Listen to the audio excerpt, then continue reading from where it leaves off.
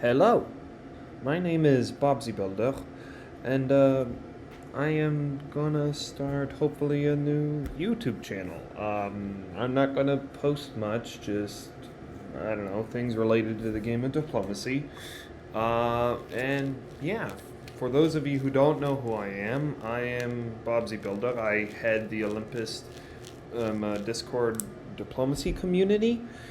And occasionally I play a few games. So this is one of those games I'm currently playing. I'm Russia in this position. And it's the start of the game. This game is called All Stars 2, and it's hosted by a good friend of mine, Bradley Grace. Bradley is an excellent player, so knowing him, he definitely invited a tough crowd to play today, and I'm actually really looking forward to this game. So, as said, I drew Russia. Russia, I personally love Russia the best out of any nation. I just feel like there's so much potential. I know that people like their France's, England's, even Italy is becoming popular these days, but I've always had a heart for Russia. I don't know, if probably half of all my solos have come from Russia, and true, perhaps most of them were from lower level games at first, but I just always have had a heart and place for Russia, and I don't know, I just greatly enjoy it, and all the great crazy things you can do. Like, for example, these preliminary orders you see me have. Nothing is concrete yet, but who said that you necessarily need to play a normal Russia? So I'm trying something here. But in any case, let's get to press. So, everything has been pretty fine, and I'll explain everything with my orders. So, the most interesting thing is the Armenia bounce. So I get to talking with Turkey, and I don't know, just general stuff. Generally, when you want to talk to players, like if you notice, Turkey is immediately asking about Black Sea and whatnot. You don't necessarily want to make a commitment to anything early on, so just feel out the players and in what they want to do. Here, quickly, so Turkey and I agree, at least for now. This game is a 2-day turn game for every order phase. But we agree for now to do an Armenia bounce with him getting his Ankara fleet out to Constantinople. For those of you who do not know what that is, it looks something like this. The idea is that generally, although Black Sea bounce is often the most safe move in any Russia-Turkey alliance, it's often a slow move. And I've been putting out feelers to Austria and Italy, who I'll get to later, and it seems like they are definitely interested in Lepanto, and perhaps they'll join in an air. I don't know, perhaps, but in any case, regardless or not, I feel like I wish to do this opening because, first of all, there's been a lot of meta recently, and you're going to see this later, how I negotiate things out. And I just want to change things up. Like, first and foremost, this game, All Stars, I don't know, I'm here to play for fun. Because I run Olympus now, I don't generally play that many games. So I just want to enjoy the games I do play and try spicing things up. So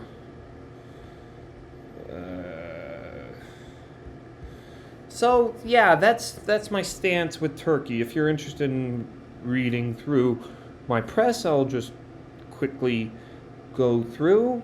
But generally, if you notice with my press, you always want to keep a cheery mood. I use a lot of emojis whenever talking. And although Turkey's not the most cheery player I've met thus far, he definitely is one I'm sort of syncing with. And I definitely enjoy him. Uh, so I don't know. I don't know. The only thing I do fear in doing this, because it is naturally an Austria-Turkey alliance, and him opening to Black Sea. Now, I don't know. I get the feeling that this won't happen. Perhaps it will. But I said, I just want to enjoy something and just try something new rather than the usual Black Sea bounce. And another thing about me, I hate lying in spring 1901, and I like being completely honest with people. So, I don't know. I feel I like putting my cards on the table automatically, at least what I'm going to do for 1901 with players, so that they know what they're going into. And I honestly feel like thus far I can do something here with Turkey, perhaps. So that has been my conversation with Turkey thus far. Now let's go on to Austria. Recently I've seen some great Austria-Russian alliances, and honestly I feel like I can do that as well with this Austria. But I don't know. It's already been how long? Like 11 hours, and I've only received one message from Austria. I do admit the message I did receive was quite extensive, but for a guy like me who chats a lot, if you haven't noticed, it's definitely a little telling. But I still have the move of Warsaw to Ukraine, because you can read through my message chain with Austria if you're interested, but I talk to Austria, and I try establishing a nice relationship. When doing this, I said you want to keep a cheery mood, and I make the allusion and joke regarding an RA alliance like Rod the Sun God. I noticed another player did this in another game I was GMing, and it was actually a nice joke, and it definitely alleviates just some, I don't know. It makes things more fun, jokey, and it puts a level of sincerity into it. So I don't know. It makes things generally more fun both ways. Although the way I press definitely takes up a bit more time. It's definitely fun. The only issue with Austria thus far is that, as said, I've only received one message. He doesn't, and we're discussing, despite that only one message, the possibility of DMZing Galicia. Here's my idea for this. As said, I don't like breaking my word first turn, and generally the reason why Austria doesn't want Galicia DMZ'd is because they fear Russia will go into Galicia first turn. Austria doesn't generally gain that much going into Galicia first turn, aside if it was agreed to a DMZ, aside for angering Russia, and yeah, so I don't know. It's definitely a possibility, and as said, I'm a little more unconventional, as you'll definitely see in a bit. So I prefer DMZing Galicia, and especially especially for this reason. If I'm doing the Armenia bounce, say somehow Sevastopol does get to Armenia, in this hypothetical situation, say Sevastopol does get bounced out of Armenia, well then Moscow will essentially hold, and if Warsaw is bouncing Galicia, then I don't have anyone on Romania. So this allows for the most flexibility. I could do this, but the issue with this is that, say Turkey does something like Ankara to Black Sea, Smyrna to Ankara, and then suddenly I'm left in a very awkward position whereby I don't have two on Romania, I'm left in an awkward spot, etc. So thus far, these are my current orders because I tried establishing a very light mood with players to get them to trust me at least first turn, and then I can do some fun, unconventional things. I don't know who I'm going to go with. Now, Italy. Italy has been both the best and the worst thus far. Well, actually, correction. England has been the best thus far, and I'll get to him in a second, but Italy. So, what I like about Italy, he's very, very talkative. So, we've had quite a long message exchange, and the only other person I've thus far had a long message exchange with is Turkey. So I really appreciate that of Italy. And we're just talking about normal wintergreen stuff, whether we want to air, whether we want to go after Turkey, etc. Whether and how to proceed in the wintergreen alliances. My only issue with him is that it's hard to fully grasp onto what a player wishes if he only responds in one sentence messages. Then again, to be completely fair, I'm quite a verbose player, so there's that for him. But I don't know. We get to talking, and he seems very adamant to this idea of going after Turkey. Something I'm fine with, except for the fact I do want to get a response from Austria. And as said, Turkey thus far has been among the more responsive of people, but that's the advantage of Spring 1901.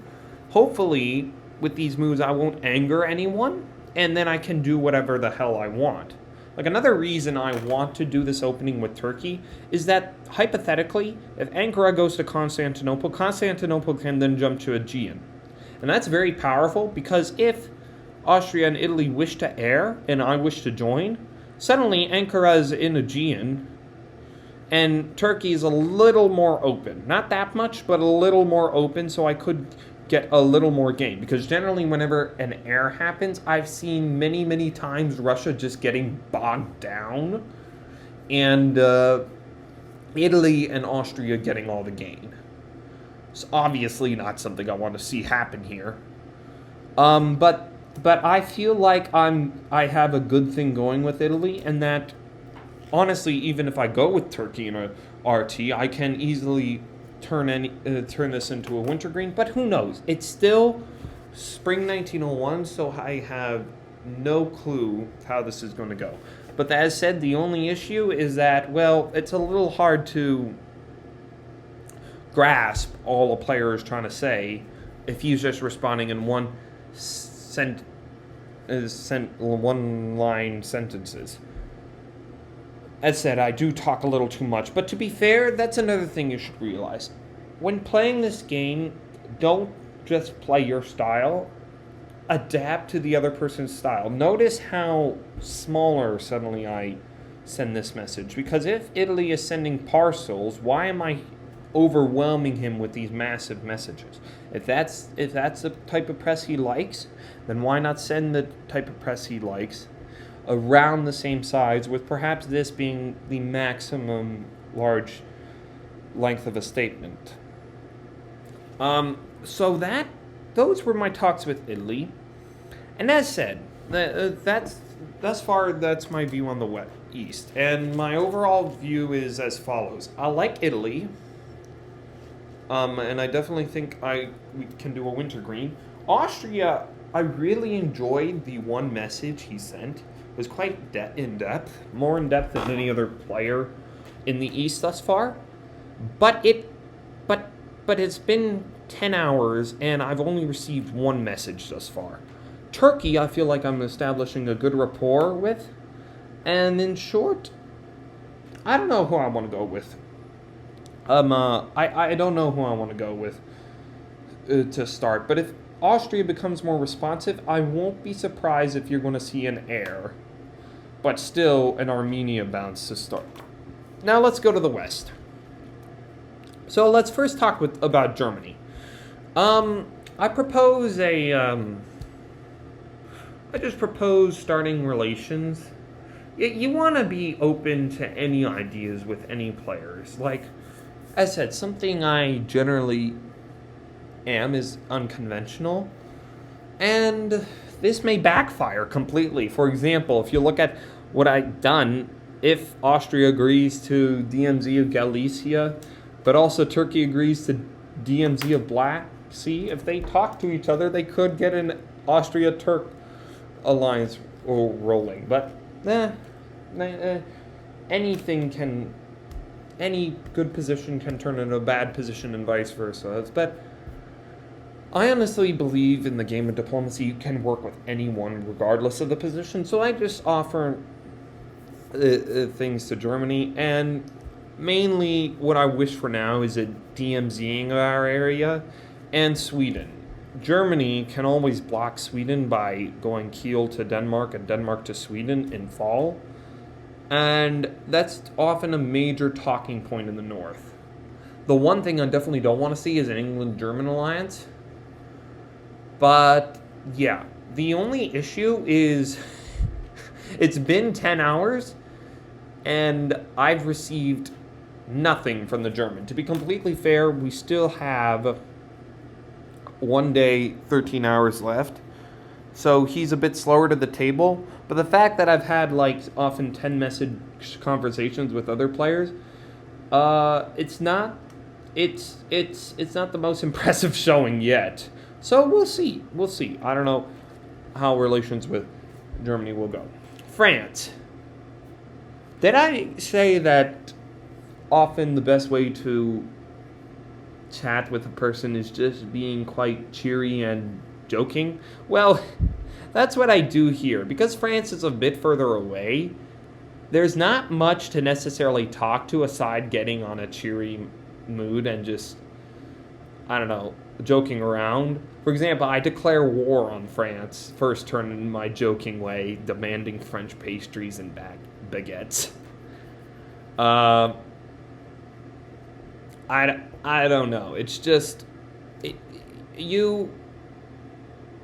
people don't like bland. People don't like same old. Well, correction. Some people do, but most people attach themselves to a newness, whether it be in press, moves, etc. And that's what I'm hopefully trying to establish. And France is a person I really enjoy. He responds in a very similar style to me, and I think we can definitely do something with this. There's his response is not that large, but it definitely holds a lot in the little that he writes. Sometimes it's you can notice that I'm very verbose in things, but sometimes it's these shorter responses, and I need to learn this, that often carry through.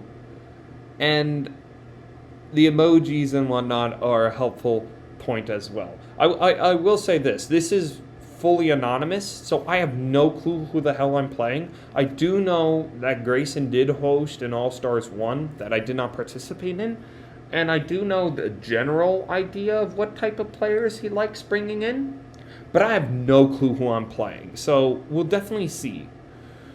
But yeah, those were my talks with France, and thus far, there's nothing substantial because we've not received that many words from England and Germany, and thus far it's been a lot of banter and jokes. So we're just trying to figure things out and trying to get our reads of the board, but I definitely feel like I definitely look forward to possible relations with France. Now, England, saving the best for last. Ever since I've played Russia, I've always wanted to try the England-Russian alliance because I've tried all sorts of alliances. I've tried the Austro-Russian alliance, Juggernaut, Wintergreen, French-Russian.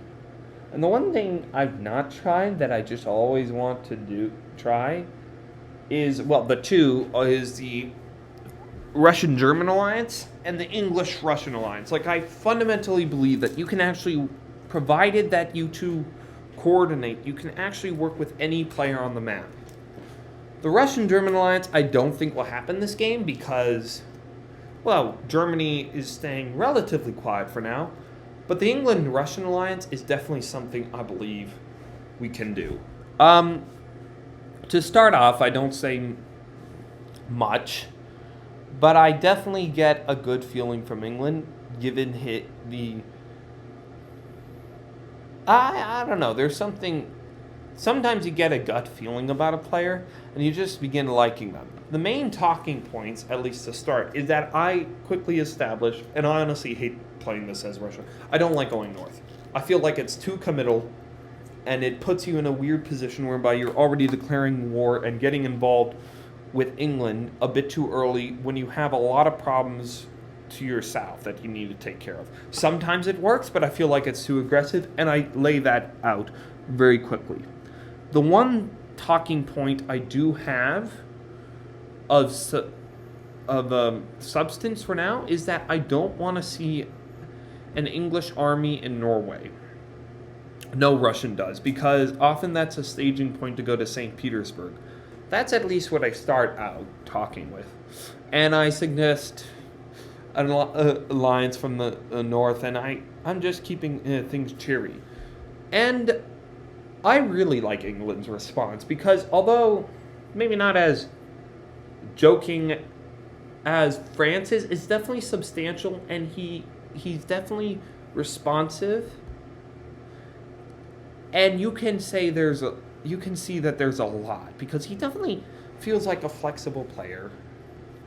And as I said, if you get a gut feeling about a player, sometimes just go with your gut.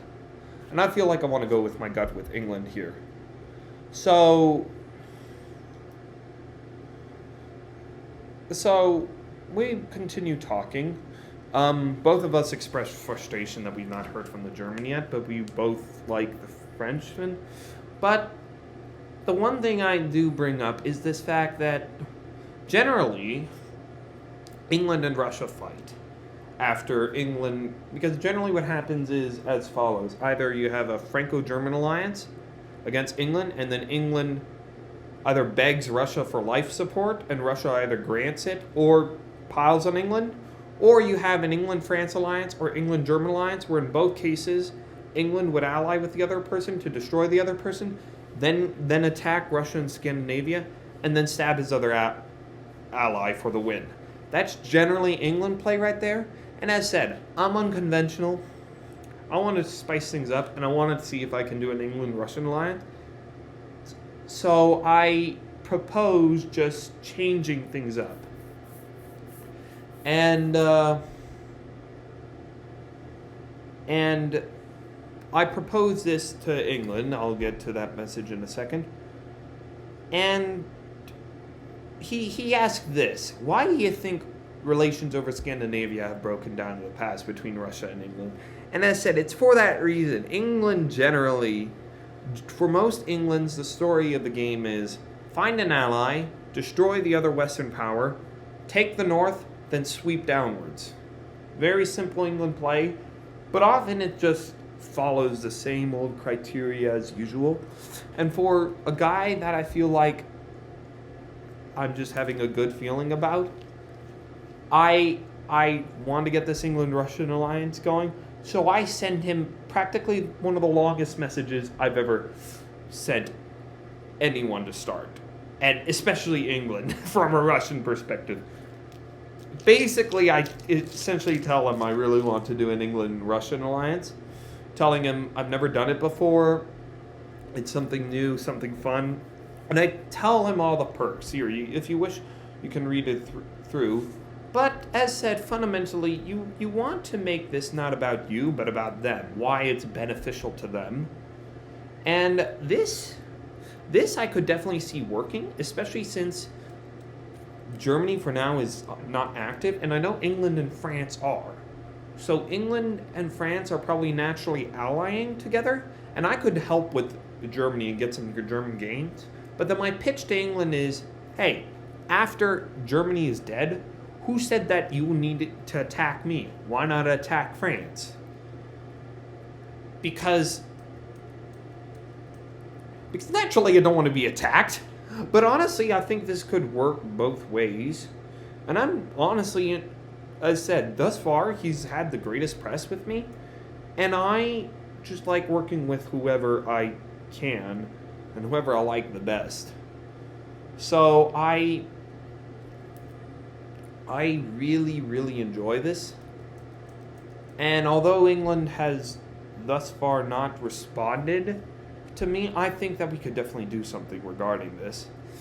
As said, pause however many times you wish to while I scroll through the press. But yeah. So those are my preliminary talks for Spring '01, and for now I'm waiting for responses from England regarding my proposition. And Austria regarding just normal talks.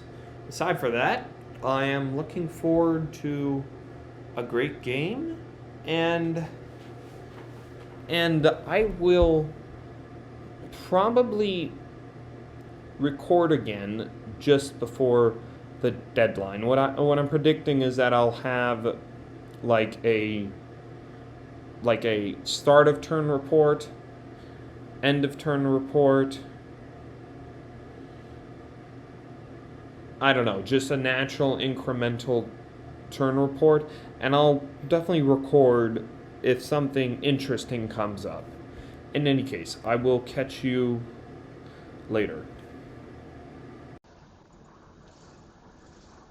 Okay, remember how I mentioned to never rush into any scenario regarding just opening moves and necessarily committing yourself to a certain move set? Well, here is why.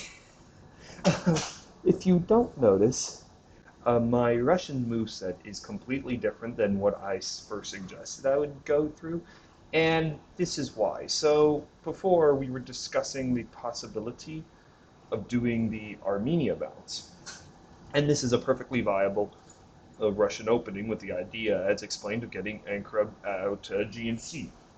The only problem with this is that it works under the assumption that Austria wishes to DMZ Galicia. And, well, I received my response from Austria, and this is what he said. Ah, and that's not great, because the issue I run into is that, okay, he's sort of forcing me to bounce Galicia, but then here's a problem. Moscow can no longer go to Sevastopol. It has to go to Ukraine because in the proposed bounce, well, then I have no one on Romania, so it needs to go to Ukraine. But then say the following sandbox happens. Just say the hypothetical following happens. Suddenly I'm put in a very weird position whereby, say, something like this happens. All right? Suddenly I'm in a very weird position whereby Sevastopol is threatened by Turkey, and I have no guarantee on Romania. Now, generally, this is not a worry because Warsaw would be in Ukraine and Ukraine would be in Sevastopol, so I can double bounce in Romania. But in this position, I both have to cover Sevastopol and I have to trust on Austrian support in, but I won't get a build no matter what. Turkey can, no matter what, bounce me out and probably become a 5 build Turkey, which is extremely, extremely dangerous. So, as said, the DMZ of the bouncing of Armenia only works with the DMZ of Galicia. But then that put me in a weird position because I had already agreed with Turkey to bounce Armenia, and that puts you in a dilemma of how do you, as said, I hate, not that I hate the conventional, I just like doing more interesting things, and that was my whole pitch to Turkey. So how do I withdraw my bounce from Armenia and still continue on with this. And oh, I have um, um, and you can just look at my recent conversations with Turkey. Um,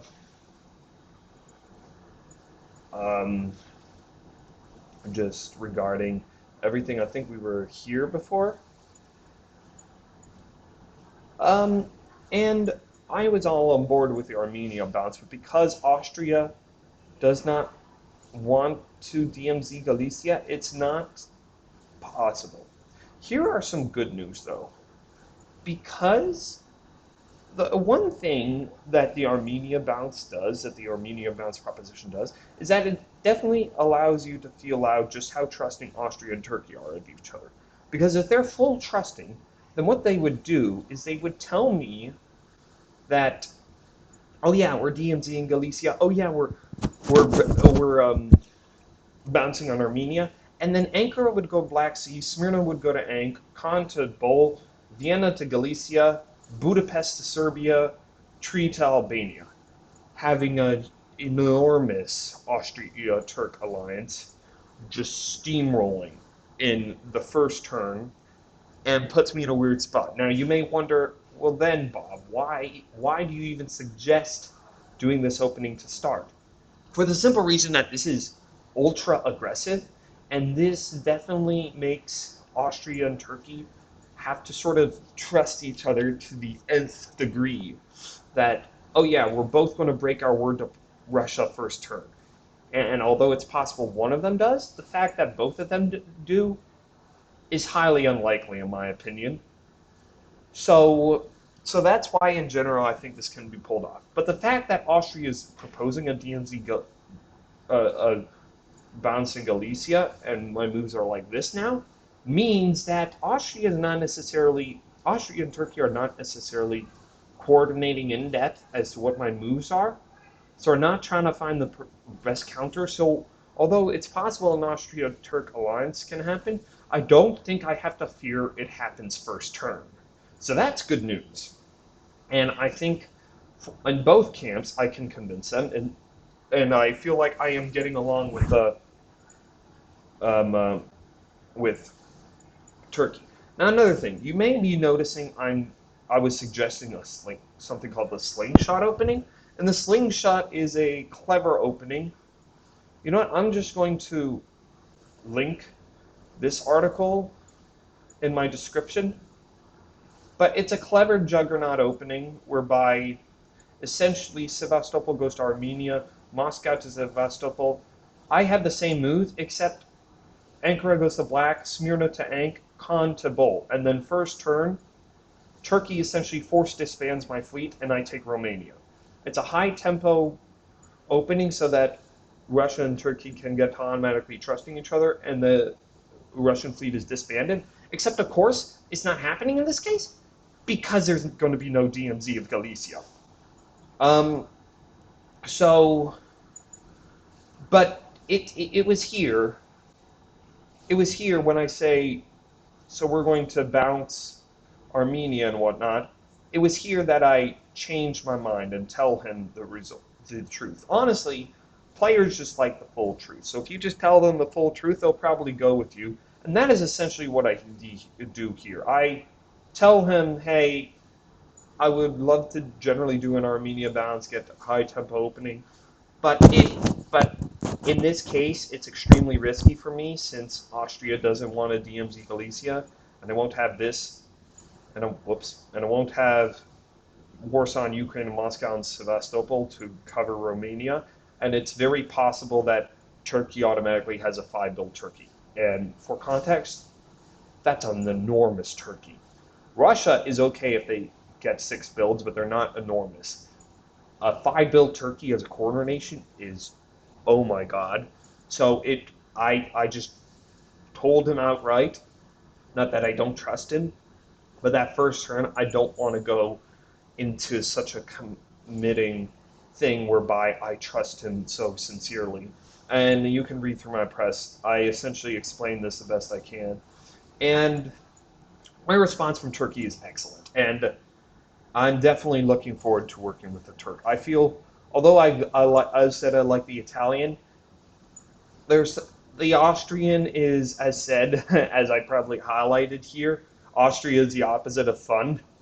Um, I don't know. I just wanted to DMZ Galicia and just have fun and do some interesting things. And Austria, considering the fact he's only given me 2 messages in a full day and not been that very responsive, I don't know. I'm getting off feelings about Austria, but perhaps we can still have Ra, the sun god, bless us. We'll see. I still don't know what I'm doing, but that is essentially why I've changed my opening from one of an DMZ, Galicia, and Armenia bounce to now normal Russian moves.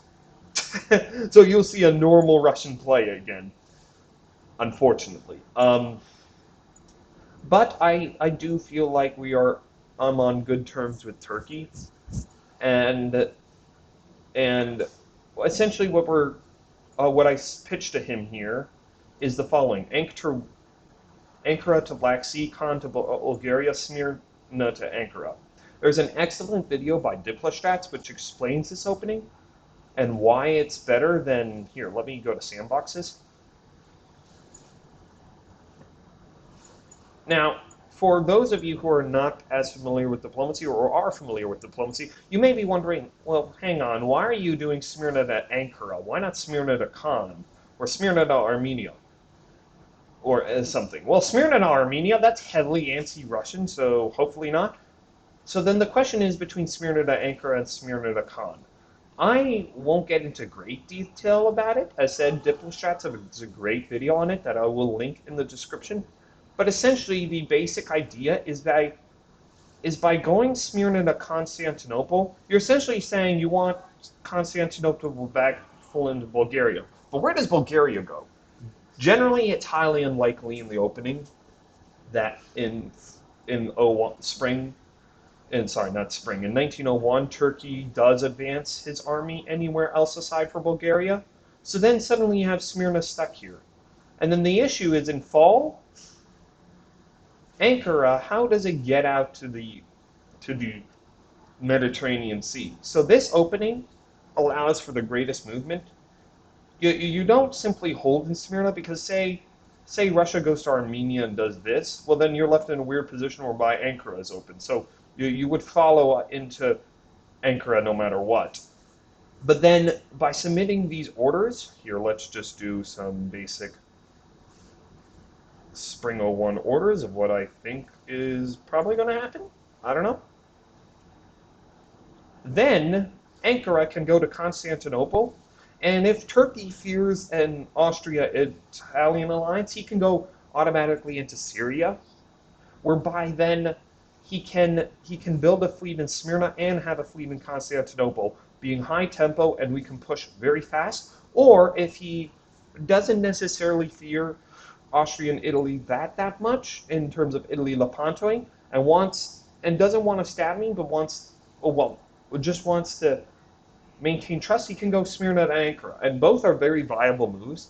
In either way, you get the general gist, and you get your 2 fleets out automatically. So that is essentially what I propose. DiploStrats does a much better job explaining this, so I'll link their video in the description as well.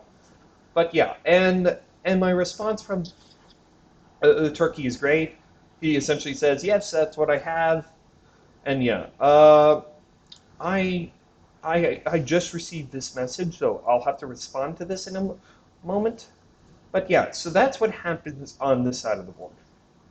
Unfortunately, with Germany, I still have not received a message. Italy, there hasn't been much. I believe nothing has happened since last night. But England, I need to respond to his message, but I love his response regarding my proposition for a high-tempo ER if you wish to read it. And essentially he's like, oh wow, I'm very interested in your proposition. Germany's still silent on me, let's do this, etc., etc., etc. So I do need to respond to this. But yeah, I do feel like I can get some great things going with England, and thus far, the people I'm getting the best vibes from are England and Turkey. As I said, I like Italy, but I don't think I can work out with Italy in the idea that he wishes to work with Austria, and I'm getting some weird vibes from Austria.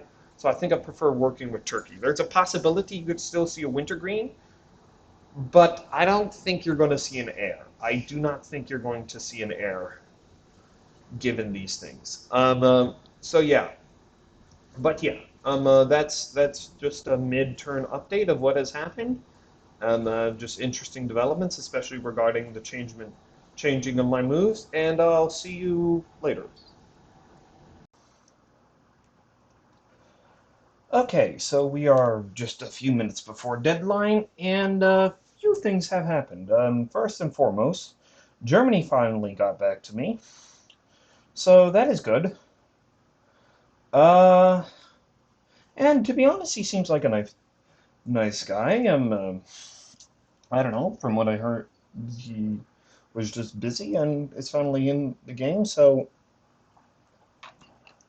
that's good. At least we won't be dealing with an AFK Germany first turn. It definitely seems very confident.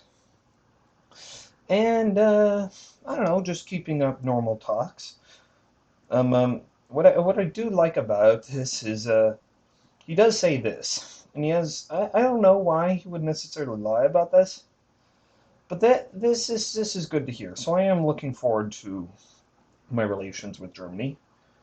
Um, but then again, I still like England, so we'll see what happens. But yeah, I don't know. We toast over some German beer and some Russian vodka, and we just talk about general things. I sort of hint at the idea that I don't want to see an EG for obvious reasons, so I suggest him doing an FG, and and he said he'll keep that in mind. So I don't know, especially given how how France is. I won't be surprised if he does go with France. And I told him I told him, as I've told everyone, it is true. I like spicing things up. I like changing things. So I don't know. We'll see where that goes.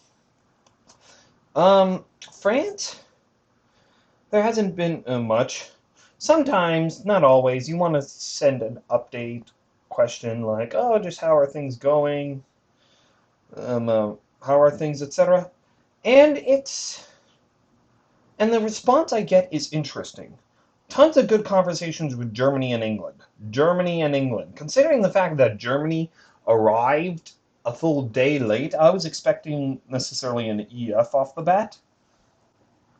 Um, so I so I'm definitely curious if perhaps we'll see an FG, and that will definitely change things. And Germany, I don't know, Germany does seem pleasant, so perhaps.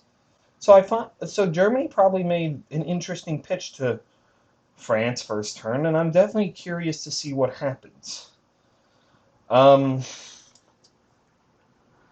because he it's something you have to do is understand people psychologically. He didn't say tons of good conversations with England, and he didn't even say tons of good conversations with England and Germany, being that England, he he would put England first as a prioritization. He put Germany first, and after him being AFK for a day, I don't know. That may either insinuate that the guy was just finished talking to Germany and just came off, or or I don't know.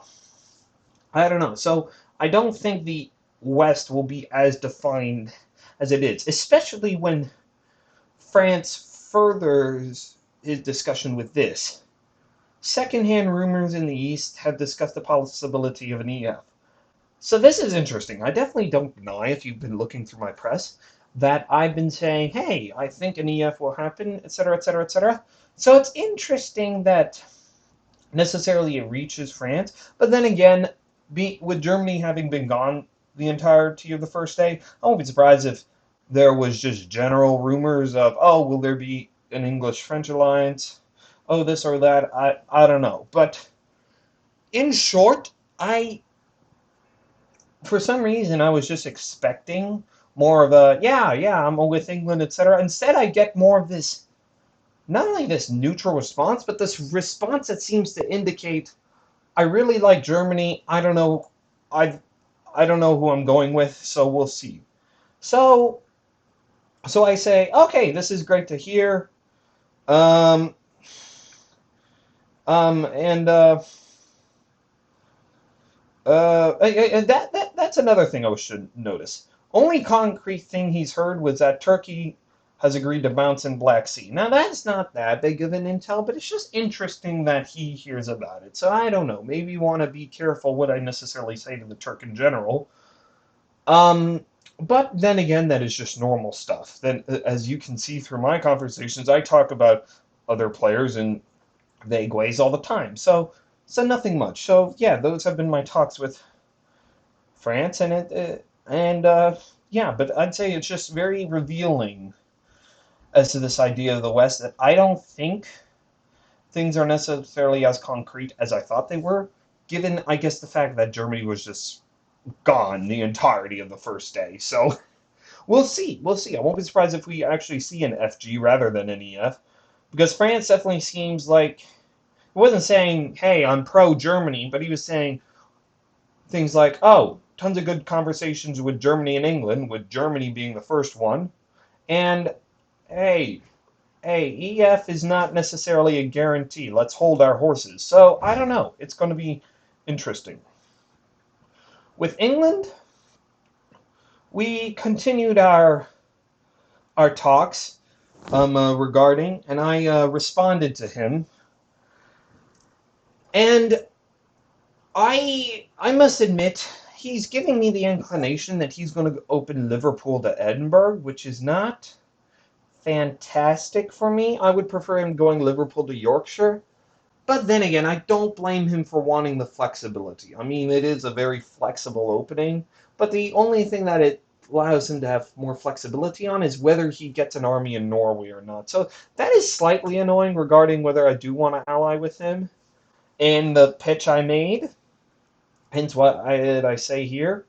But as I said, never show annoyance to a person. Just always always try to be cheery, even when you get stabbed. I'll try to keep it as nice as possible, the press, so that we can both get to general ideas. But yeah, he told me Germany got active, uh, and this this is where it's interesting. England says I get along well with France, and that Germany is taciturn. What I find interesting is that France is essentially inclining that, oh, I like Germany. He seems like a great guy. Perhaps I want to get along with him. And England-French alliance is not a guarantee. Whereas England says, I don't like Germany. I want to go along with France. So it definitely suggests there's a power dynamic in the West that favors France diplomatically. That is good news for me because at least I do not necessarily have to worry about an England-Germany alliance. Hopefully. Um, Maybe I do. Maybe I will. I don't know. But I think I'm in the safe realm for now. So we'll see. But then again, England, France, Germany. I think we're going to see an alliance that revolves around France, and it definitely will be interesting. Either way, I could definitely use that to my advantage. I am definitely glad we're not going to see an England-Germany alliance, or at least that's my prediction. I may be completely wrong, but I have a feeling that is not going to happen. So we'll see. We'll see. And I say active. I tell him he was asking about the South. I tell him just boring. I said these moves are normal, but it's just like let's try changing things up. Hence why I go back to hey, this would be fun, etc. regarding the England-Russian alliance, and we just continue exchanging intel. Um, I do want to highlight this. I have been asking everyone's permission just to be sure to share their press. If for some reason someone says no, you do not have my permission, but because I've made a video before using their press, you're going to see blurred backgrounds for those press. In case you have been seeing it up until now, but thus far everyone has been very open to the idea of me using uh, uh, using our press. Uh,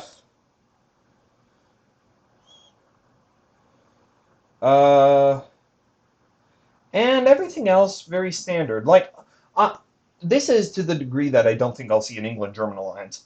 England asks me if I want to go to Silesia against Germany because Germany is so taciturn. I tell him, when you are given a proposition like that, you don't want to say no to the degree that you think that you're not doing it for the reason that you don't want to, as much as I'm just telling him, hey, I already have committed to Galicia, but so I can't exactly move to Silesia for this reason.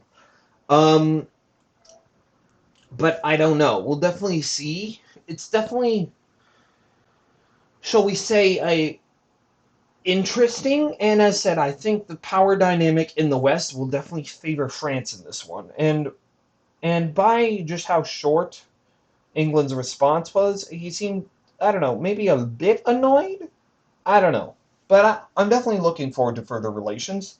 I just definitely think that England-German alliance is not going to happen this game, and that some interesting things are going to happen in the West, to say the least. So that has been the West thus far. As for the East, um, so so as said, just continue talking with Austria, and I get the following message, and I definitely, uh, in a way, I like this message. Another way, I'm skeptical. Both Italy and Turkey aren't very big talkers. If you've not seen my press with Turkey and Italy, Turkey is quite a large talker. So either this indicates two things. Either he's lying to me, or Turkey is a type of player who talks to the person he actually wants to ally with. And because Austria-Turkey is not the most common alliance in the game, and a lot of people are skeptical of it, maybe Turkey's skeptical of Austria in this case. As for Italy, I sort of agree, but then again, Italy is the type of player that sends a lot of messages, but a lot of short one-line sentences. So I don't know. I don't know. I do find this to be interesting. Uh, so we're not going to see Aquila Panto. And this definitely, if I was Italy, I would not that I would be unhappy about this, but the idea of Aquila Panto is that it gives Italy the flexibility of having another build, whereby Venice goes to Trieste. Here, let me create a sandbox right now. And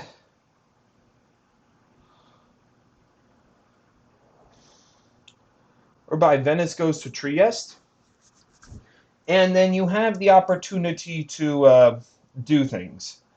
Um, uh, and because the idea is that often it's hard to determine what exactly a person wants first turn.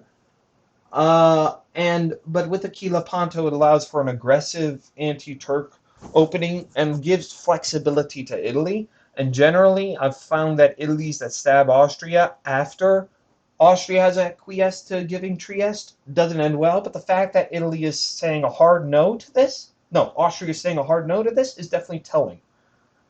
Um, so So that I definitely find interesting. So I guess we'll see what the moves say.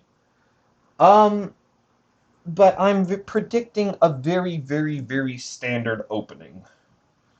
Like if we go back to my sandbox, like I'm not too sure if you saw the holding and everything. I'm predicting that is what would happen. The only thing I don't know is England going to go to Edinburgh or is he going to go to Yorkshire? And then I'm very unsure as to what France is doing because he could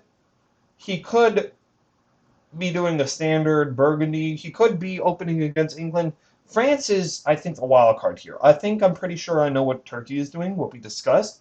I'm pretty sure I know what Austria is doing. I'm pretty sure I know what Italy is doing. I'm pretty sure I know what Germany is doing. France and England are the wild cards here. So I guess we'll see. Um, but I do not believe France is going to go full out anti-English first turn and like breaking English Channel and whatnot because Germany was this late. But then again, I don't know. I do think France will have the power here to decide.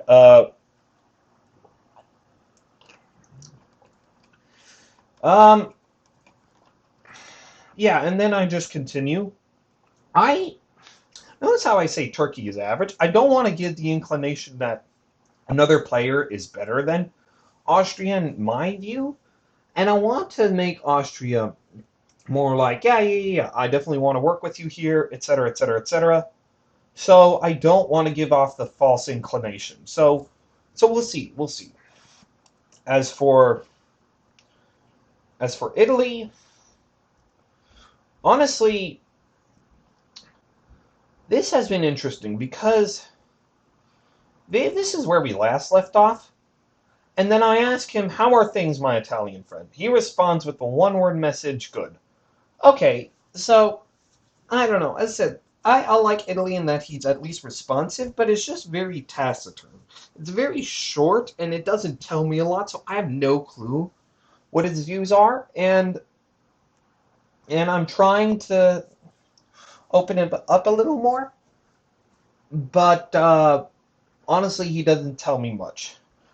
So, just before deadline, I ask him this, just to get a general sense of what he's doing. Because the one thing I'm not necessarily interested in seeing right now is that because Italy cannot go to Trieste, I don't want to see Italy going to Tyrolia. I honestly don't, because recently I've seen a few Italians whereby they go to Tyrolia and then Bohemia, and then they support Austria against Russia that way. At the same time, their fleets go around. It's an interesting Austrian-Italian opening. Now, won't be surprised if it happens here. It's possible. I I more believe that Italy will hold in Venice. However, given the fact that Germany is not responsive, there is a chance he may just go to Tyrolia. This is why I ask this. But thus far, but then again, it was like 30 minutes before deadline, so I've had no response from him. So there's that. And then finally, Turkey. Oh, I have a message from him. Um, where were we? I'm trying to work. Right. This is where we were. So last time I discussed how we had to reorder our opening because the Armenia bounce will not be possible. And since then there hasn't been much, just general chatter. Um, so so as for general things, I don't know. I'm definitely getting to like Turkey more and more. And he was asking my opinions on an Austria-Italy alliance because I like him. I was definitely open about him in terms of I think uh, Italy is interested in attacking him, etc., etc., etc. Maybe just to reinforce main idea. Hey, I'm with you, and yeah. So we'll see. I definitely find this interesting. He's not heard anyone in the West other than England. England is a strong player, I can tell you that much. But I find it interesting. Germany makes sense since he's been inactive. France, I find it interesting how France has not really talked to Turkey. I don't know why. Like, based on my conversations with France, I just expected that he would be talking to everyone, but I don't know. We'll see. So that I found interesting. Uh, This, though, I am slightly concerned. Off the bat, Turkey is saying that he wants to go RAT, which is a Russia-Austria-Turkey alliance, and I'm not particularly sure I want to do that. I'm being completely honest. It definitely, especially if I am interested to work with England in this game, it definitely limits me because in a RAT you're supposed to go north. And it definitely often becomes a recipe whereby one is cut out. I'm not too sure I'd be the one cut out from such an alliance in the end. But as said, I don't like I found recently diplomacy becoming a lot very boring because people agree to these early Western triples, early rats, etc., and not as flexible as the game should be. Hence, part of my message. But as said, if you read it, you will notice I don't flat out refuse. That is one thing you never want to do. You never want to refuse a player. If you refuse a player, then that means that you're not interested in hearing out or trying what they suggest. So I say I'm open to the idea, but I prefer not. In short, um, um, uh, so as I said, I believe that openness is definitely key in this game, especially early on, because if you're more open with a player without necessarily giving crucial info away, it'll make them more trusting. And you can see this paying off with Turkey. Thank you for your openness for a game that seems full of dishonesty. Right, I really like this message. And uh yeah, I think Turkey agrees with me. So I think Turkey is squarely on my side. So I think we'll see. Um, um, and yeah. Besides that, just normal stuff. I guess um, yeah. This is pretty accurate, as you can see here. Unless Austria does something crazy in terms of not get bouncing, and then Turkey does also something crazy. But yeah, that's what I think. But I don't know. Not exactly what I meant by what I when I asked him what I think will happen, but it doesn't matter. Anyway, I'm definitely looking forward to this game, and yeah, I definitely like this response by Turkey. And as said, these are the type of responses that I really enjoy out of players. So I think you're going to see a strong juggernaut this game. Um, but and yeah, we'll see. So let's see what the orders were. Okay. Okay, pretty standard stuff. I must admit, the one thing I am slightly annoyed with is the movement Liverpool to Edinburgh. uh, I mean, sure, I understand why. Like, then again, it's more flexible, as I said, than moving Liverpool to Yorkshire, because if you move Liverpool to Yorkshire, you're essentially declaring the only place your army can go is to Belgium. However, then again, naturally, I told him moving Liverpool to Edinburgh, you can also get a Belgium, but you're also allowing for the possibility of going to Norway. To be completely fair with the guy, he did tell me, hey, I'm going to do an opening that is going to be perceived as anti-Russian. That doesn't mean I'm necessarily anti-Russian. So I don't know. I don't know. I'm going to give the guy the benefit of the doubt, especially considering my conversation with him. Um, I just honestly, to be fair, I don't blame him because by going Liverpool to Yorkshire, he's essentially forced committing himself to convoy to Belgium. At least if things go south in some way, he can, in being in Edinburgh, always convoy to Norway, and it gives him more options rather than a straight committal. Everything else is pretty standard.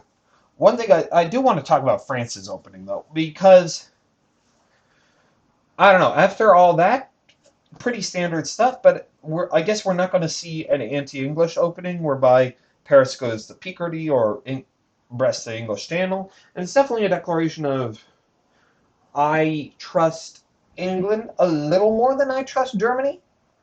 But then again, these are very, very standard French moves. Like, I know as France, those are the only French moves I'd ever make. Even if I was committed to a France-Germany alliance, it's very rare for me not to do those moves because they're so powerful.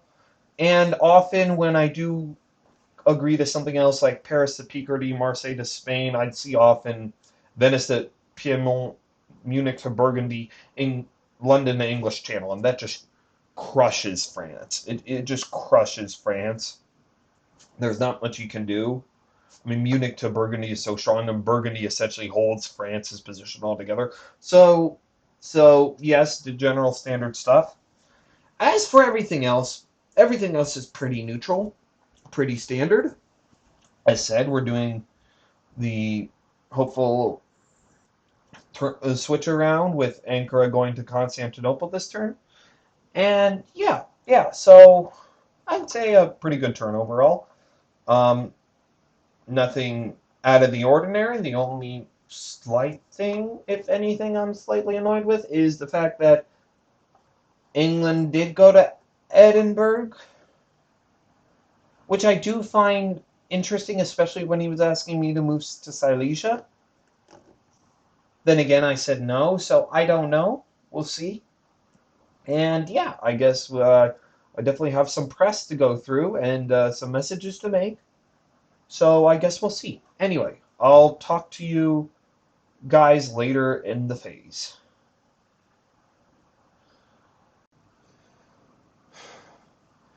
Hello. It is fall 1901, and I'm continuing my Russian game. I do want to say this before I get started with the mid-turn update. If I sound completely out of it, exhausted, or just slightly crazy in my current update right now, it's because I got 4 hours of sleep last night. So bear with me because I can barely keep my eyes open. In any case, so where were we? So as said, the turn processed, and to remind you what the moves were, here they were, and I immediately got to pressing those people. And I will tell you this, based on my press in what is in currently fall, I chances of an England-Russian alliance are unfortunately going steadily down. There's a lot to talk about, especially with England. Um, so, as said, England did inform me he was doing the Churchill opening, which is the opening that you see, and it makes sense, for it does offer the most flexibility. However, when talking to England, um, let's see. I I told him, I must admit, I would have preferred if he didn't do this opening, but I told him I was fine with it, especially since he was honest with me. I said, you never want to show annoyance. You want to try to work with a person no matter what the position, because you never know who necessarily you can fall through with. So I just was talking to England about this.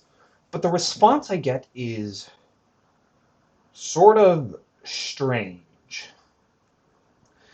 Um, he essentially says it does me no good to leave my army on the island. That makes sense. So I'm thinking, okay, convoy to Belgium. However, he also says there are others interested in Belgium. Not only does he say there are others interested in Belgium, but uh, he thinks that France and Germany are going to be at 5, while he will be at 4. Now, what does this mean? This means he's saying that no one will get Belgium, but that since his army is doing nothing, and he doesn't like it being on the island, that he's essentially implying, hey, I think the army is going to end up in Norway. And that's not great for a few reasons. Number one, the idea that this England is, shall we say, okay, an implicit first message of fall 1901 I received from him, with this idea he doesn't get Belgium, screams alarm bells in my head. I mean, okay, I can understand if you want to put an army in Norway and then use your fleet in North Sea to take Belgium. I mean, those are rather standard moves. But for an England who says, I don't think I'm going to get into Belgium, I want my army to be active, and you know what? Okay, I won't get into Belgium. For Russia, that is, well, so shall we say, a severe alarm bell in my head. And I'm almost getting this feeling that there may be a Western triple. It's very bizarre. Because as England, you often get locked out of builds so early. And also, given my pitch, I thought he would at least, I don't know, maybe not necessarily take me up on it, but not put himself in a position whereby he can't take me up on it. But the fact that he moves his army to Norway and then doesn't even attempt for Belgium, like, that severely indicates an England who's only going north. And I am highly skeptical / worried about this. Because here's why. Let me show you why I am quite. Say he does the following. All right. If he. Okay. Okay. Say he does the following. Sorry. If he believes that he's not going to get into Belgium and it's not even worth it, why would he even attempt to go there? So what then is Norwegian doing? Well, Norwegian is probably going to go to Barents. Because what else does he do? He could easily go for a Northern England opening, and then suddenly I'm left in a very awkward position. This is severely anti-Russian, and I honestly hate this. It's as bad as it gets in the North, based on my talks with him. And this is a problem. Because, as said, he essentially said, hey, I agree with you. Let's try an England-Russian alliance. However, I don't think I'm getting Belgium this turn. And also, I don't like keeping my army in England. What? What? Let's piece that together. Is he relinquishing any claim on Belgium? What does he mean? I've honestly never seen an England who's so like carefree as to this idea of, oh yeah, I don't think I'm getting Belgium this turn. That just blows my mind. It sort of makes sense from the context of, okay, maybe I won't get Belgium, but I can try XYZ and still go for it. He says it in the context of, if you read his press message, I'll get back to it, I don't think I'm getting into Belgium, period. Why even try? And then that leads me into this position, because what else is he going to do? If he's not interested in expanding southward, well, then where does he go? And this is sending alarm bells through my head. Even if, say, he doesn't go to Norwegian, it still puts me in a weird position. Because the real problem with an army in Norway is not so much that it's threatened St. Petersburg. That is also true. It does threaten St. Petersburg, and you don't like an army. And if you're Russia, you'd be more fine with, as annoying as this is, a fleet in St. Petersburg by England rather than an army, because it borders with Moscow. But that's not the main reason why. Main reason why Russians do not like English armies in Norway in fall 1901 is because of Finland. If you have this position, okay, let's just submit orders. All right, let's say in the hypothetical he does something like this. Okay, you know what? Let's say he actually attempts for Belgium. All right, and tries to be more neutral with me. Submit orders. The problem then is that I have to build at least Army St. Petersburg. Because otherwise, if I don't build Army St. Petersburg, say he does, I don't know, Fleet London, Army Edinburgh, all right? And I do Army Moscow. It really doesn't matter. Here's the point. Army Norway can go to Finland, and Norwegian can backfill into Norway. And then suddenly, his position against me is very, very threatening. Like, usually, I wouldn't necessarily even need to put a fleet in St. Petersburg. An army in St. Petersburg. Like, I can completely ignore this and build Army Warsaw. Because if he has a fleet there, we bounce in St. Petersburg every single turn. I order Army Moscow to St. Petersburg. He orders Fleet Norway to St. Petersburg. And we're fine. However, in this scenario, I need to build here, because then it becomes a guessing game. Especially depending on whether, and there's further problems I have, which I'm going to get to France in a second. But it's a guessing game. Is he I don't know, is he going to Barents? I need to cover Finland because he could easily, if he gets into here like this, suddenly he has 2 on St. Petersburg and 2 on Sweden, and it's very hard to defend. Just the whole position is a mess. It honestly is a very, very big mess that I don't like. And especially when he's saying, hey, I don't like English armies stuck on England. Honestly, from my view, since I play England as well, that's perfectly reasonable. However, I don't think I'm getting into Belgium. So where does it go? Probably Norway. That's essentially what he said. And this idea that first message of fall 1901, he's not even it's not even late in the season. It like I received this message probably 2 hours after after the adjudication. Hey, I don't think I'm getting Belgium. That screams alarm bells in my head. Like, how do you know this early? And you're not fighting for Belgium this early? I really, really, really do not like that. And I think we're going to have some problems. I honestly think we're going to have some problems, and I won't be surprised if I deal with the Northern England. Because first of all, as said, although I was okay with the Churchill, it was annoying. Why go for the Churchill unless you want the option to continue against Russia? And now, second of all, oh, by the way, I don't think I'm going to get Belgium. Sorry, but I don't like English armies stuck on England. You can read what he says. And I am after all I've written to him, the fact that I feel like he's automatically closing doors with me in this sense is sad. And I am very annoyed, I must admit. And I just don't know what to think right now. And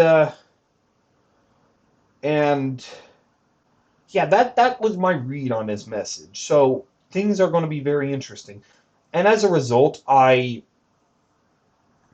sent once again a very long message. Now, notice I still have a happy emoji here, happy emoji here. You want to keep as saying, I'm not trying to show him I'm annoyed. Well, correction. I do want him to know I highly dislike this, but not that it's a deal breaker, because you don't want to ever necessarily say directly no to a person. You want them to feel like you're flexible, room for this, room for that. But then again, you do need to know when to put your foot down, and I sort of do that here, in that I tell him not that an England-Russian alliance is impossible, but that if he does this, I cannot not build Army St. Petersburg at the very least.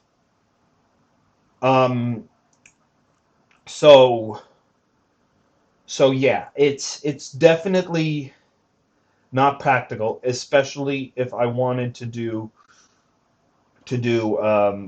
an England-Russian alliance this game.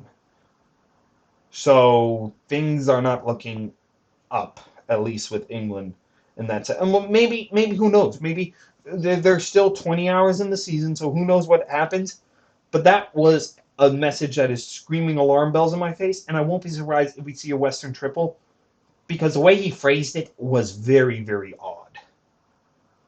Yeah, English army shouldn't be stuck on England, but I don't think I'm going to get Belgium. He says that 2 hours after deadline, when usually the fundamental pushing for England is to get Belgium, and I need to move my army out from England. Okay, we have a problem. Or at least I have a problem. So I think my goal is to make sure I talk to Germany down from working with England and maybe get a France-Germany alliance going. I don't know, but this is screaming alarm bells in my head, and as much I really want to work with the guy, but I cannot if this is how he is. It will be very hard to do so. I didn't directly say that Army St. Petersburg is a deal breaker because I don't want to alienate England after first turn, but I did imply it. I said, you can read what I said.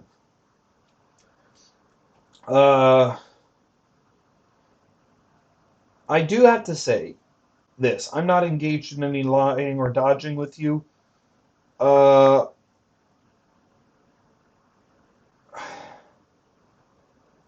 at least I have to say he's been honest with me. At least he's been honest with me. But still, it's up for it's up in the air, and I just don't know what to think. I honestly don't. So we'll see.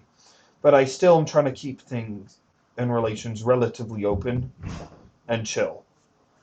So as said, I guess we'll see. So that is with England. As said, not great. Not great. Germany, though, I've been getting along with much better. And I'm hoping to um uh, get into deeper talks with because of this dilemma. So yeah. Anyway, um the classic pitch is that I'm asking him whether for Sweden, etc., and just general banter, not much going around. However, I do ask him. Um, I do ask him where is it? Here, regarding England's message about 4 build England, 5 build France, and the fate of Belgium. Uh, and the response I get, like I say, this is great for an RG alliance. If you go to a 6 build Germany, yada yada yada. All right, I forget. I didn't get a response yet. I said I'm so sorry. I'm so tired. So perhaps half the things I'm saying right now don't even make sense. But yeah, I just sort of get very open with him, and then I say where is it? I pitch him an RG and I tell him I can go into much greater detail. I think I'm going to try doing the same thing I did with England, because now he's online and I'm actually getting along with the guy, and England seems to be closing doors on my face possibly. So I want another avenue. I want another avenue, and Germany may seem like the guy to do it. But first, I just want his general opinions before I go into detail, because you don't necessarily want to overflood a person first thought. So I ask him certain questions, and I'll wait for his response before I go into greater detail. Now, France, similar thing. Oh, okay. I definitely need to respond to this. But yeah, France, similar thing, just a general talk, and then I bring up the same question regarding England as to what his views are, and I, I I forgot he messaged. So let me read it very quick.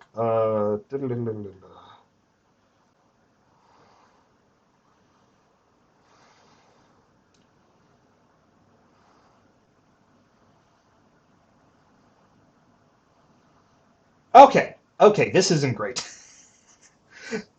He's essentially saying that he thinks he's handed all. I don't know why. I need to ask him why he thinks this. But if he's handed all the leverage to England and Germany, what are we dealing with? A bizarre England-German alliance whereby England goes full north and then Germany. I don't know. Maybe he takes Belgium. As I said, maybe a 6 build Germany. In fact, this is even worse. I, as an Eastern power, know as much about the West as he does. I mean, you've seen my talk with France. France is among the more interesting and banter-like and definitely skilled players in this game based on our press. But, but, but he doesn't even know what is going on. And I received this message like not too long ago because, I don't know, a full day has gone by. Oh, geez. Yeah, in short, I have some work to do and trying to figure this out, and I am slightly concerned. I am definitely slightly concerned. I think with Germany, he'll let me into Sweden, and I think I have the greatest avenue of chance with Germany, but especially with England's messages and whatnot this turn, things are going to be things are going to be tense, and I don't know what to think. And this doesn't help. I must admit, this doesn't help. Um, I do want to bring up an interesting point.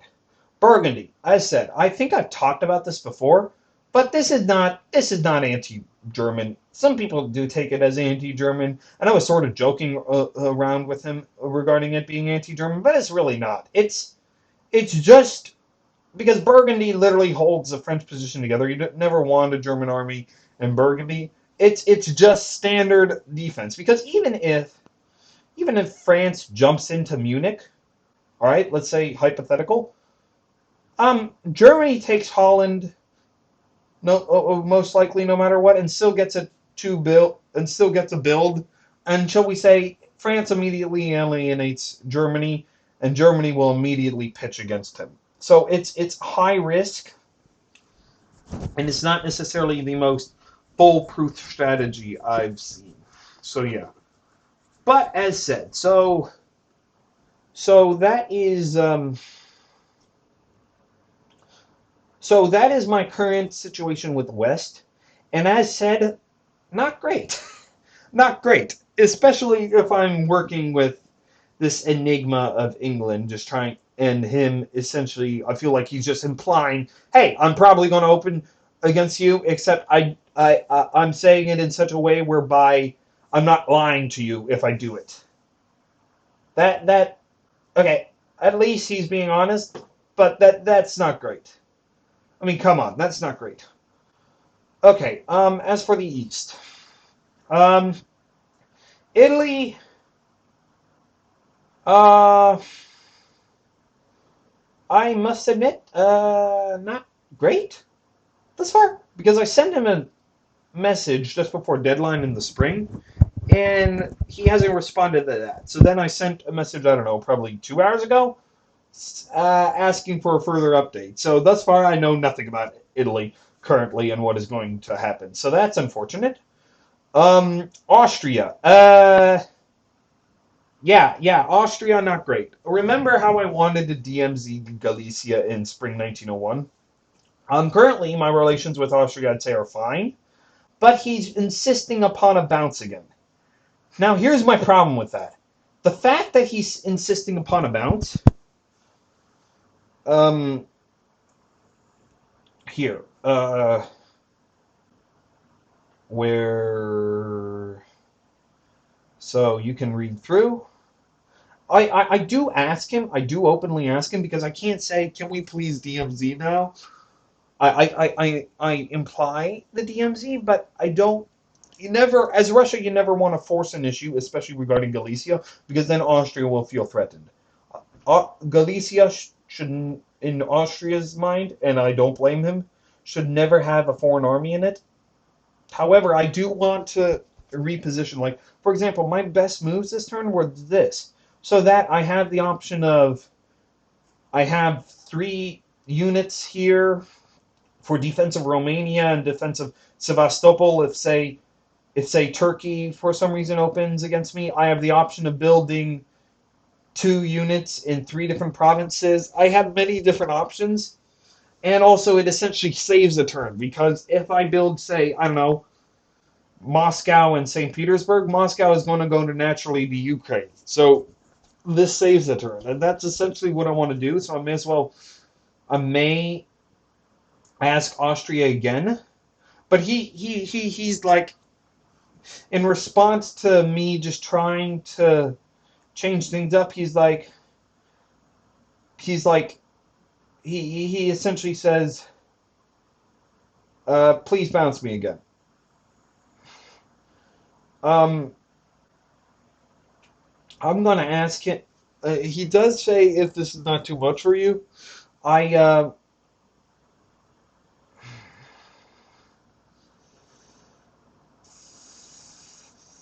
I said, if you read this message, it is true I sort of leave it up to him, but I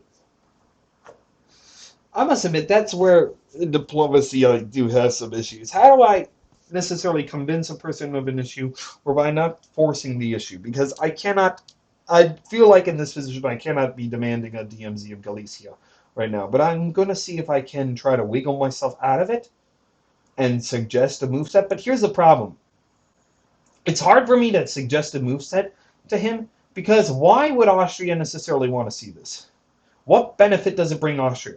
Because essentially, if I tell him the truth, I want a DMZ because I want Warsaw to go to Ukraine, I'm essentially telling him Ukraine is going to Romania. I said, I want to work with Turkey here. So the point, whoops. So the point of DMZ in Galicia is so that I have the most units on Austria possible. However, if I go Sevastopol to Romania, and in Austria's mind, I should go Sevastopol to Romania, and Ukraine supports Sevastopol to Romania and build a fleet.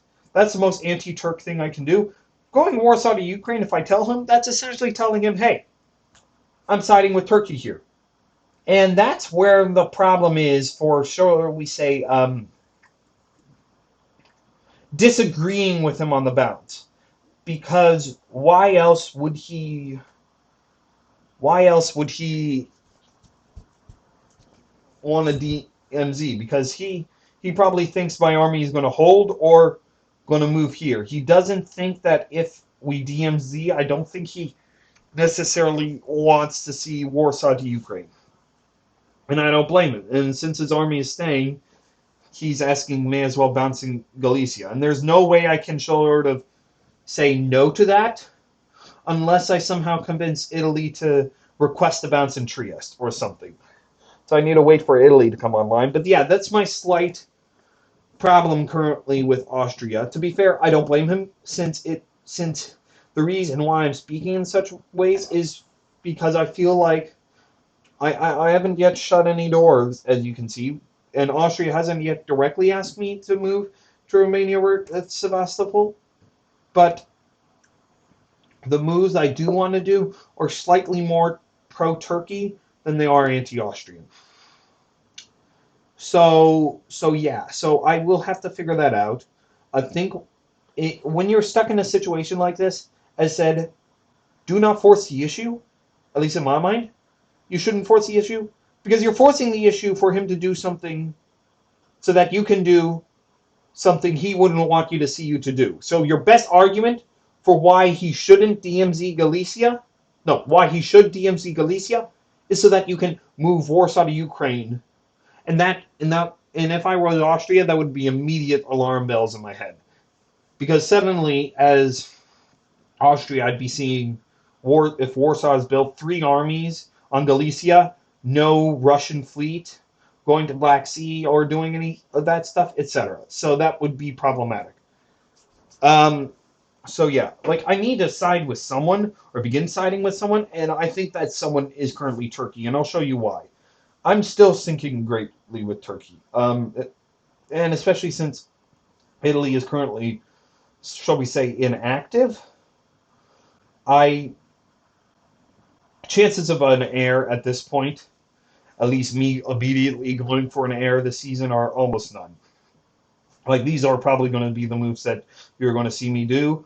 If I get lucky, I may be able to do Warsaw to Ukraine. In fact, it's funny because I'm actually thinking of doing Warsaw to Ukraine regardless and letting Austria into Galicia, because then I can build Warsaw and force Galicia. But that may be a little too aggressive this early.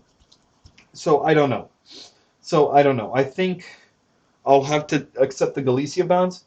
But as said, quite boring standard stuff, and it does hamstring me in terms of what capabilities I have and where I can put my builds, because then I can only put my builds in St. Petersburg and Moscow. I must admit, I probably will be building St. Petersburg this turn, given what I just explained about England. But say England changes his mind and does go Fleet Norwegian to Norway, Army Edinburgh to Belgium, North convoys, then I don't necessarily want to force myself into a position whereby I can only build in St. Petersburg. Those are my thoughts. So yeah. Okay. So yeah. I said, this turn has not been great. Well, I must admit, I have not seen turn reports yet, but at least negotiations this turn have not been great between England essentially implying he may want to go north, me unable to see what is going on in the west, and France suggesting that there's an England-German alliance. Austria still insisting upon doing Galicia bounce, etc. And yeah, I do admit the one advantage to the fact that Austria is suggesting the Galicia bounce is that I still don't think Austria-Turkey alliance is on the board. Because if it was, Austria would be saying, "Oh yeah, DMZ Galicia," and then help bounce me out of Romania, go into Galicia, and then essentially you'd see this. Whoops.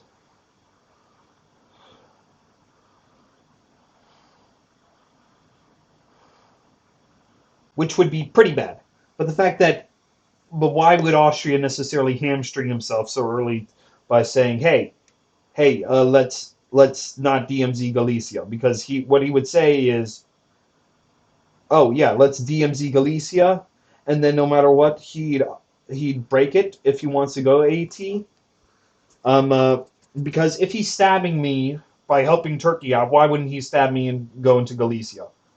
That's the simple explanation why. So either he'd go to Galicia anticipating to get in, or we bounce and nothing happens, anticipating that I lied as well. So either way, if he was Austria, if he was committed to Turkey, those would be the moves. So this is why I do feel like for now, at least in the south, I'm still in the clear, especially given how my relations with Turkey are. And those are the greatest, and I will get to them now. So, so we talk normal things. Um, uh, he says, I'm going to see if Austria helps me stand off in Romania. Uh, and uh,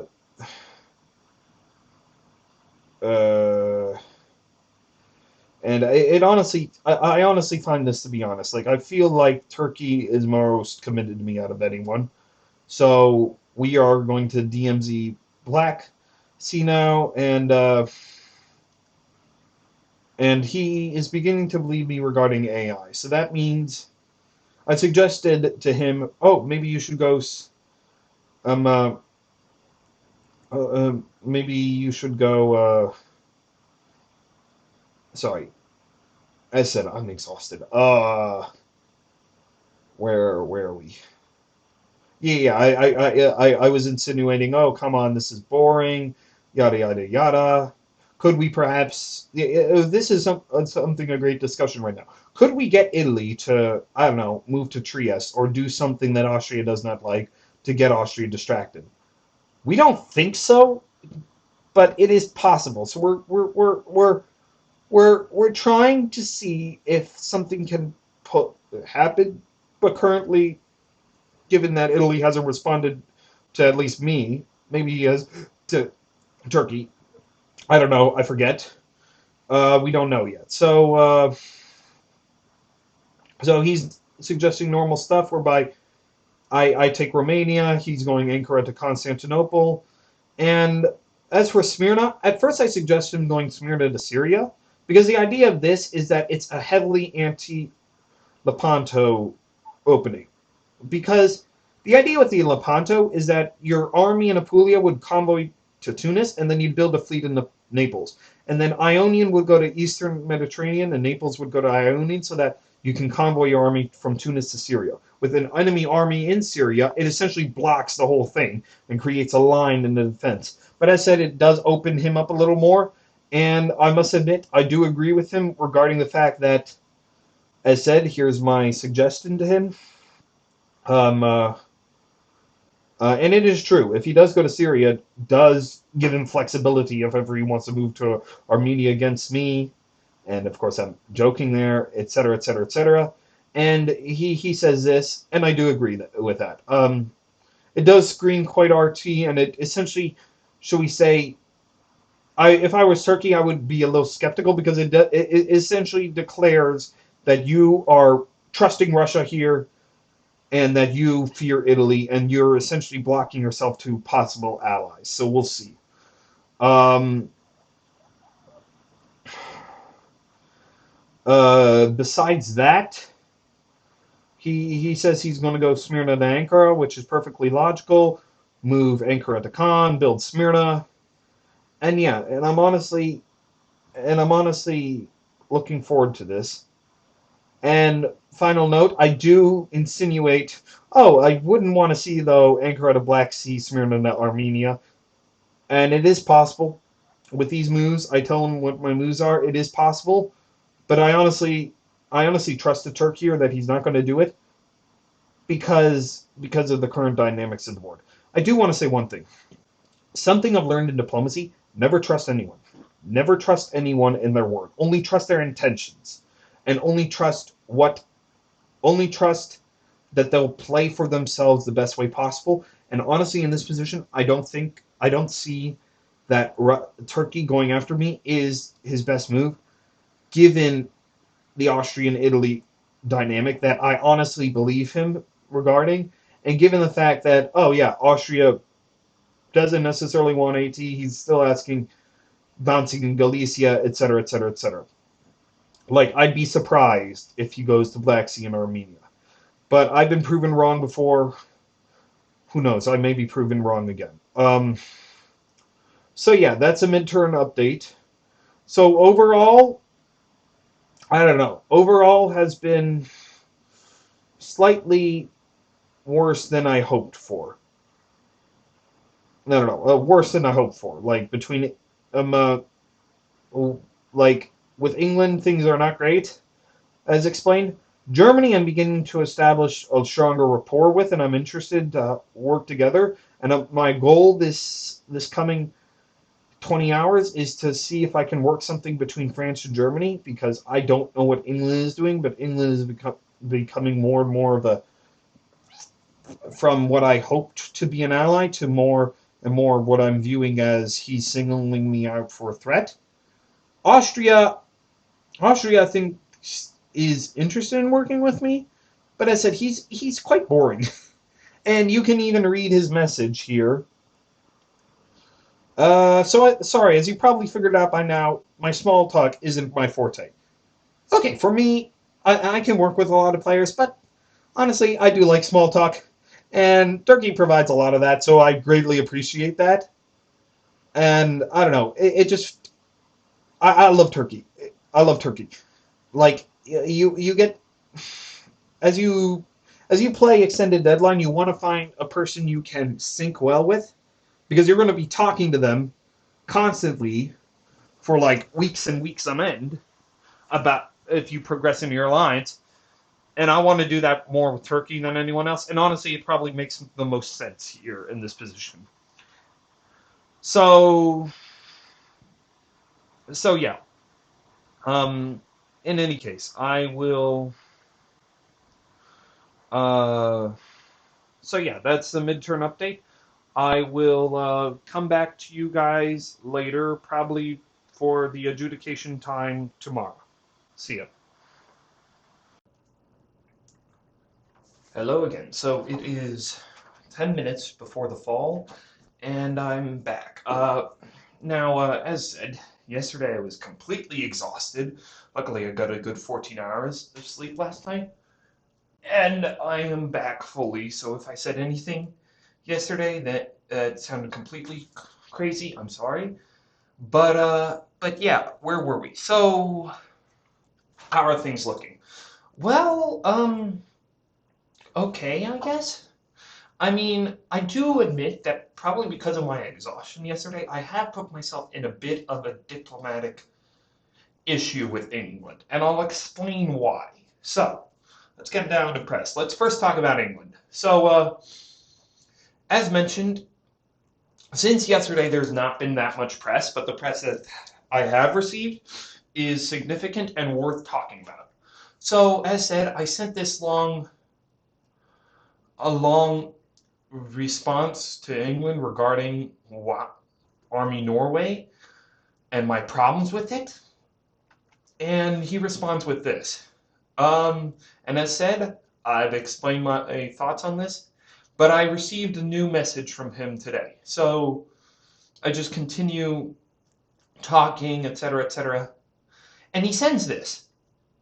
Thanks for keeping in such close touch.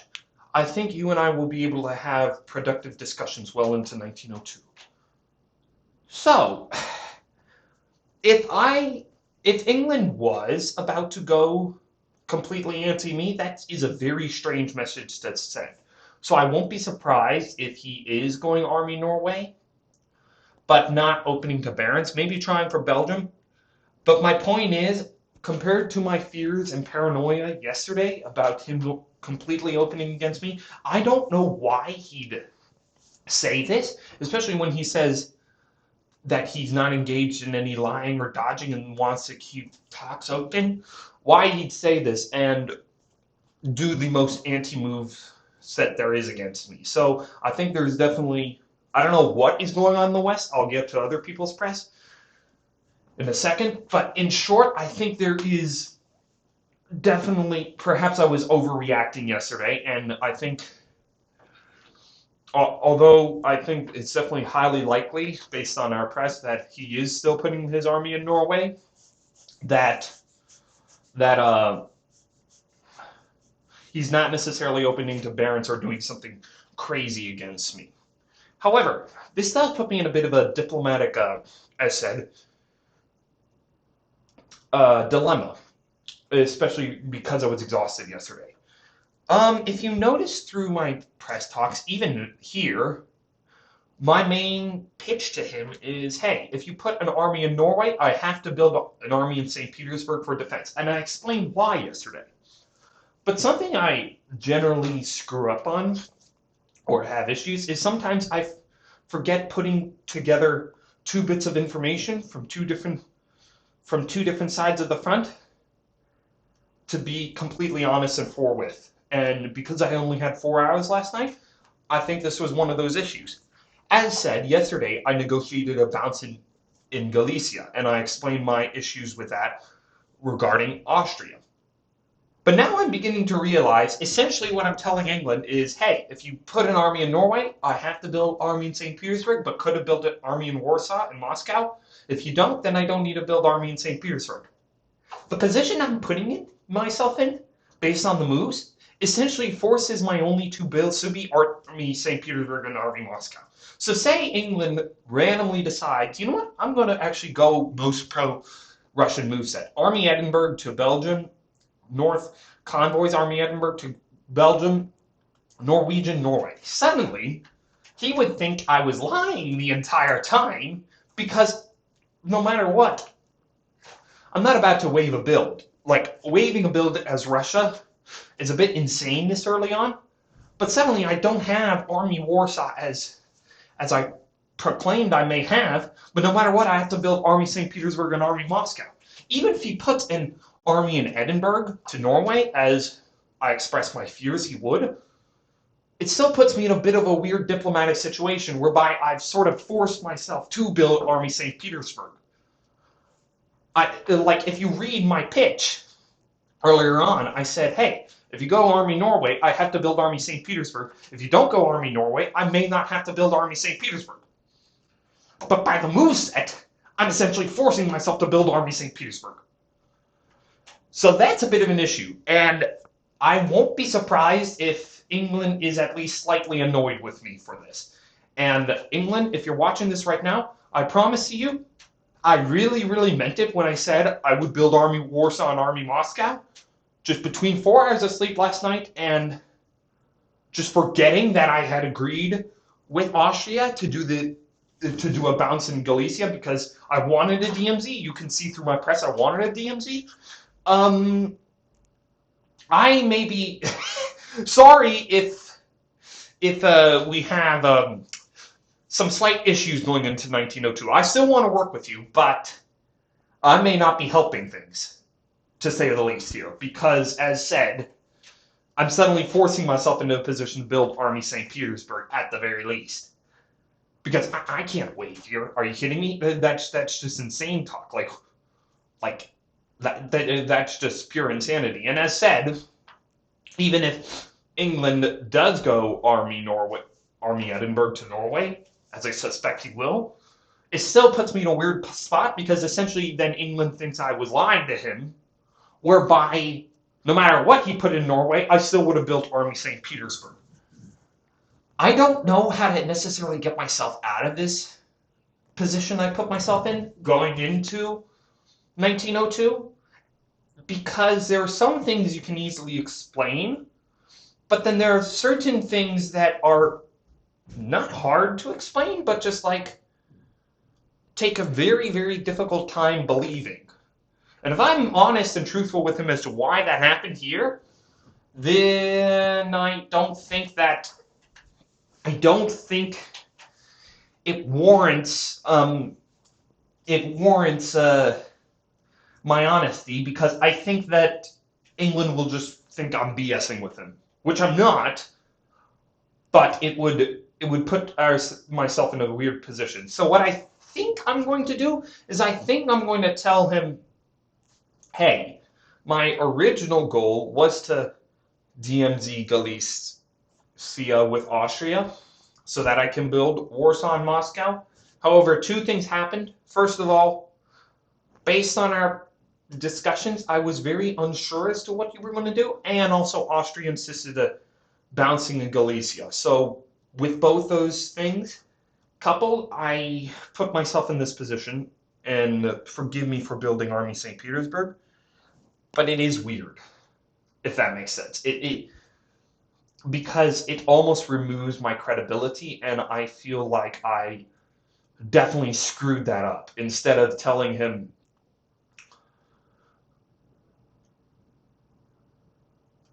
yeah, you know what? It's still fall 1901. This may be a mistake, but I think, like, I just don't know what to do. Do I, in my minute and a half, do I send him a, no, because if I send him a last minute message saying, hey, I agreed to a bounce with Austria and Galicia,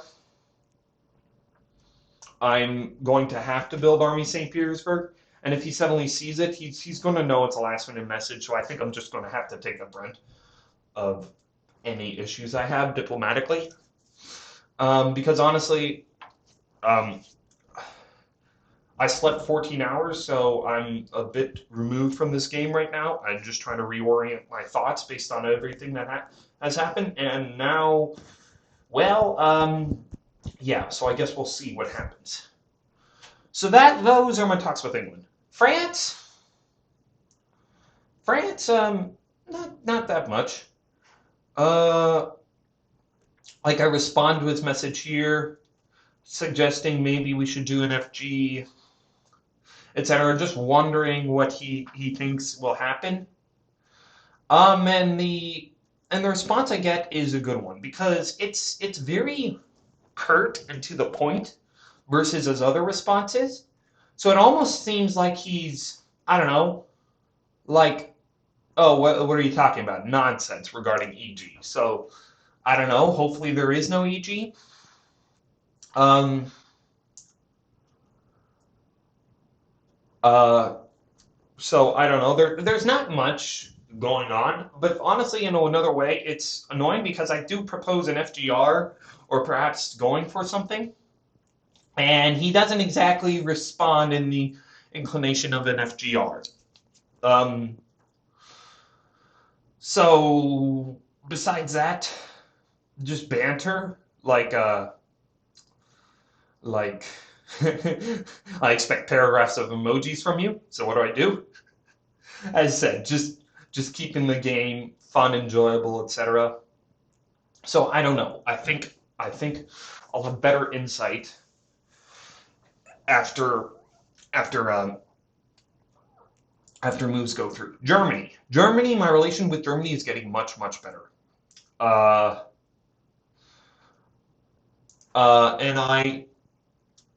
And he says normal things, and honestly, we're getting along very nicely. And I'm almost tempted or I think I will propose the exact same thing I did with England, except with him, because Germany seems a lot more, I don't know, diplomatic, and he says he's going to let me get here. These were the messages from yesterday, and this is what I got, and this is great.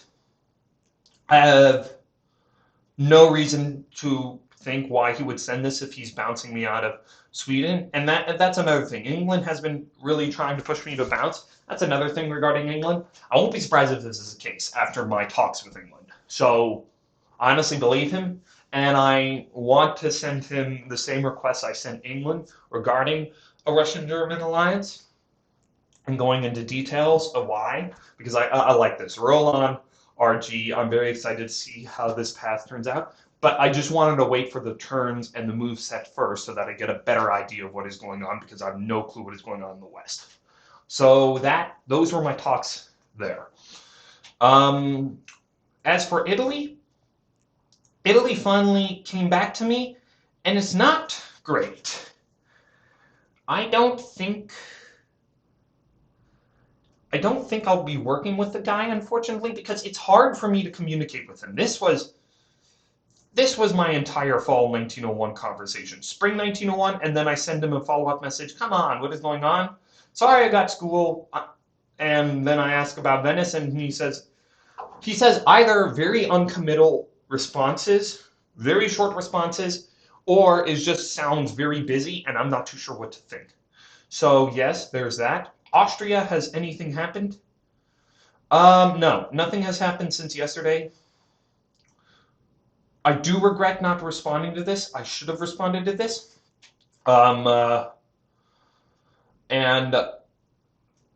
Yeah, that's a mistake by me. You always want to respond to another person, especially if they have a question, before the deadline.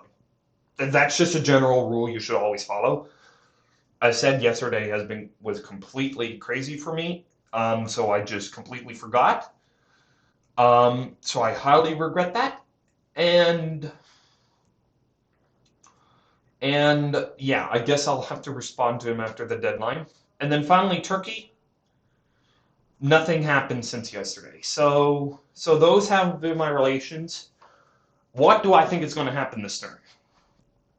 I don't know. I honestly do not know. I think I'm going to get Romania and I'm going to get Sweden. I think the moves with Austria and Turkey are going to be as discussed. Same with Italy. I don't imagine Venice is going to Trieste, but I have zero clue what is going on in the West, aside from the fact that I think I'm getting into Sweden. So let's see what the orders were, because adjudication should have happened.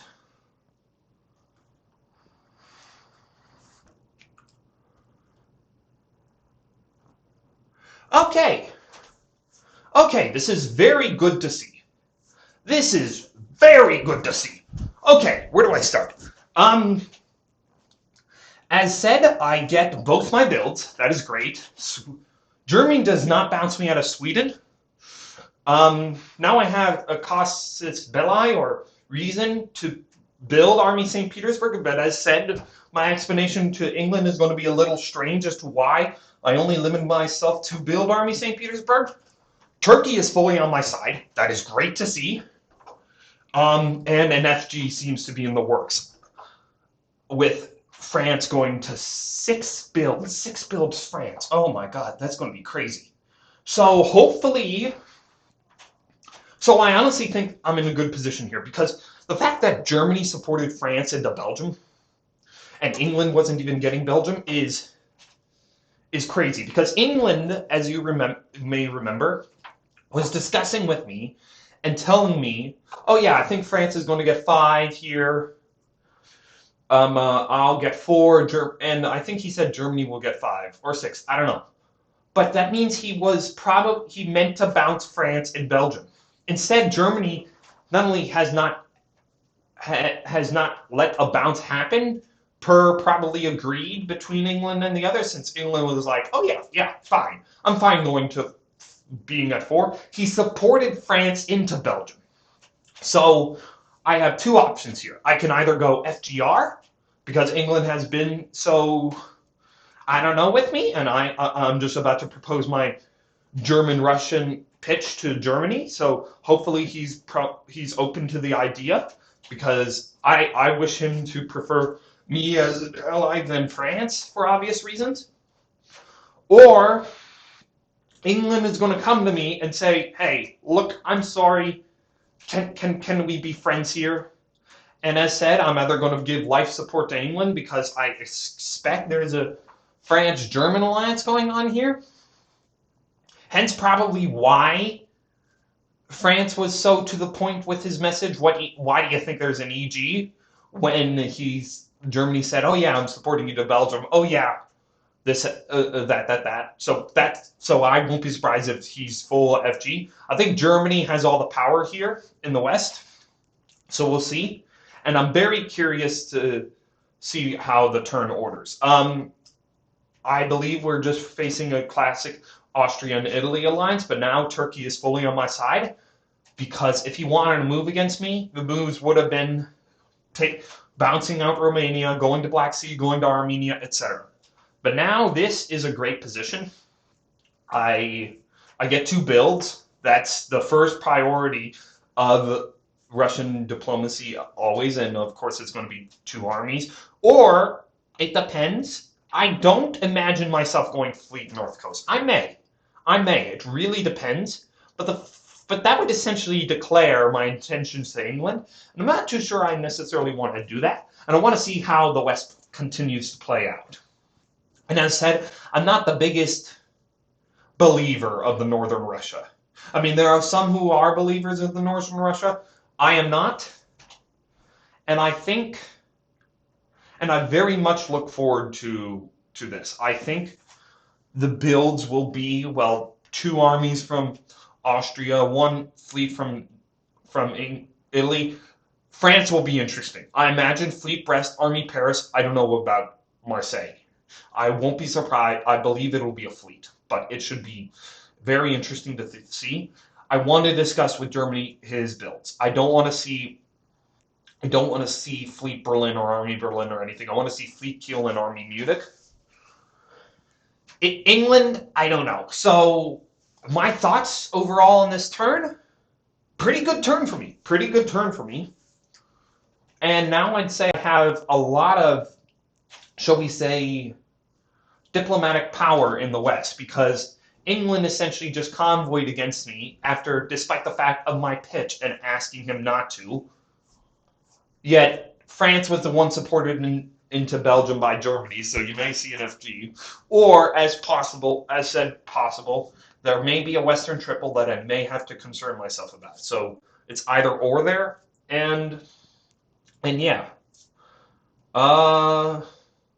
Besides that, not much to say, and I will catch you on the next one. Okay, so this was one of the more interesting winter 1901s that we've thus far had. And what do I mean by that? Well, a few things. First, let me check my new messages, because I want to make sure I'm not missing anything before. Uh,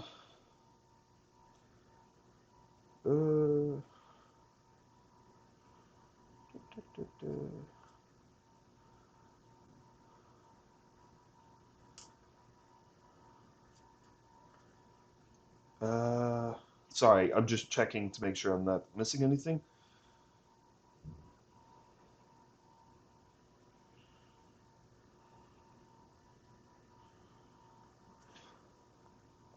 All right. A few things. How do I say? Where do I start? So, the most interesting thing about this turn was England. As you can see, England is probably getting FG'd. And, I don't know, especially with his army in Norway, the relations were, I don't know, a bit tense to start, because I just was, I expressed my annoyance with him regarding Army Norway. But after that, it becomes great, and you'll see why. So he says it worked perfectly. Do you want help into Denmark? So, correction, it didn't work perfectly. There's good and there's bad regarding England. and you'll see why. And I tell him, well, my issues with the current moveset, especially regarding Army Norway. Um, and sometimes it's worth the effort just being completely like not necessarily harsh. I didn't mean to be harsh on England, but make him feel the pressure sort of mounting such that he definitely really wants to revert to me no matter what happens, because he's definitely surrounded by France and Germany. And I think this works in one way. In another, I'm definitely slightly worried. Um, One thing you'll see I was a bit cheeky about here, especially when I put my thing to Germany, is that I do mention the fact that I'm doing a YouTube coverage thing. So I use that as an extra point of, why aren't you with me? It's a bit cheeky. I'm not too sure I'll do that for the future. And honestly, I'm not, it being my first video ever I'm doing, so I don't know how this will turn out. But that was a bit cheeky of me. I'm not too sure I should do that in the future. But in any case, so I tell him that I'm a bit saddened regarding his army in Norway, but then I tell him, well, there's good. And notice how, remember last time I was discussing how, huh? Sorry, I was about to sneeze. I was discussing how I wasn't too sure how I would pitch in the idea about Warsaw and Moscow not being open to build, and now I only have St. Petersburg and Moscow. Well, I essentially tell him I was a bit distrusting of him. Didn't exactly know what he's doing, so then I went with Austria's plan instead of ignoring the bounce in Galicia, and I went along with that, etc., etc., etc. And I just tell him my views. And he responds in a bit of an interesting way, and I feel like, and I'll explain why in a second. I did not know what to read of this message. I but I but I'm honestly feeling like he's laying his position down on my feet. Like, oh come on, I did screw up regarding Army Norway, but can we please work together, please, etc., etc., etc. Um, and and I don't know. This is interesting because notice how he's so intent on destroying Germany. I'm slightly worried that he's also, I don't know, fully pitching to France, and you'll see why I'm worried about that. So, so I, uh, so I respond with the following, and here's where it becomes interesting. Notice how I have a fleet in St. Petersburg North Coast. Usually, I would never do this, or I could do this, but then it would automatically push me against anti-England. But this is one of those positions where you never know what could happen, especially since I think England feels on the ropes. I pitched them this idea of, hey, what if I what if I build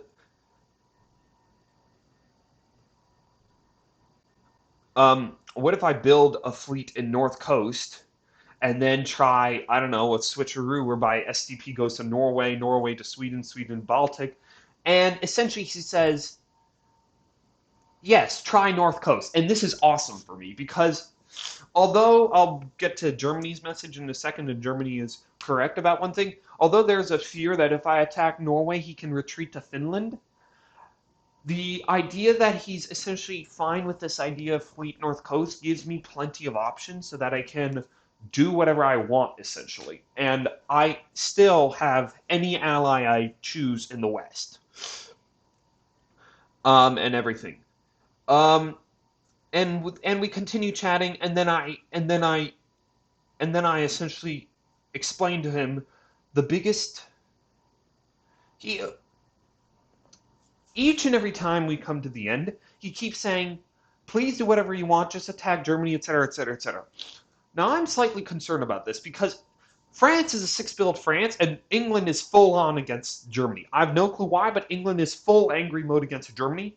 So I essentially tell him, look, I want to go against Germany, hence what I'm doing here, but I can't go fully against him. And how exactly do you see, how exactly, well, two problems.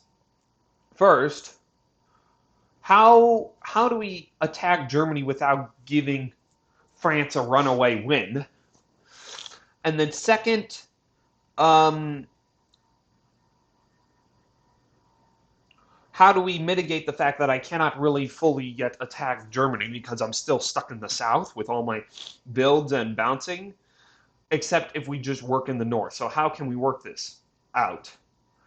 And I don't like his answer. My proposal doesn't sound very spicy, which, if you read through it, I don't know.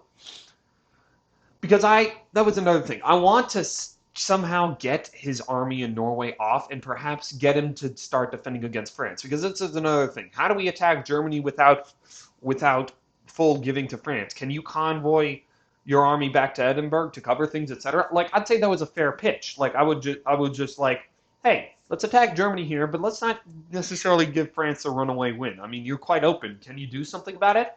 And he's saying no. He's essentially saying no. And it gets worse. I hear you about France. I can't blame you for not wanting to take on Germany for that reason. Thus, our priorities may not align right now. What does that mean? Is he throwing against Germany and trying to find people just to destroy Germany and throwing to France? I don't know. And I'm slightly worried about this. And I tell him, no, that's not the point. I don't want you to see you die against FG. I honestly don't in this position because I don't want France to have a runaway win. And with convoying armies being only a suggestion. And I don't receive a response back. So it's slightly worrying.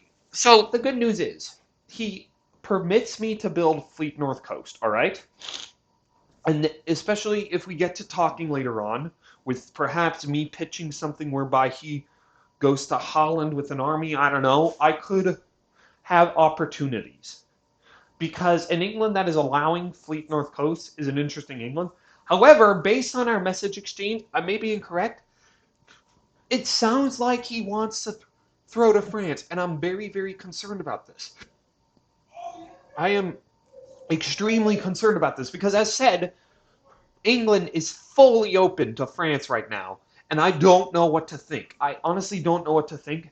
Hence my message exchange with Germany, where remember when I tell you guys I'm going to full pitch to Germany, I think? Well, I do that here. First, I receive my first message back from him, and I must admit, I should have responded in the fall and then winter as well. I was a bit sick. I don't know, still I'm a bit sick with the cold or something. I don't know what I have. And I just couldn't respond to him for the longest time until last night. And here is my pitch. Notice, I do want to point out something. Often I would use rubrics like for good messages I know are strong. I use the English message for the initial ER pitch as a rubric for my German message. Don't generally do that. I shouldn't do that because if people cross-reference, then people will notice this. And luckily, like 70% of it is brand new, but still, you want to be as full front and original as possible because you never know what people cross-reference, and you don't want to cross-reference unoriginality. So I full pitch to him. And essentially what I'm saying is this. Look, FG is strong, sure, but you've put France in this extremely strong position and England is essentially full throwing and essentially is fully open. Let's do an RG. Let's destroy England, but then let's actually ally because otherwise France is going to go with a runaway victory. And you can read in detail. Also, another thing. I do say, hey, another reason why you would want to go with me is that the meta is boring, especially since I'm making a YouTube video. I feel like that is a very, very cheeky way of doing things, so I don't think I'm going to do that for the future because people go for very interesting motivations, and I don't think that was the greatest motivation for me to call on to. But yeah, you can read through my message, but my logic was essentially the same one where I pitched to England, except regarding Germany. But especially in this case, since I honestly believe that France is just in full control of the West, and that we need to stop France fast. So read through.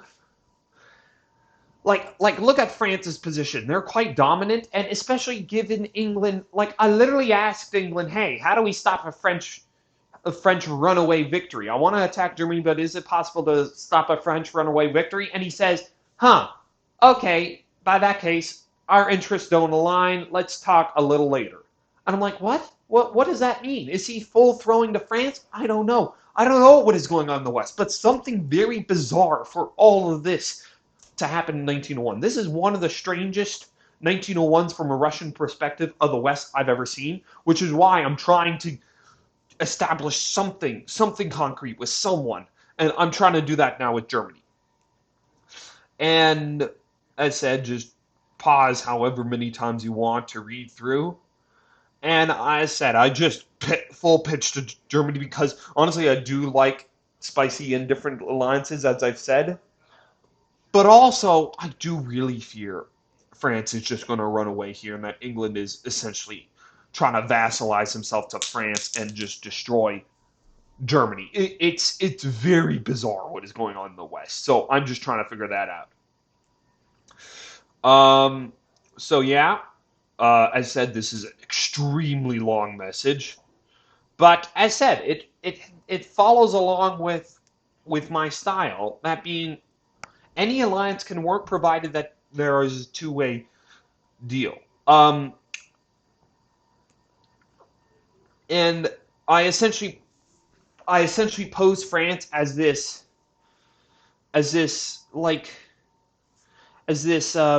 controlling player in the West, pitching England against him, getting Belgium, etc., etc., etc.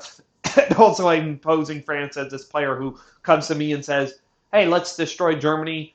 I don't want to destroy Germany. I don't, but then I will destroy Germany if Germany comes after me, etc., etc., etc. And I'm saying this in a way where I'm saying, "Hey, man, work with me, not France, because France is taking you down this very deceptive, manipulative path so that he can get the victory." And as said, this is just a very long message, so pause however many times you wish to read through.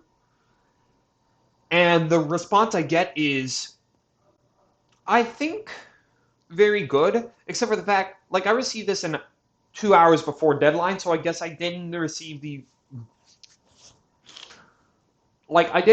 very long response I was hoping for automatically from winter 1901, but I'm predicting I'm going to get that in the spring of 1902.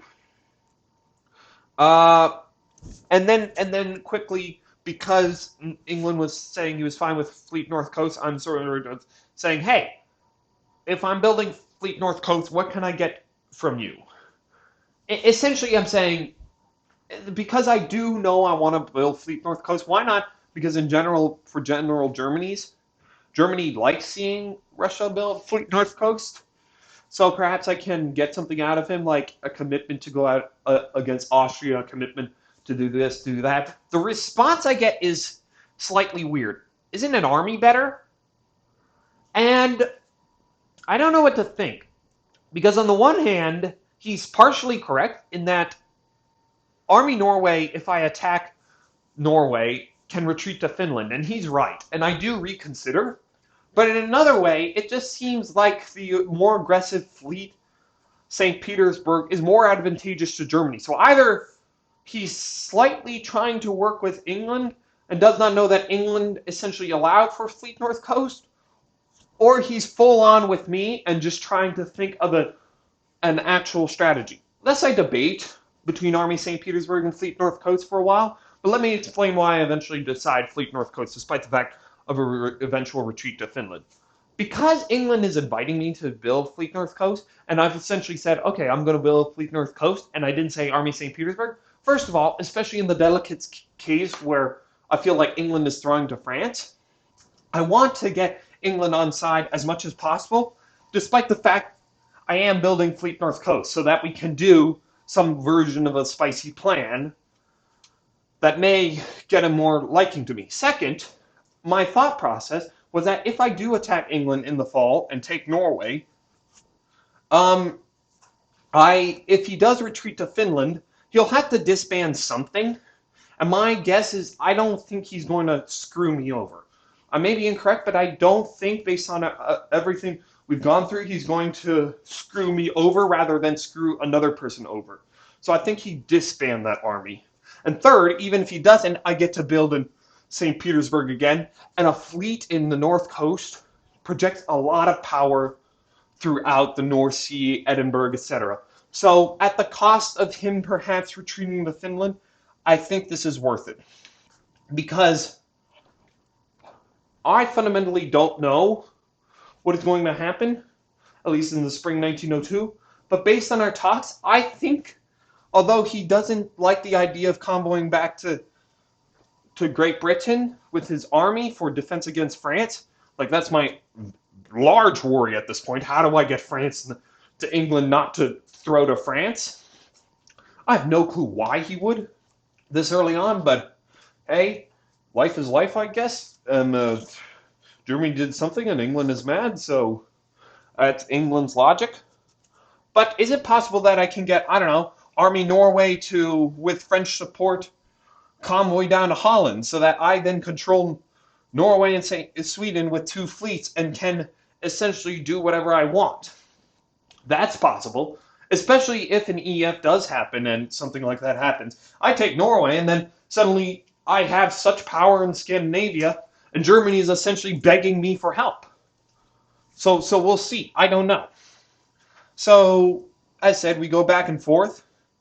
And this is good because, as said, currently my worry in the East, and I'll get to the East in a second, is that we're going to have a stalemate between Austria and Italy and Russia and Turkey.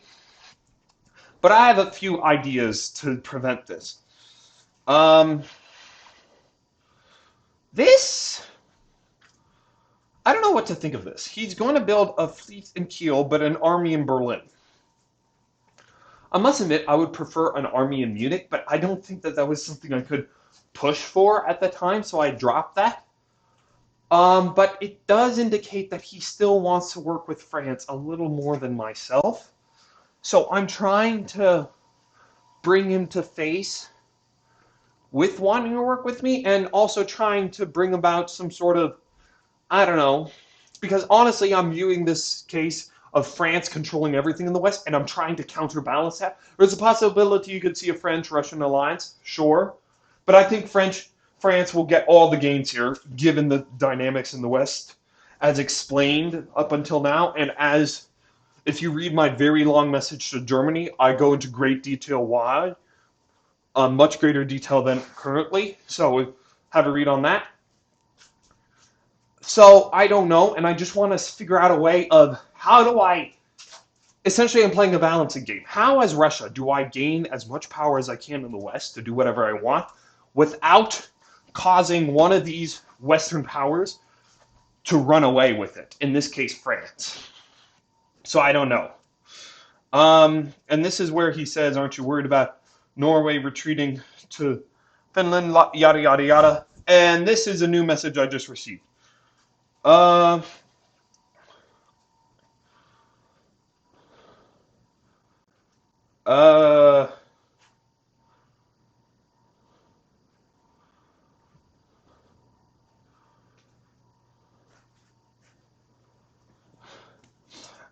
Okay, I definitely like this answer because essentially he's saying I went with FG because it helps me work with you a lot more in an RG, and I definitely like that, except for the fact that let's see if we can do something. Okay, since this is a new channel, theoretically 0, but as I said, I shouldn't have brought that up as a possible reason to work with me. That was very cheeky of me. I regret doing that. But I think just general banter and whatnot. I have to say, I don't I don't know what he's referring to here. I'll have to ask him what he means. England wanted to wait a year or two before making a decision. A decision on what? I don't remember asking about England. Maybe I did. But I don't know what he's talking about here. So in the spring 1902, one of my first things I'll have to do with Germany is understand what he is referring to here, because considering the fact that England has been literally every single message exchange I've had with England, can we do this and destroy Germany? Can we do this and destroy Germany? And then the moment I say yes, yes, yes, I want to destroy Germany, but I just fear a French runaway. Oh, I'm sorry, our interests don't align. I'm very, very afraid he's essentially vassalizing to France. So yeah, so that's the West and why I'm building Fleet North Coast. Now let's get to the East. The East is interesting. Let's start with Italy. So Italy continues down a path of trying to get me to stab Turkey. And at first, I'm very hesitant. Well, first of all, he confuses Bulgaria with Budapest, so that was funny. But in any case, I am very hesitant because, as I said, Turkey's my only ally, really, currently, and I just don't necessarily know whether I want to break that, and I fear an AI. And he then says this, and I just full on explain my fears to him.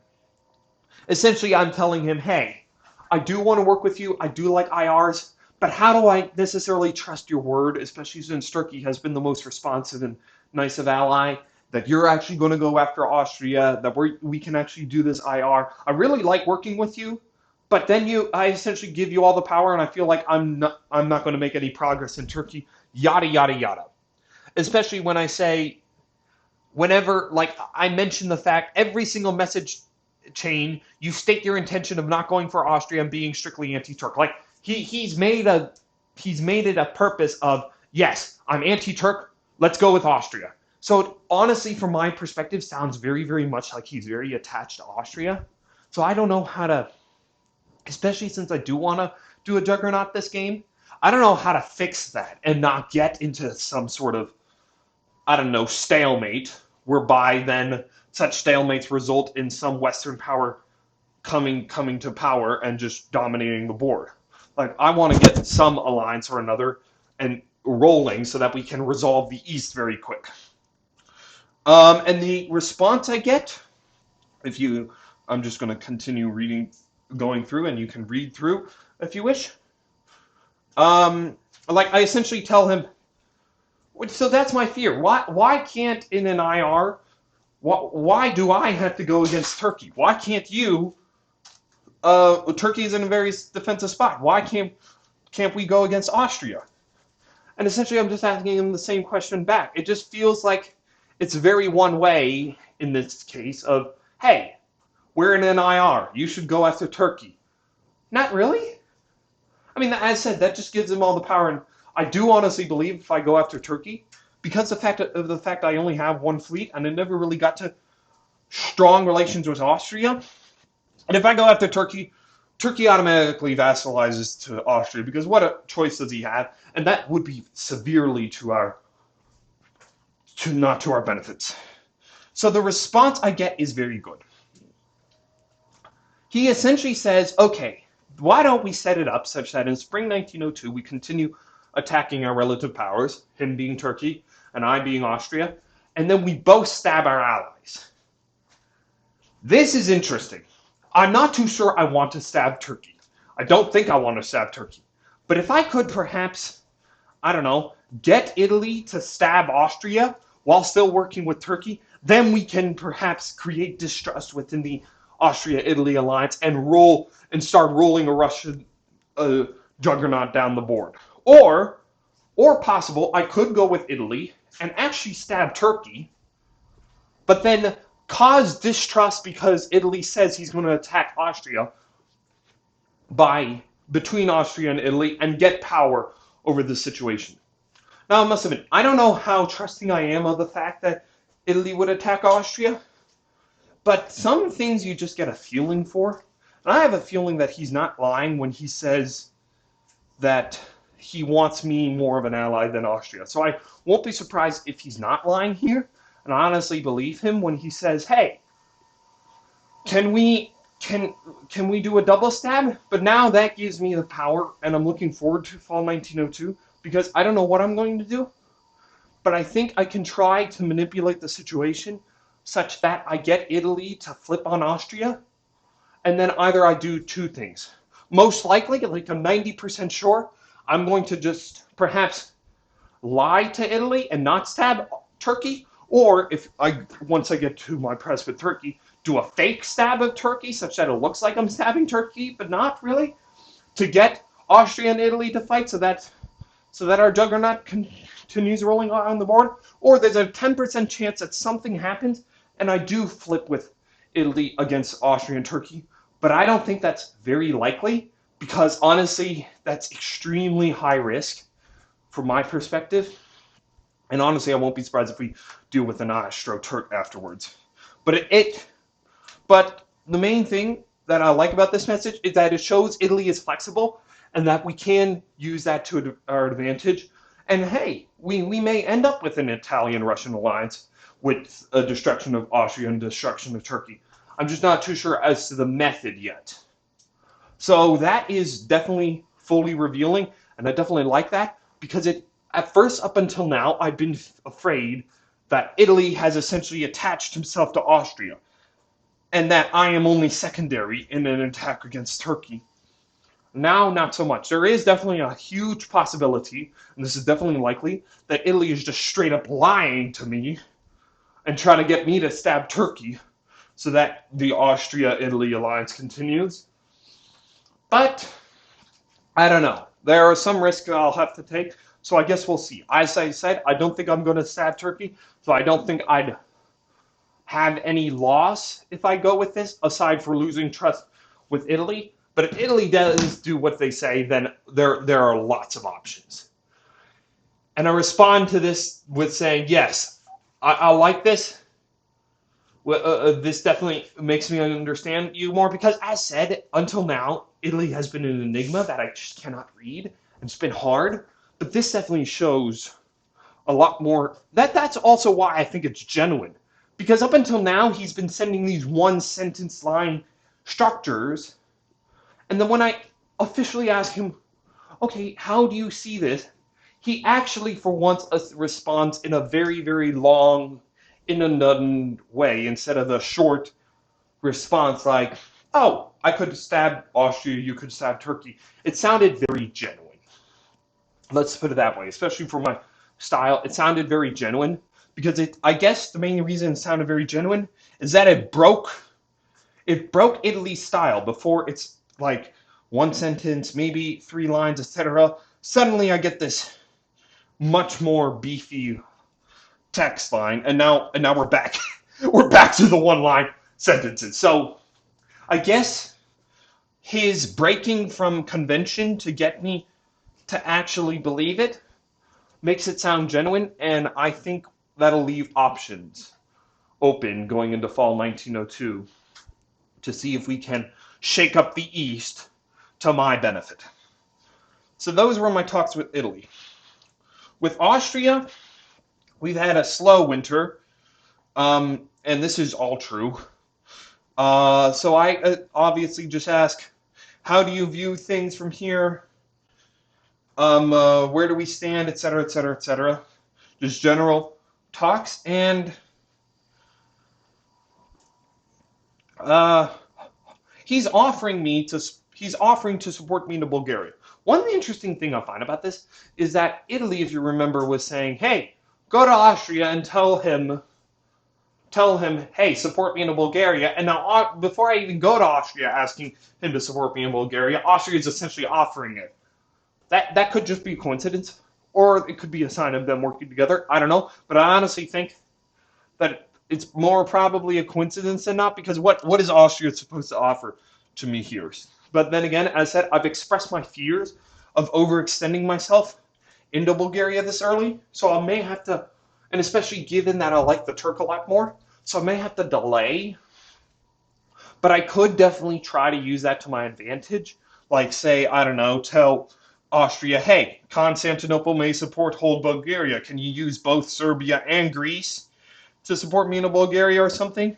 Leaving him more open to, I don't know, an attack in spring 1902. I don't know. We'll have to see what the builds and the press of spring 1902 comes out with to see what happens. This is interesting. It really sounds like he's just. Italy is admirable. Doesn't talk much, but the amount that we do press, we connect with.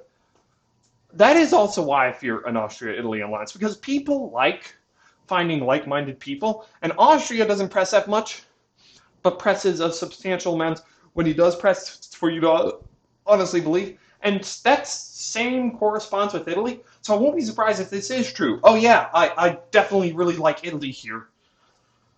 So yeah, so in short, the East this season is going to come down to either two things, just an AI versus an RT, or perhaps trying to somehow, whether it be making Austria believe I'm attacking Turkey, so that I know his moves, so that I can counter his moves, or make Italy in fall 1902 try stabbing Austria, so that we can create distrust between Austria and Italy and continue rolling as an RT. And then finally, oh yeah, I don't think I've gotten to France, and France also was a very slow winter. I should have responded to him, but as said, mainly just banter like, wow, 6 builds. My gut feeling was wrong. What are your thoughts this turn? And he's I honestly think he wants to keep me on side, because I think, as said, he wants to do a French-Russian alliance as he then cleans up England and Germany.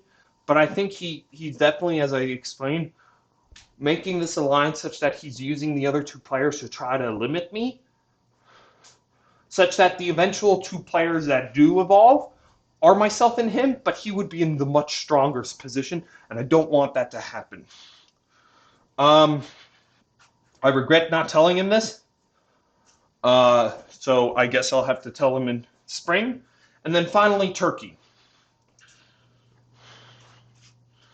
Turkey, also, there isn't that much to talk about regarding Winter 1901.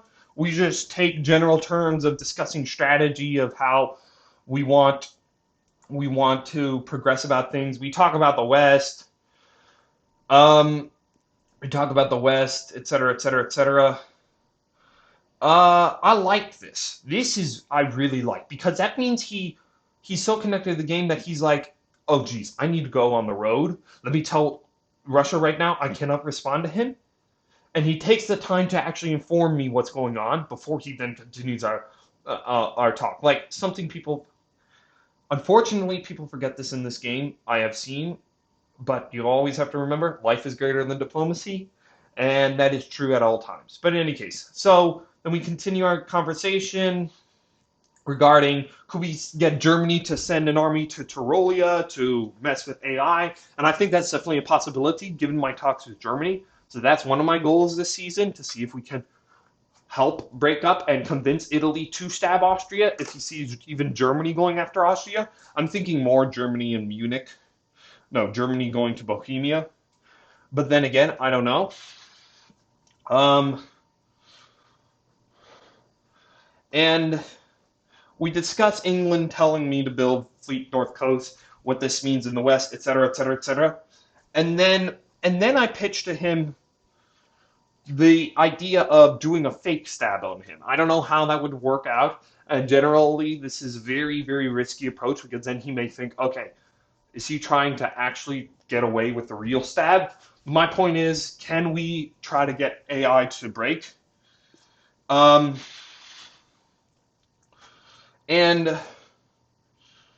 his response is fair. It's a fair response, in which he thinks I'm complicating the process and Italy will just stick with Austria trying to get me to mess with things.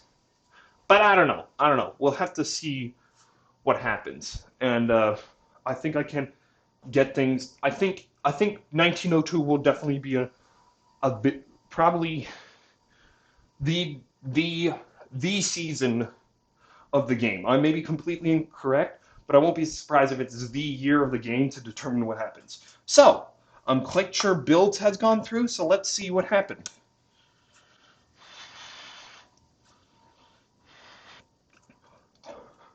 Okay, all very standard stuff. All stuff I expected. You have the double army build from Austria, nothing else. You have my builds. You have F London from England. That's good to see because at least he's not doing like F Edinburgh or Army Edinburgh and not going full leaving France. You do have this triple fleet France. Now that is a case whereby I'm going to definitely go talk to England and see what his thoughts are because either he is fully throwing to France and does not care, or definitely views this as a threat and is going to try figuring this out later. And we could definitely use that to our advantage. We have Fleet Smyrna from Turkey, that's good. Fleet Naples, all very, very, very standard stuff. One interest, and then we have Fleet Kiel and Army Berlin. As I said, I expressed my, disappointment in Army Berlin, but there isn't much I can do or say to him. He said he would move to Munich, and he has no reason to lie about this, because, for example, he's not doing a double army build and then moving on me automatically. So overall, I think the season was great. One possibility I did not think about until now is what if we get some form of a rat going, as Turkey has suggested, and perhaps get Austria committed to attacking Italy, because Italy is quite open, especially since France has a third fleet. Or I don't know. In short, my only point is I don't think I can continue with the normal work with Turkey and try to break through Austria and Italy, because I think we're going to stalemate, and I need to see if I can shake up the East its turn to get some progress. As for the West, as explained, it's a great mess that I'm just still trying to figure out, and my main concern is France running away with a victory, with England essentially vassalizing and throwing to him, since England is full on committed to kill Germany. I don't know why. If I were England, if there's anyone I want to kill this early on in the stage, it would be France, but I don't know. But in any case, so that was Winter 1901, and I will catch you on the next one as we discuss Spring 1902 and initial press messages and thoughts. All right, see you later. Hello. So this is not my usual midterm update, but sorry, midterm, not midterm. Been doing midterms, so anyway, not my usual midterm update, but just a quick thought update. Just a few hours after deadline. I'm beginning to regret my Fleet North Coast St. Petersburg decision. As you'll remember, the main reason I did it was because England said yes, it provides great power, etc., etc., etc. However, the way England is reacting to it makes me very worried. Now, you may think, oh, is he reacting in a negative way, in this and that? No. This was my first message from him. Spicy, very nice, better, much better than the army. What's the plan? I don't know what to react to that. I've never seen an England whose first reaction is this positively to the Fleet North Coast. Now, I must admit that I did tell him that I was going to do it, but I did it in such a way where I expected I was essentially pressuring him a little bit to accept some interesting plan, and he was begrudgingly accepting it. Instead, he accepts it as like this face value. Oh, this is very nice. Let's do something. Especially after his last message was this, and essentially almost pulling the plug on me regarding, I'm not too sure if I can attack Germany or not. This is a very weird message and a very weird change. So what I fear is that England secretly he wants to go Army Norway to Finland and then continue committing in my direction, whereas because he knows I don't have an army now, I can't cover Finland. And it becomes a guessing game. Do I cover Finland? Do I predict he's going to stab, etc., etc., etc.? Because the way he's reacting to this idea of, oh yes, I just put another fleet down in the North Coast. towards Norway. Spicy, very nice, much better than the army. What's the plan?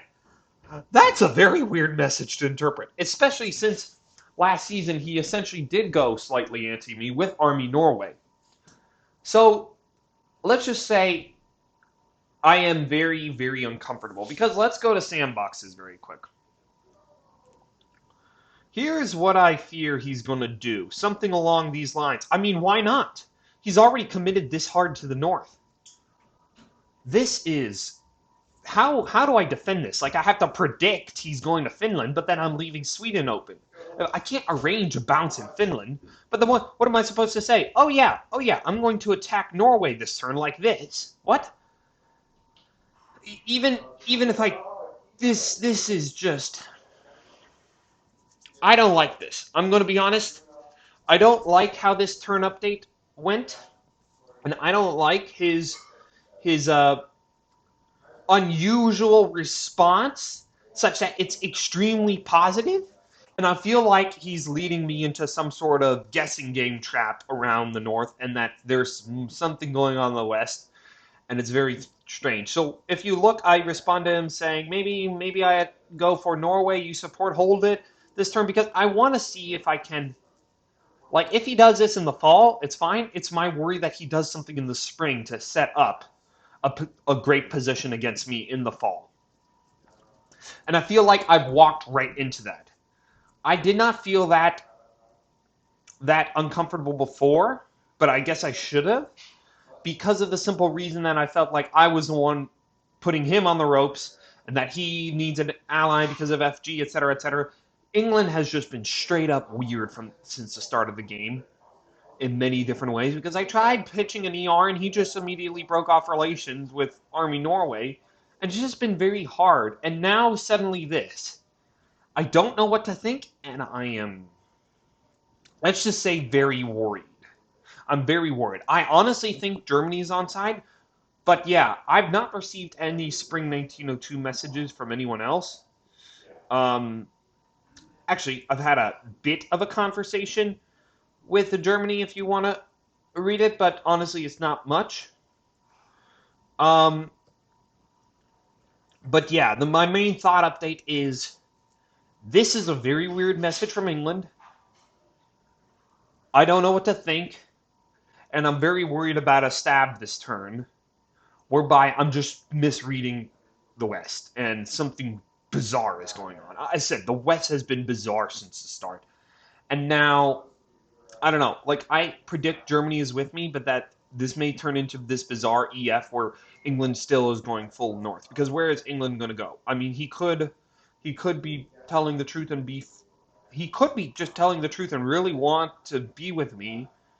But the reaction to this regarding Fleet North Coast, and now Finland being opening, I'm beginning to redoubt myself.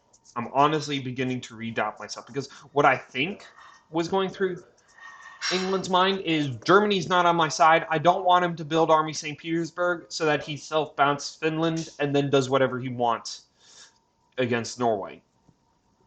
I think my best counter may be to lie to him this turn and just do something along the lines of this, because I have a feeling that England is doing some weird, very weird things, to say the least. Because it's just strange. England has just been straight up strange from the start. I'm not saying it's bad, it's just, I don't know how to work with the guy. So if we do something like this is what I'm going to talk to Germany about. If we could do something like this. Come on, create a sandbox. Grr. Let me reload. There we go. Sandbox, create a new sandbox. If we do something like this, possibly. Because then it's hard for England to defend, unless he's support holding Norway. But if he's trying to counter, and I could mislead him into thinking I'm with him, then there may be good. I must admit, this is not exactly what I wanted. What I wanted to see and try was to see if I could get into Norway with convincing England to convoy Norway out to, like, Germany or something, but I think that's very highly optimistic. I honestly think that's very highly optimistic. There's a chance he will. And I must admit, he could just retreat to Finland and completely make things just very difficult for me. But I think,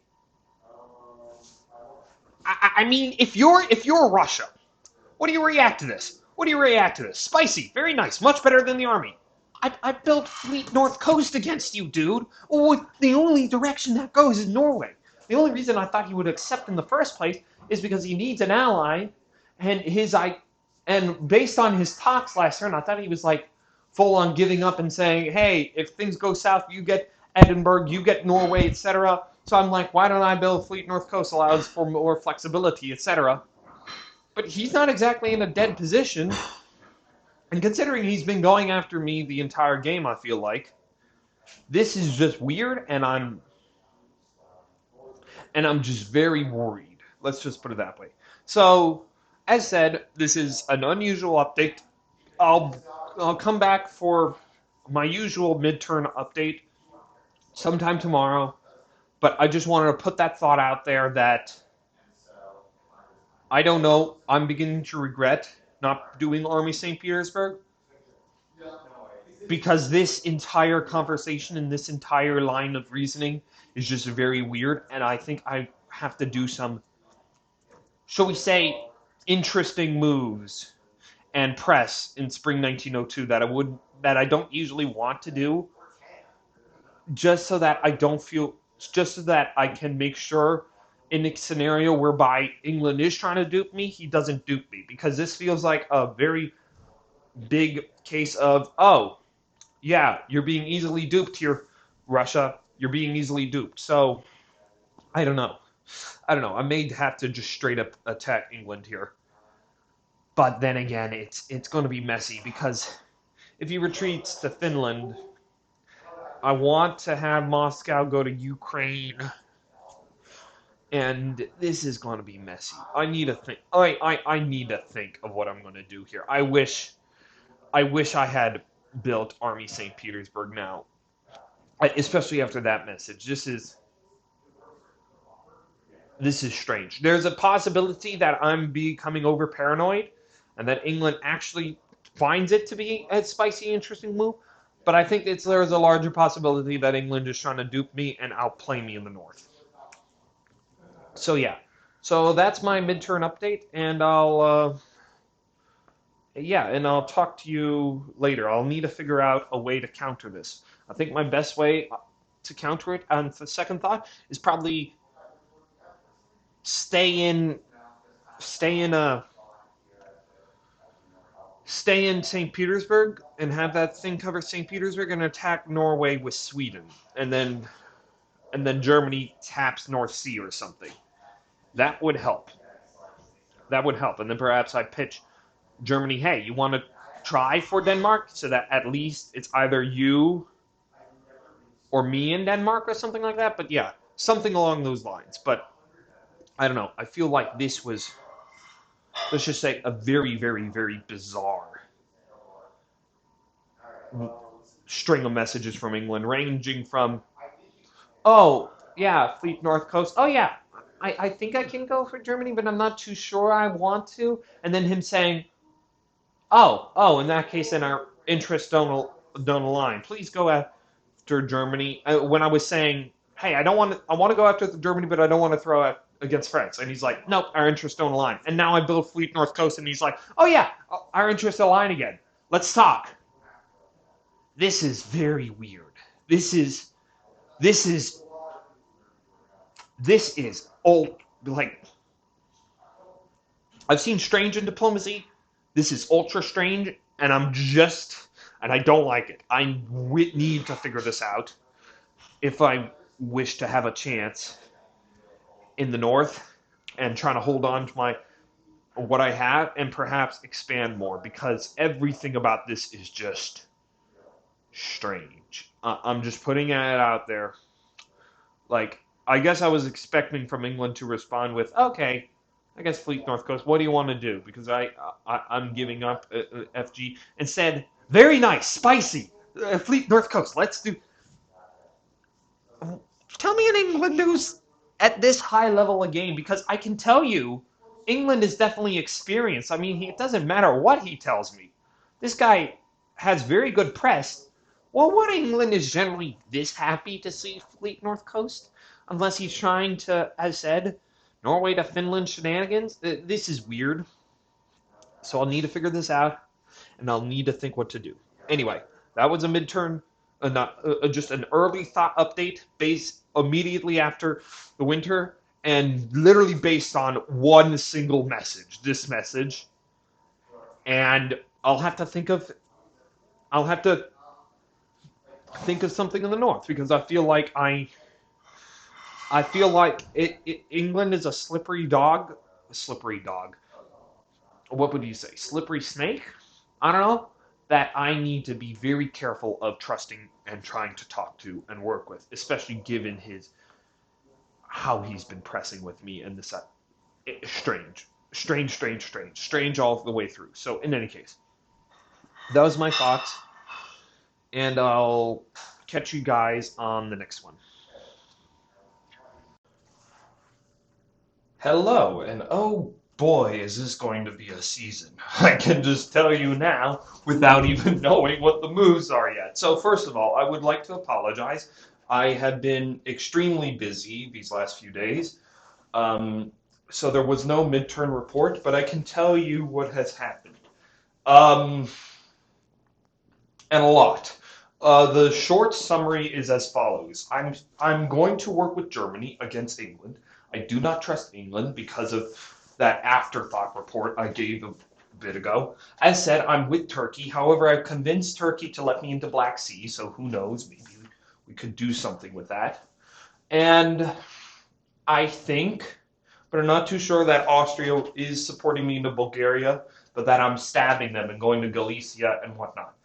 But that's not, like, this turn is going to be complete chaos, I'm predicting. So luckily you'll be able to watch it on screen. So let's get to press. So first of all, let's start with the West, as usual. As said, I expressed my concern last turn about this, and however, I didn't want to, shall we say, show I was concerned to anyone, especially not England. So I was just going with it. Like if you see. At first, I suggest maybe a bounce in Finland, maybe this, maybe that, just brainstorming through ideas, hinting at Finland being behind my lines or something. And he just says, why don't we just go with the original idea? And as said, I should show this as well. To couple with all that, I did have a midterm exam, like, when was that? Yesterday? So everyone knew I was busy, so if people did not have as many messages with me as perhaps previously. So this message, I'm hoping my bluntness, at least here, reflects the idea that I am with him, but that I've just been busy. And then I got back to it. And I was saying anything better, etc., etc. Essentially, the idea that I proposed to England earlier, if you don't remember, is that Sweden goes to Baltic, Norway goes to Sweden, Norway goes to Sweden, SDP goes to Norway, North goes to Scat, and then we surround Germany. The problem with this, he could just enter Sweden and then force into Norway. And I said, because especially given all the spite issues, I'm not too sure I trust England, like, at all. So I'm just straight up going into Norway, because either way, he thinks that either two things will happen. First, he thinks three things will happen. First, Norway is going to Finland in order to outflank me, and Norwegian is covering into Norway.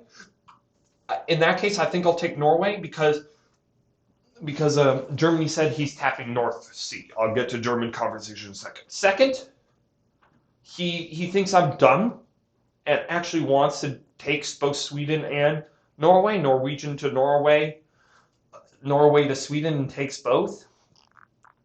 Or third, he actually wishes to do the plan. Either way, I'm pretty sure this moveset works. I don't envision him using Norwegian to support hold Norway. I mean, that would seem like a weird lie in the face of it, in the face of everything. So yeah, we'll see. So that has been my talk with England, but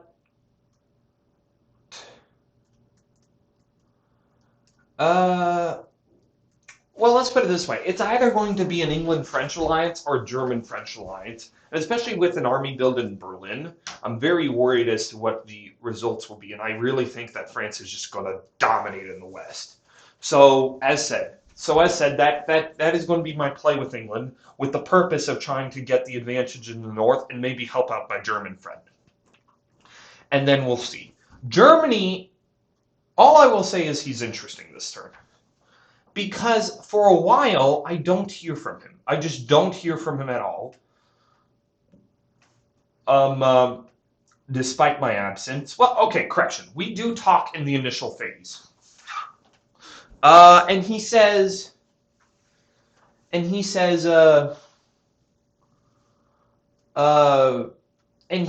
first explains the Berlin army build as this way of trying to win France's favor. And that sort of makes sense. That definitely makes sense. And he says Kiel is going to go to Heligoland, etc., etc., etc. Do I believe him? I honestly do, because I think he knows England is completely after him, and he doesn't want to necessarily make an enemy out of me either.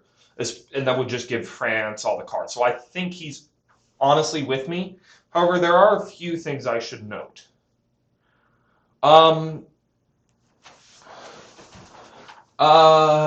So at first we just do general talks. I'm pretty sure I showed all this, but then he was silent on me. The entire time I was gone, he was silent on me. And then finally, literally 2 hours ago, he sends this.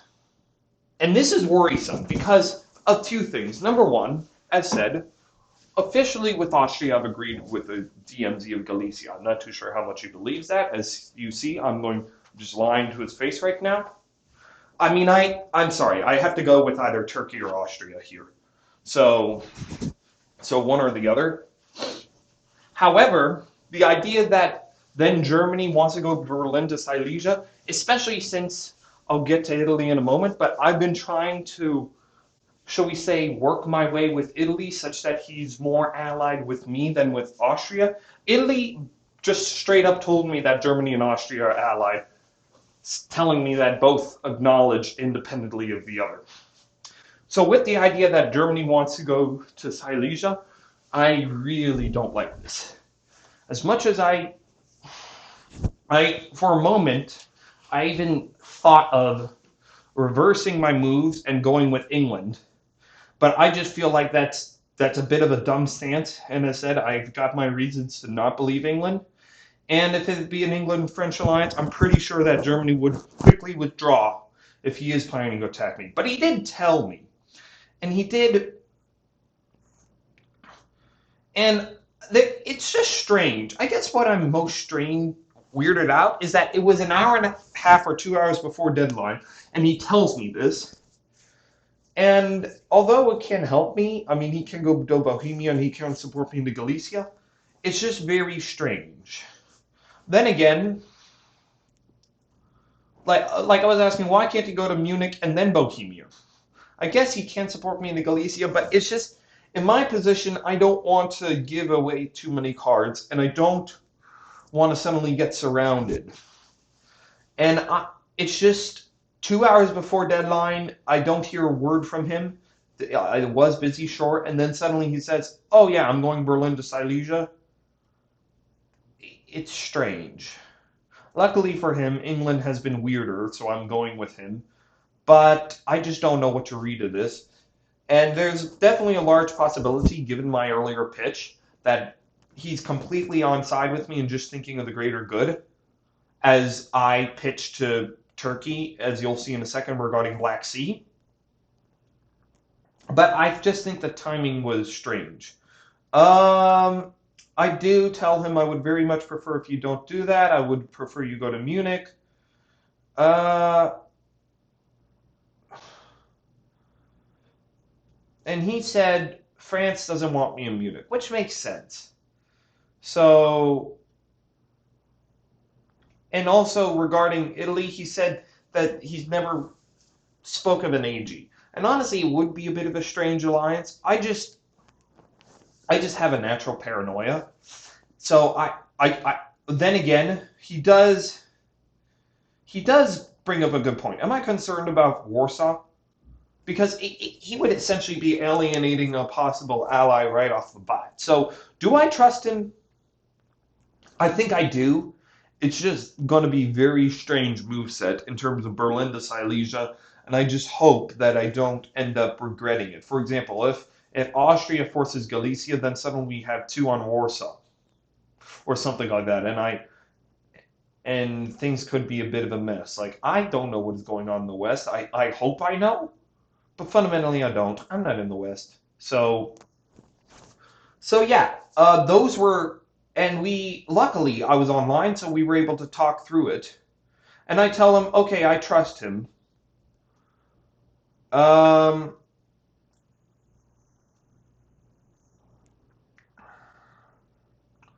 and I don't know. It's just, especially when I then ask, can you go to Munich and go to Bohemia?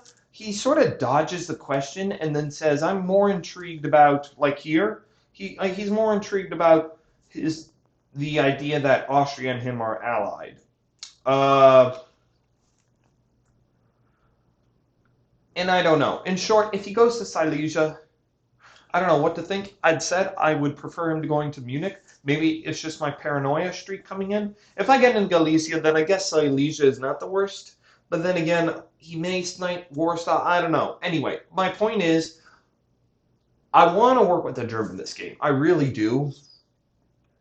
Just this random comment like 2 hours before deadline that, oh yeah, I'm going to go to Silesia and then help you out in Galicia and whatnot without even telling me anything prior is definitely tripping me off in the wrong sense. Perhaps I've got nothing to worry about, and many of these players honestly do just look for the better good of an ally once they find an ally.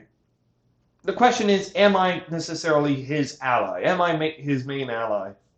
And I guess we'll see. If he does go to Silesia and does help me out, well then I guess he was, and sorry for ever doubting him. It's just very strange because, as said, my main pitch to him is, hey, can you be more pro me than pro France? And then he builds Army Berlin instead of Army Munich. If you wish to help me immediately, build Army Munich, go to Bohemia, etc. But Army Berlin and saying, oh, I would like to go to Silesia, I'm not liking this. I don't like this at all. So that's going to be interesting, and I don't know what to think of it. And I guess we'll see. So that's my position currently with Germany. As said, if it were any other England, there's a possibility you would have seen me switch to go with England. I just feel like England is trying to pull something here. In short, I don't want to necessarily, especially, maybe England is being completely honest, but I don't necessarily want to make a fool of myself and then feel like, oh, he just took Sweden and Norway. And I feel like this is the easiest way to trick him. But at the same time, I just don't know what Germany is doing. There's a possibility of an EF here. If so, that would be, I don't know. I actually don't know what I prefer in the West, whether it be an FG or an EF. Because on the one hand, an EF essentially makes Germany ever more so want to work with me, especially going to Silesia. He would be like, yeah, I want to work with you, instead of if he had any reserve plans to try for Warsaw. On the other hand, an FG gives me more control over the situation, whereby then I can go after England, but it gives Germany a little more positional jockiness regarding what to do. As said, I like Germany, but this train of thought sort of stranged me out. I mean, maybe he mentioned going to Silesia earlier. I just never saw it. And then suddenly he mentions it in 2 hours before deadline. I don't know. I just don't like it, because next thing you know, he could just build Army Berlin again and then go to Prussia and then have 2 on Warsaw. Like, up until now, we've agreed to this DMZ without any agreeing of him going to Silesia, and then suddenly, 2 hours before deadline, hey, I'm going to Silesia. Anytime a player tries that, it's usually in order to get just better positional advantage over you, and I'm slightly concerned.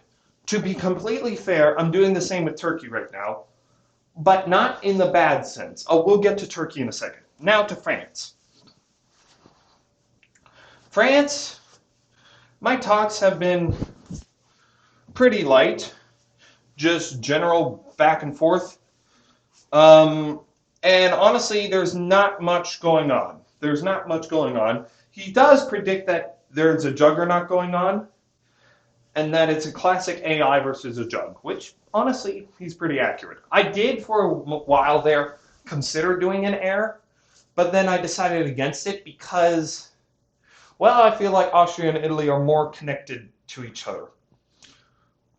One interesting thing you will see me note here is this, because Turkey mentioned that he was in a three-way between England, France, and Turkey, which is why I honestly believe there's an EF going on. And I pitched to him, hey, why not have the same idea except France, Russia, Turkey, etc., etc., etc.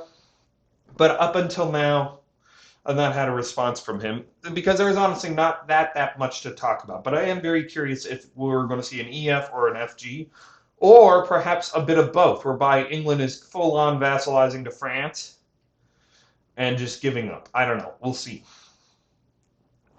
The East. Oh boy. The East is very, very chaotic this turn. That's all I'm going to say. So, Austria and Italy, in short, have been trying to get me to attack Turkey, and I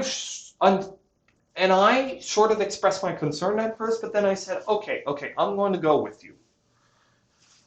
The main thing is a lot of tactics, like, do we have to predict, oh, is he going for Romania? Oh, is he going for Bulgaria, etc., etc., etc.? My main goal this turn is to make Austria and Italy believe me as much as possible, so that Turkey and I have the best positional tactics against the two. So let's start out with, and also there was a lot of deception going back and forth. Like, for example, the main thing I'm worried about is Austria necessarily just going all out against me, to which I talked to Italy about it and told him, hey, you don't want Austria going all out against me because then Austria will get all the position. And if I'm stabbing Turkey this turn, Austria getting all the position, he'll have a Turkish ally. So just please tell me what the hell is going on with Austria. And Italy essentially said, Austria is with you. And I have no reason why not to believe him, except for the fact I'm telling some slight lies here and there to Italy, but yeah. So let's go through the press. So we're, as said, Italy and I are still planning in the background, or at least I'm trying to get Italy to think this. As to whether I'll do it, I don't know. To this idea whereby, hey, we get position on both Austria and Turkey and then attack them simultaneously, so we have a great IR going. And at first I tell him, I'm just going to go straight up with Turkey and then position against Austria, you position against Turkey, and then I stab Turkey, you stab Austria. But then I change my pitch, in which I say later on,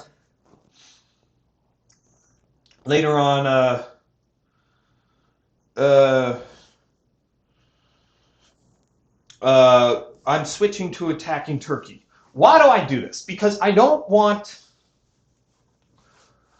Because I can sort of say, hey, I got into the Black Sea, so I'm sort of doing a light tap of Turkey, but I don't want... Austria is pitching to me that he's supporting me in Bulgaria, but then there's a chance that Italy is trying to deceive me so that Austria and Italy have the advantage over the Russian-Turk alliance. But by doing this, I'm essentially telling him, hey, I'm opening myself up to Austria. Please tell me what is going on so that we're both on top. Like, it is your best interest that Austria doesn't trick me or get Romania or something, or then we have a massive Austria and an angry Turkey. That's essentially my pitch, that you don't want Austria to do anything weird this turn against me, if that was your initial plan, if I'm going with Austria against Turkey, because then Turkey will be mad with me for obvious reasons, and then Austria will be quite massive, and etc., etc., etc. Because the reason why I say this is because generally when two people are talking, I wouldn't have been surprised if Austria was what would have been like to Italy. Okay, I'm going to try for Romania. We're going to see if I can get Russia out of position, etc., etc., etc. And up until now, Italy probably thought none of that mattered, since I essentially declared I'm going with Turkey. So any attempted deception by Austria of me is not working, since I'm going with Turkey. So he would have thought to himself, okay, Austria is not going to go expansive here. Russia and Austria are just going to fight with Turkey. I then get the position. By telling him, hey, I'm actually going with Austria, if Austria was telling Italy, I'm going to deceive Russia in this way and then take Romania, etc., etc., etc., Italy would then realize or think, okay, so Russia is actually going to attack Turkey. I don't want Austria, a big Austria, so he may be more inclined to telling me the truth. And I'd honestly believe him because, honestly, as Italy, you do not want to see Austria grow massive here. You want to be the one that grows, especially since you don't even have Trieste. I mean, you don't want Russia to attack, as Italy, you don't want Russia to attack Turkey and then Austria attacking Russia at the same time, and then a mad Turkey vassalizing to Austria. That would be horrible. So that was my essentially gamble, that then Italy would tell me the truth. And he just straight up tells me, yeah, I think Austria is going with you. Either way, I'm going to full out help you. And I believe him. Between talking to Austria and talking in Italy, I believe him, and I honestly think Austria is intent on helping me this turn. And then the other thing, I essentially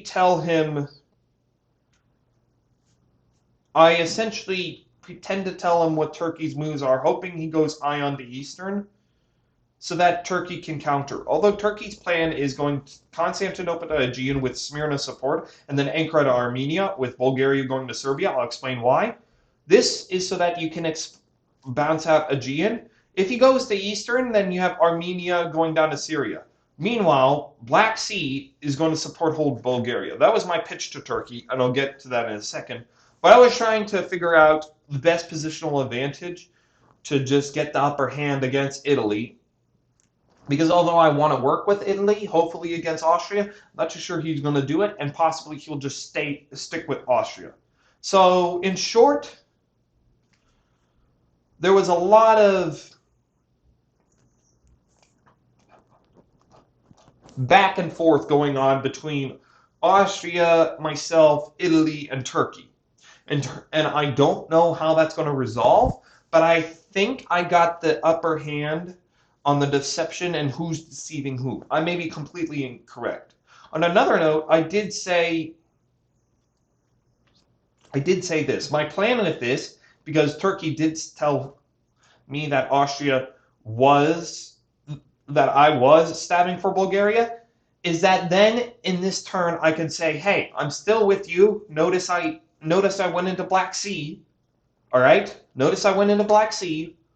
But then I just switched my orders last minute because I fear that you were trying to deceive me and get Turkey to mistrust me or something like that, and that it was really an AI, etc., etc., etc. So that has been my talks with Italy. Austria. Honestly, there isn't much, except the following. One fear I do have with Austria is that essentially I tell him Because Turkey has been trying to pitch to me this idea of a rat, which is not the worst idea, but then I asked Austria about it. If I were Austria, I would really, really, really read that message as like, Russia is with Turkey, you're going at, read this message. As Russia is with Turkey, you're going to have problems. Don't accept this. So his response was just fine, but I think this had to do partially with me being inactive. So both the fact that I was inactive and the fact that I suddenly suggest a rat, I think that there's a possibility Austria does have reserves or concerns about me. He says no, essentially, and then I tell him, okay, that's fair, and I try to back out of it when I become more active again. And I try to explain why. Because now I feel like I'm in a hole, and I don't wish Austria to think I'm specifically with Turkey, but possibly with him as well. I think he buys it.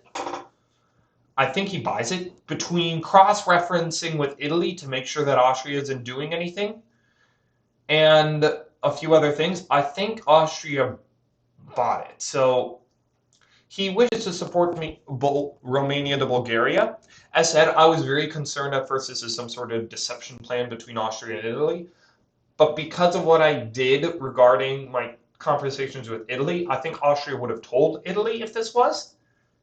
So I think Italy is being very honest with me as to what his thoughts are and as to what Austria is planning to do, or at least what Austria has told Italy he's planning to do. So I think we're on the same side. And also, I really doubt there's an Austro-Turk. If there's an Austro-Turk, then Turkey did an amazing job this season just fooling me. But in any case, that was my talks with Austria regarding that. So I propose a stab, I go to Bulgaria, etc., etc., etc. And that was it. I do send out a last message trying to figure out just confirming the DMZing if that was his intent, because there's a great possibility that Austria just goes full out against me. I won't be surprised since I suggested the rat. But I think, not so much because of my conversations with Austria, but because of my cross-referencing with Italy, that Austria is actually supporting me in Bulgaria this turn, and that he believes the truth, that part of the reason I've not been as active to orient my thoughts is because I've had a midterm exam, and that is absolutely true. So you can use real life things as an excuse to attempt to explain something that you don't necessarily want to explain off the bat, if that makes sense. So that has been my talks with Austria. Finally, Turkey. Oh, I love you, Turkey. So we have just general conversations as to what we're going to do. As said, Turkey suggested a rat for a while. This is the possibility of why I think there could be an Austro-Turk, but I really don't see Turkey stabbing me here. Maybe he's been fooling me this entire time, but especially with Turkey acquiescing to me going to Black Sea, I don't see a Turkish stab, because otherwise the potential of a Turkish stab is much, much smaller. So we discuss tactics and trying to disassemble the Austria-Italy alliance. We discuss in terms of trying to figure out what the most natural moves are, etc., etc., etc., and who do we believe between our cross-referencing of information with Austria and Italy, etc., etc., etc. So most of this is just talking different tactics. And we debate between different tactics, but then we agree to do the following.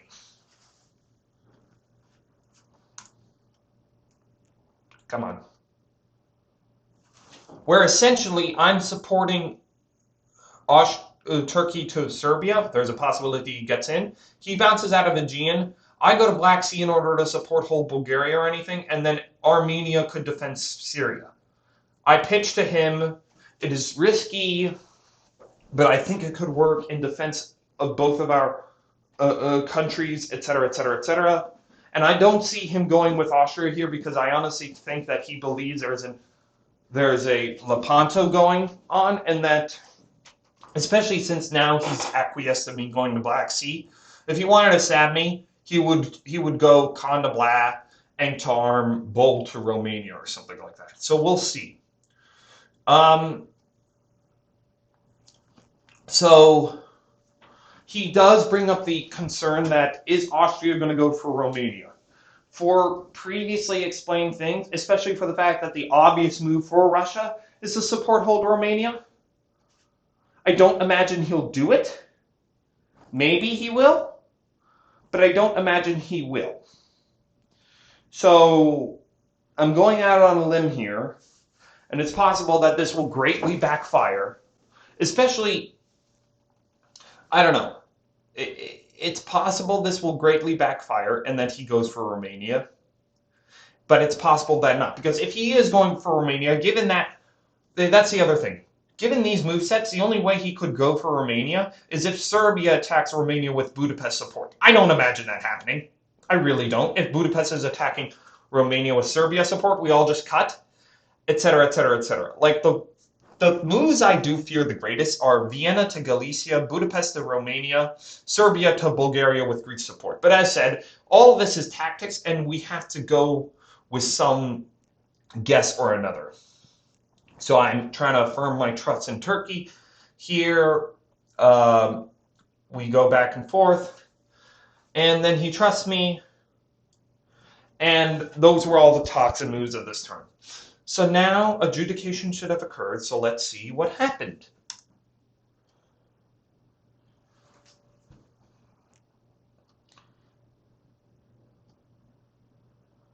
Okay, a few things happened. Number one, a few things happened here. So Austria was being honest with me, and perhaps I should have thought of attacking Bulgaria. I don't know. Would have been an interesting thought, but then again, my issue with attacking Bulgaria is that with the given moveset, Bulgaria would retreat to Constantinople, and as explained before, I don't have a second fleet against Turkey, and I just think that breaking through in general is just a bit of a hard time. Germany did do what they said they would, and also they moved back to Munich. Oh, maybe that's what he's interested in. Perhaps actually being with me, he wishes to help me into Galicia, go into Bohemia, etc., etc., etc. So it does look like there's an FG here. It does look like there's an FG. I'll have to talk to England about his thoughts. But I am surprised about England. England was being honest with me. I'm sorry, England, if you're watching this now. Know the reasons why it just felt like it just felt too good to be true, sort of thing. And honestly, the North is going to be a bit of a mess now. Because now they have 4 on Norway. Because if you go to Sandbox, if you go to like Sandbox, create a new Sandbox from this state, England is going to retreat to Finland no matter what. And that's the only retreat. And then suddenly you're left in this, I'm left in this position, which is a very strange and awkward position where I don't imagine I'll hold Norway. However, there's a possibility that England will full retreat against France here, but I don't know. In short, I don't know. I'm hoping to get German support to cut England, etc., etc., etc. But yeah, the other thing, as said, I got into Black Sea, so that's good. So now I can project power, and because all of Austria's moveset sort of didn't work, and now I'm close to breaking through to Galicia. And perhaps, as said, given the fact of German moves, I won't be surprised if he's telling the truth now. I think we can actually do something regarding this. And yeah, I'd say this was a very good turn overall, except the North. I think the North could have gone a lot better. I'm not going to deny. Maybe, yeah, probably I should have suggested Germany taps Skagerrak, given the info. Yeah, that may have been better. But as said, given the positional moves, I'd say there's an FG on the board. But as said, I'm also afraid of that because I think that Germany is going to try his best to use any war in the east to his best advantage. But yeah.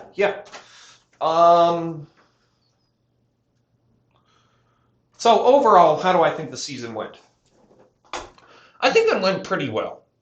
I think it went pretty well overall. Well, okay. I think it went okay, I should say. The North, not great, but I think given my relations with France and Germany, we should be able to hold England back. Maybe. I don't know. I'm going to create an FGR chat soon, but I don't know. As for the South, I'm very glad Austria, but Austria will now be extra mad with me, did not try anything against me, to put it bluntly. I should have gone with my gut instinct, though, in terms of supporting Warsaw to Galicia. Like, I thought about it, but I just don't know. I sincerely thought about it.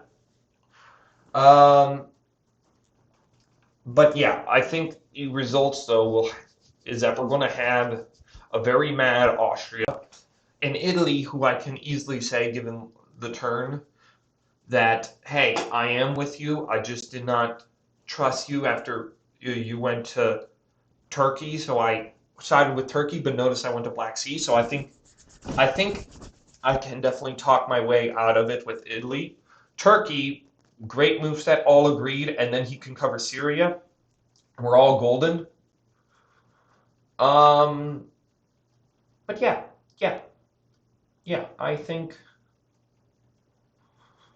I think this turn went pretty well. My main concern now is trying to convince Turkey to stay on my side, essentially, because there's a possibility that Austria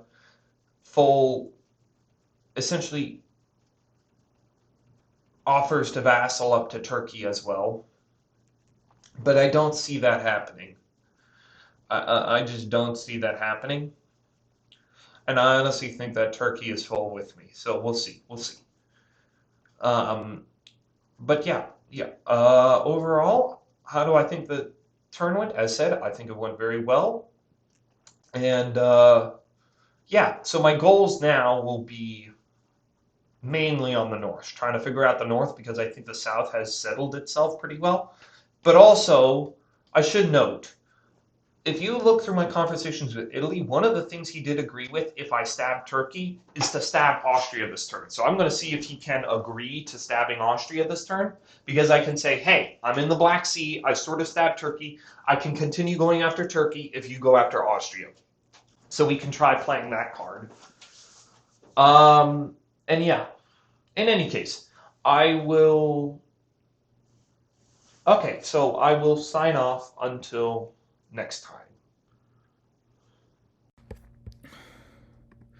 Hello again. So, this is not a midterm update. We are 3 hours before the deadline, but unfortunately, I won't be able to record live as the deadline goes on today, so my apologies. So, what has happened? Well, a lot. Most prominently regarding Germany. And remember how I was saying earlier that his telling me that he was going to Silesia without, like, a few minutes before deadline without saying much was a red flag? Well, a few more red flags have just gone up, and I'm really worried. In short, I don't think that you're going to see a Russian win, unfortunately. Sorry for those of you who have tuned in thus far for 3 hours and was expecting that a Russian win, but the chances are diminishing quicker and quicker. And why is that? The fundamental idea of this game is who can resolve their sector of the map the fastest before crossing the stalemate line. For those of you who don't know what the stalemate line is, the stalemate line is a line that ranges from St. Petersburg to North Africa, in which the fundamental idea is that there are 17 supply centers on both sides of the stalemate line. To win, you want 18 supply centers. You can create a line from St. Petersburg to North Africa that essentially prevents the other side, whether it be the east crossing into the west or the west crossing into the east, from advancing any further. The problem right now is that the east is becoming embroiled in a fight that is AI versus RT with no necessary signs of progress going to happen, and the west is quickly resolving itself with FG versus E, and as said, because of my issues with England all game, my helping, shall we say, of English destruction is not going to help things. So, what have I tried this turn? Trying to patch up things with England, and in the east, because I've stabbed Austria and whatnot, Austria doesn't trust me. So despite my best efforts, unfortunately, we're going to have a ground out two-way fight between AI and RT. And there's not much I can do about it, besides the fact it's going to become a guessing game. And also Germany has me on edge. So how has this turn gone? Not great. I hope the season goes okay and that this is just my paranoia kicking in. But yeah. Yeah, so let's get down to press. I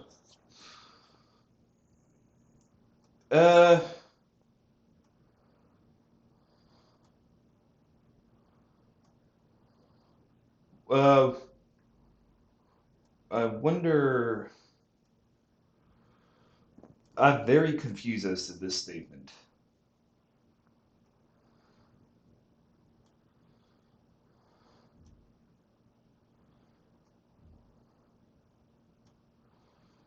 Huh. This is an interesting statement. You'll probably see me respond to Germany live here, because there's definitely something I want to throw out to him. Anyway, so at first things start out with Germany pretty pleasantly, and I'm just questioning what the story is with the West, because England is in full I don't know mode, whether he's throwing to France, etc. As said, you've seen my pitch to Germany regarding this fact of RG and why necessarily, especially in this game, it's relevant. But from Germany's perspective, where is he supposed to grow right now? Like, honestly, where? And that's what I'm beginning to slowly grow afraid of, especially since I sort of did a semi-attack on England this turn. Is England going to offer support to Germany in exchange for survival? Like, many Englands would do this. They'd say, hey, Germany, France, I failed. Can you keep me alive in Scandinavia? And I'm really, really afraid that this is going to happen. And yeah.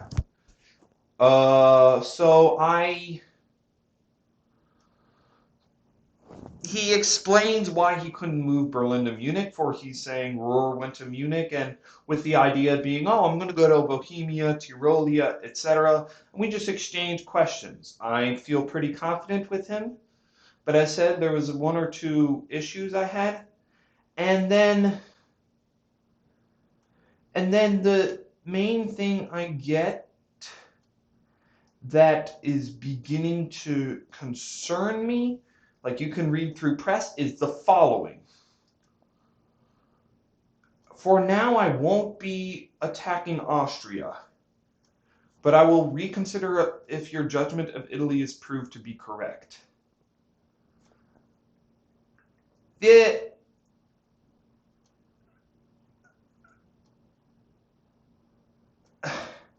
essentially saying he can't attack Austria this turn. Then what the hell is Silesia doing? My fear right now is that Silesia is going to go to Prussia and Munich to Silesia, because he's always indicated this sense of, oh, I want to work with France here. And my problem with that is coupled with Vienna going to Galicia or some forcing of Galicia, suddenly Warsaw could be surrounded on three fronts. And that's where Germany's expansion could come from. Because essentially the East is stagnant right now, whereas FG is just rolling up the board. And although my proposition to Germany still stands strong, regarding that I think France would become the victor here, honestly, what does Germany do in this position? If you were Germany, what would you do? You can't attack France. If you constantly grind against England, he has a crap ton of units in the north. And just where do you go? So honestly, I'm beginning to fear this fact between three different pieces of evidence. Number one, Italy saying there's an Austria-Germany alliance. Number two, Germany at the last minute, last turn telling me, oh, I'm going to Silesia. And number three, now him saying I will not attack Austria. And in addition, this message does not help. You will need to speak to Turkey because he's throwing out... I don't know what he means, but I'm very curious as to what he means. In fact, I'm just going to respond to this right now because I'm going to be unavailable.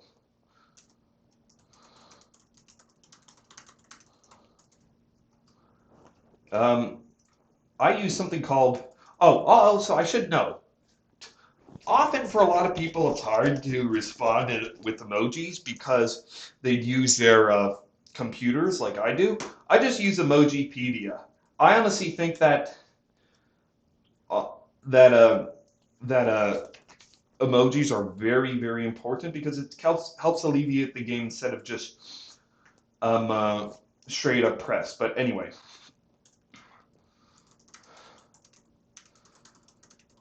Just a generic question right now.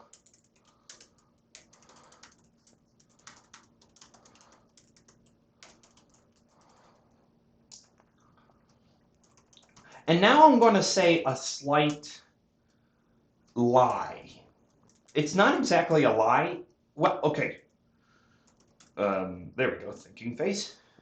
Now I'm going to say a slight lie, which is the following.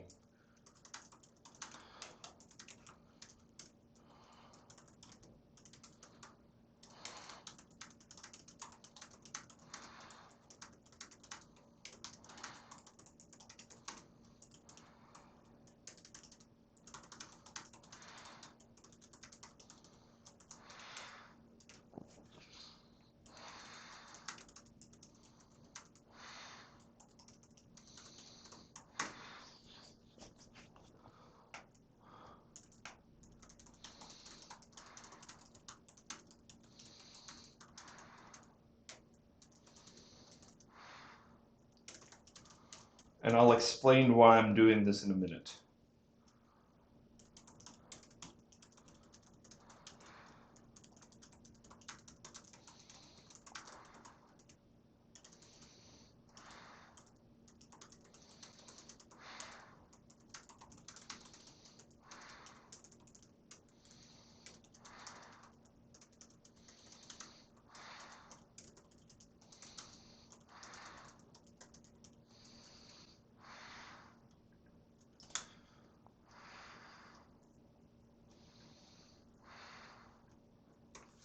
All right, so first of all, just wondering about Turkey, but second of all, I'm trying to put doubt in Germany's mind. There's two possibilities. Either Germany is outright toying with me and, as said, wants to go to Prussia and Silesia, or he's my ally. If he's my ally, then this is a, shall we call it, misunderstanding we can easily resolve.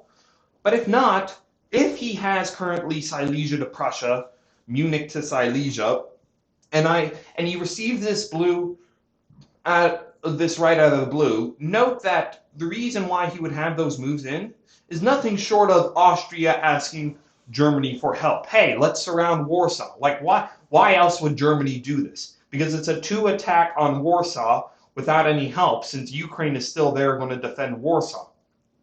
So hopefully, sometimes this works just before deadline.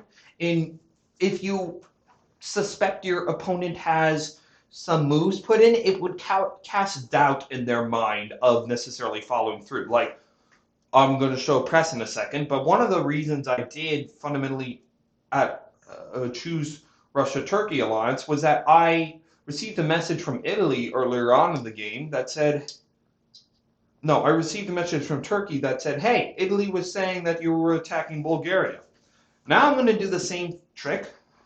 So either because, as said, because the red flag went up of why is Germany not attacking Austria this turn, and where is Germany going to go? Is he really just going to help me out, or what is the story? So either he's going to help me out and be honest about it, and be okay being patient for a turn, or he's outright lying.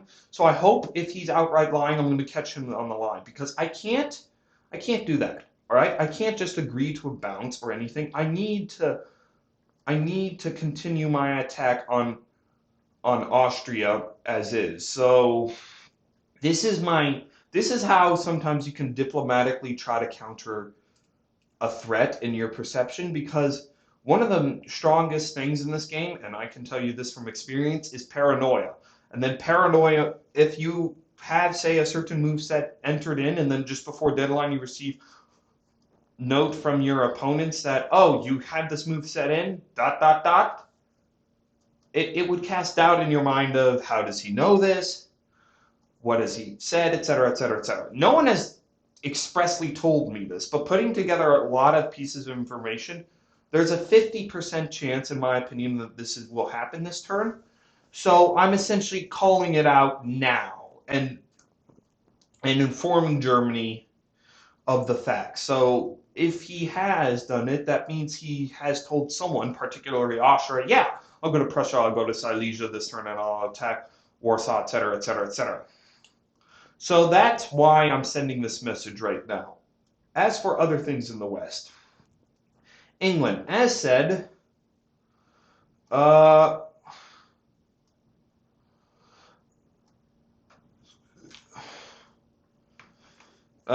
sorry, I need to respond to this very briefly, and then I'll explain what is going on.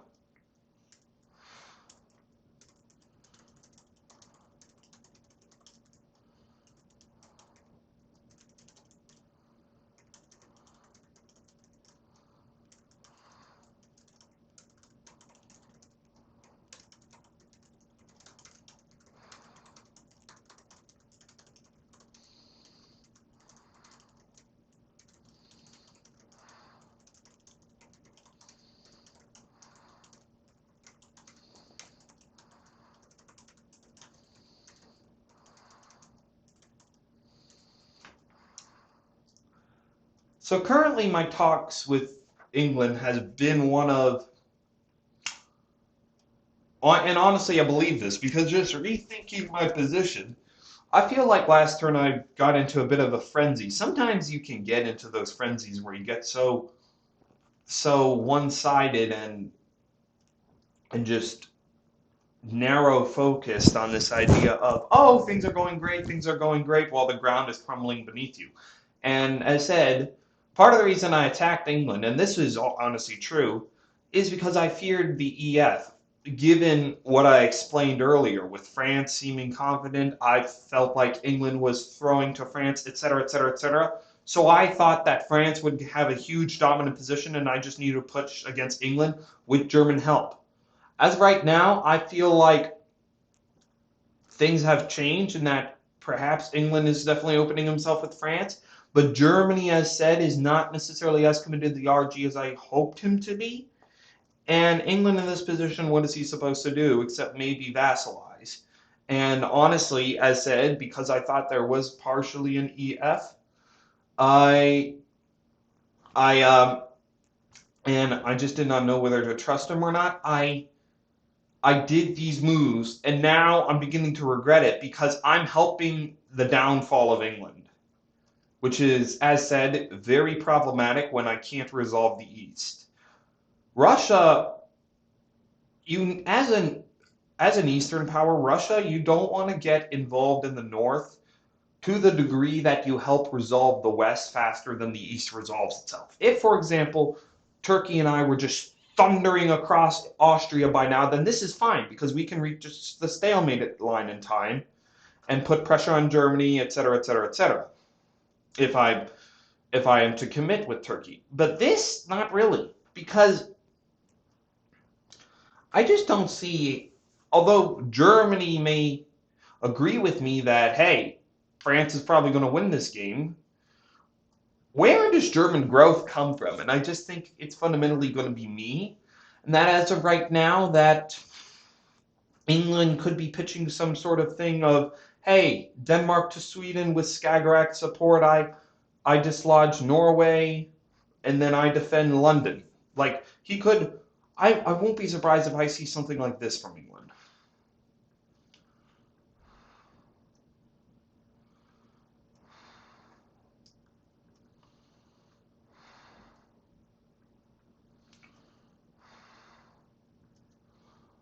And there's honestly nothing I can do about it except trying to regain his favor. My pitch to him is essentially, I don't want to get involved with him. I don't. Like, the only reason I moved against him was because of the simple fact that it just, I felt like he was moving against me, and I felt like the West was going to become one of an EF, and that if it was an FG, at least I can control it. With these moves, I can't control it. I mean, Scandinavia is not Russian anymore. It may seem Russian because I have Sweden, I have STP, Norway is currently under control, but I have 5 possible hostile units surrounding me, and England doesn't have a single man home, and France is just going to start convoying armies into England, and I don't know what to do. So I'm trying to offer an olive branch to England, and I'm just trying to figure things out, because honestly, I want peace with England right now, especially since I don't know what Germany's position is, and I'm pretty, as I said, I'm 50% sure I'm getting screwed this turn by Germany. In that case, I'll definitely make this game as hard as possible as I can for Germany, but I'm just praying Germany doesn't do something here and that he sticks with me, because there have been a lot of red flags and warnings that have been going up, and I'm just worried. And fundamentally, I'm just a little disappointed. Like, you saw my long pitch to England. It was a good pitch, and then England does this, and now Germany seems uncommitted. Fundamentally, this is just following meta, and I just think France will win from this position if the board continues to progress like this, and it's just, oh well. But yeah, but don't get me wrong. I've been having a fun game, and this has been a very challenging game and a very good game. So I tell England, hey, I didn't expect, because I didn't expect him to be fully honest. I'm withdrawing Norway to Sweden. Keep Norway, just do me the favor of not full out giving up to France. Like, can you try defending and I'll help you.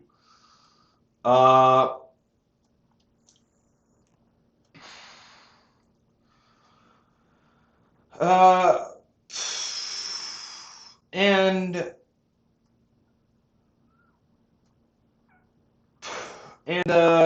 this message also doesn't help things. Like, I agree with him. France is keeping Italy alone so that Italy keeps as much imbalance in the West as possible. Like, my pitch to Italy, and I'll get to Italy in a second, is that we need to resolve the East fast. Like, I honestly think we may have to RIT or RAT here or something. I even considered stabbing Turkey and doing an air, because the East needs to resolve itself fast. Otherwise, France and Germany are just going to stop England and then turn on everyone else. And no one is budging. No one is unfortunately budging. And as said, France and Italy are getting along because it's just a two-way relation.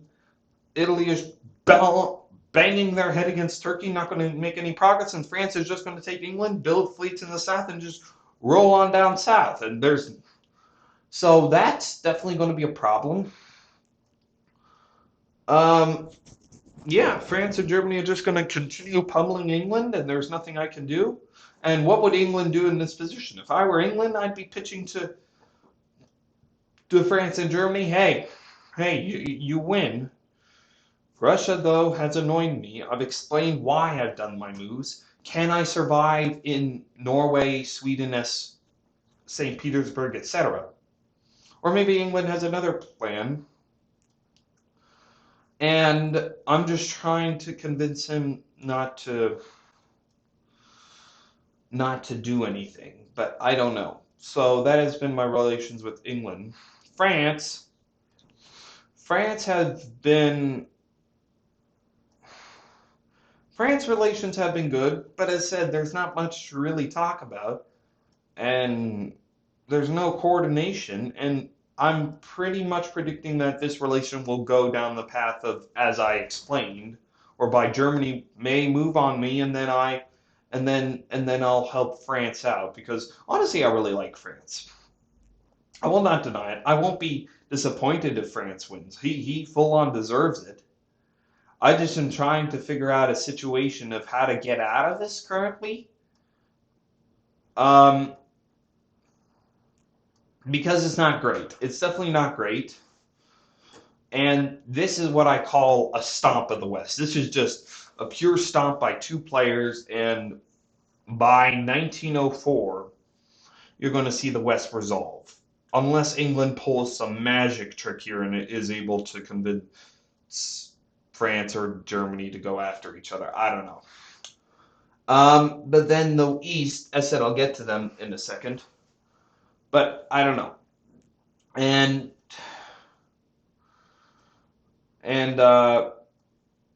like this, I may have mentioned it this turn. This helped convince me that there was an EFT because that there was an EF because Turkey told me there was an EFT going on, and I just thought that, especially with England's messages and being so mad with Germany, that he was throwing to France and that EF. But no, Germany was able to convince France to stay. But then what? Where do I fit in the picture? Hence why I moved on England last turn. And yeah, but then the problem was it was either going to be a move on England or a move on Germany. And I don't want to get in a war with Germany either. I'm trying to, fundamentally, if I can, I'm going to see if I can resolve some sort of peace deal whereby I'm a neutral party in the north and I don't help out anyone. And I'm beginning to regret this fleet build, because now, on top of that, if Germany decides to invade, I'm a weakened power with only 3 armies, 2 of which to cover here. So yeah. Now the East. Now this is the most important part, and part of the reason why you'll see me so disheartened. First of all, Italy. So Italy, I've been trying to... You'll remember that Italy said that, hey, if you stab Turkey this turn, if you stab Turkey in the fall, I'll stab Austria in the fall. And that was how my plan was resolving. This idea that I wanted, by going to Black Sea, I'll tell Italy, hey, I can stab Turkey. Why don't we do this now? Pull off a stab of Turkey, you stab Austria, and we go 2 ways. Like, my idea was Turkey supports Italy into Greece via Aegean, also supports me into Serbia with Bulgaria. So we destroy that unit, but then I was telling Italy I would attack Turkey. I don't think I was going to do that in reality, but Italy said yes, yes. In spring, he said yes, yes, we're going to do that. And then suddenly he's withdrawing in the fall, because I set up, actually, there was a possibility I could have stabbed Turkey and gone with Italy, but then he's saying, like, where is it? Where is it?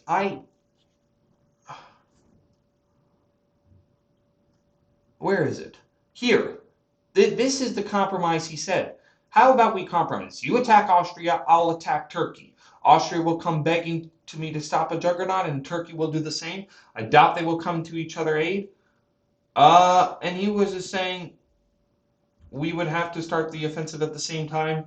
we both stab our allies. And I tried enforcing this deal, and Italy is not budging, saying, I need a Turkish supply center. What? How is Italy going to get any Turkish supply centers in this position for at least a very long time? He's not. And Turkey has been trying to get Italy off their back as well, but I don't see them succeeding in the idea that Italy hasn't come to me and say, hey, okay, I actually want to work with Turkey here. And now I tried many things. I tried getting information out of him, just anything to our benefit. And it's not like this was last turn of regarding the Italy leak. But then I try pitching to Italy and telling him, hey, I am still allied with you. Notice I moved to Black Sea. I can stab Turkey here, but I didn't attack Turkey because I tried playing a guilt card of sorts in which I was telling Italy I didn't attack Turkey because he leaked, but I'm still in the Black Sea, can stab Turkey, so let's work out something. And he just straight up says, I won't betray Austria. And he's just not interested in breaking any AI. Despite my best efforts, he's just not interested. And honestly, from Italy's standpoint, from my standpoint of Italy needs to change up his play. Like, I honestly believe Italy's best move here is to stab Austria or do something, because England is going to fall, and then where does France go next? Just Italy. Turkey is just going to shore up their defensive line and just defend. And I think I can survive this game, but as to whether I'll win or come out as a top board, no, because the West will resolve itself, as I explained before. I try explaining this to him, but he just says no. He needs one Turkish supply center. And it's just not going to happen. The whole point of why we set up this position with Turkey is so that Italy cannot get a Turkish supply center. And I try explaining this to him, and I'm just like, how? It's just become very hard. And with Turkey trying to convince him as well, and Italy, I honestly think Italy is being straight up with me. I can't do anything here. Italy is not being cooperative. I must admit, as to whether I'd follow along with this is debatable. I just want AI to break, but it's not going to break, and I just think that it's going to be a brawl. And now with Germany essentially saying, hey, I don't think I'll attack Austria, what I thought was not stalemate in that I could break through, maybe the opposite now, because now, given my fears, Germany may move on me instead of Austria. And not only may we not have an advantage against AI, but the tide could shift in favor of AI instead of RT. Like the reason why I was thinking it may be a good move for Germany here to attack Austria is that it allows him to grow outside. It confirms his alliance with me, and I was telling him, hey, you do that, I then take the north, and then I build fleets, and I help you against France. Because as said, I don't see how Germany can top board this unless he tries something different, and this was my point of difference that I wanted. But he's just straight up not refusing, but just not interested this turn, and I don't know what to think, aside from the fact that he may be attacking me. As I said, this may all be paranoia, but also now Italy is not doing, and also I sent this like yesterday at around, I don't know, 4 p.m. and he hasn't responded to me. So I don't think, in short, I don't think I'm going to be able to have any easy breakthrough of Austria with only 4 armies, and possibly 4 armies against all of this. 1, 2, 3, 4, and possibly 2 unknown armies going to possibly move on B. It's possible. So that has been my things with Austria. With Austria, I do want to say this. If ever you stab someone, I highly, highly disencourage you to continue lying. Be upfront and truthful with them. And there is, like I explained my position of why I did this, particularly,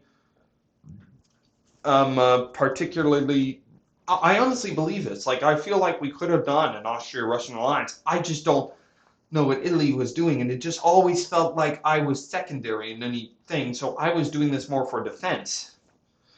But I told him, hey, I didn't expect to get into black. Is there anything we could do? And he just straight up tells me this. And honestly, because I was planning to move on in this turn, because I've already committed my cards, I can't stab Austria, then stab Turkey, and then expect Austria to full trust me. Even if perhaps it may be the wise move now to stab Turkey, because of the fact that we need to resolve this east, it's just not the wise move diplomatically, because I kill the trust of my only ally by essentially exploiting the fact of Black Sea for my own benefits. I have, like, how else do I explain this? I leave myself vulnerable in the idea that Austria has said I lied to Austria and stabbed him, not for no reason, but I just didn't favor him. And I can't be assured that he would go with Italy. And as I said, I feel like if I stab Turkey here, Turkey has no reason whatsoever to just throw the game to Austria and to help out. Another thing I should point out, I am very fearful of an AT here because I'm leaving myself very open, but there's not much I can do. There's really not much I can do. Like, I could see a world where Austria and Turkey work together, in which Austria takes Sevastopol, takes Romania, pushes them out. Honestly, that may be the best move for Turkey here, which is definitely a frightening concept. But if he gets Austrian trust, but as of right now, I don't think he'll get it. That's what I'm hinging on. If Turkey knew 100% that Austria would go for an AT, then go for it. However, the fundamental thing about turns like this is, can you get another person to attack the other person while trusting that they will continue with the attack? For example, Turkey could attack me here, but then get no Austrian support against me, and then suddenly he kills his only ally, destroying trust, same reason for why I don't want to attack Turkey here, and Austria and Italy have all the power. Like, Austria could say, oh yeah, I'll support you, and just not support you. I mean, he gets all the power in the region and then is able to play diplomacy in the idea that I'd be mad, and naturally I would want to go with Austria, and Turkey would be left in a very bad diplomatic stance. Same with me. So we're left at this impasse, and there's not much I can do. So I do tell him straight up that I just don't see how I could stab Turkey here for any reason at all, if not just for the fact that it just doesn't make logical sense, in the idea that I'd be stabbing my own ally. Explain to him, and as I said, would you stab someone? Be truthful, because you just don't want to be petty. Don't be petty, all right? The fundamental idea of this game is that you can work with anyone. And I've worked with many people I've stabbed with before, again, but you want to establish a trust factor, so at least we're trying to reestablish trust, if not now, for possible future, like I said, until better times. And I'm just trying to figure things out. Like, right now, honestly, I want a rat. I want a rat, but from from Austria's perspective, why would he rat here when he knows Russia has lied to him, Turkey is going against him, and we could just easily be lying, trying to break up AI. So what do we have here? We have a stagnant AI against a stagnant RT with a crumbling England that I only helped crumble, and a fast thundering France-German alliance who's already crossing the stalemate line, with France going to easily pick up England, Germany essentially not committing fully to this RG alliance in order to attack Austria, so that I can break through, and with Germany possibly moving against me. In short, bad news. In short, bad news. Possibly I'm just overthinking it. But yeah, so then the only thing else that remains is tactics and trying to find a tactical solution. So currently, I'll bring up my press with Turkey.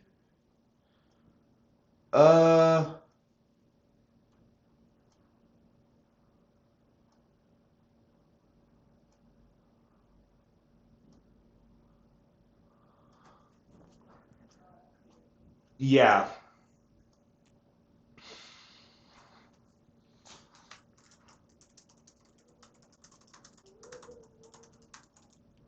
I'm going to be honest, I have no clue what Germany is trying here, because he's telling me Turkey is lying, and now he's saying, I don't know what shenanigans Germany is trying here. I'm going to be honest, but it's not boding well. And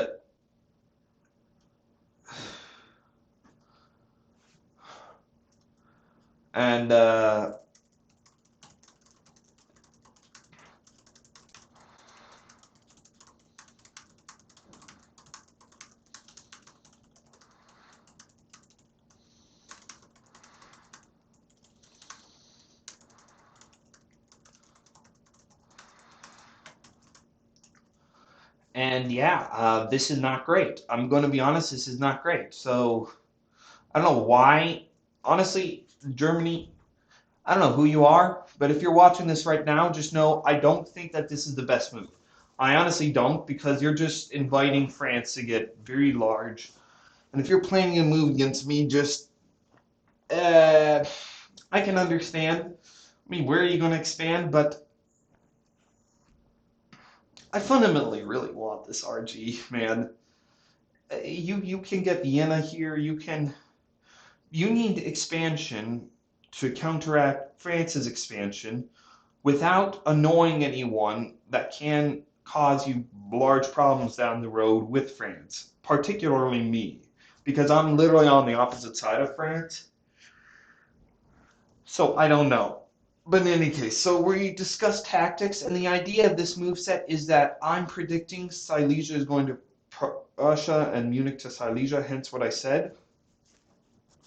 And that I'm essentially predicting also a breakthrough into Galicia, and I'm attacking Galicia. What Turkey is doing here is the following. What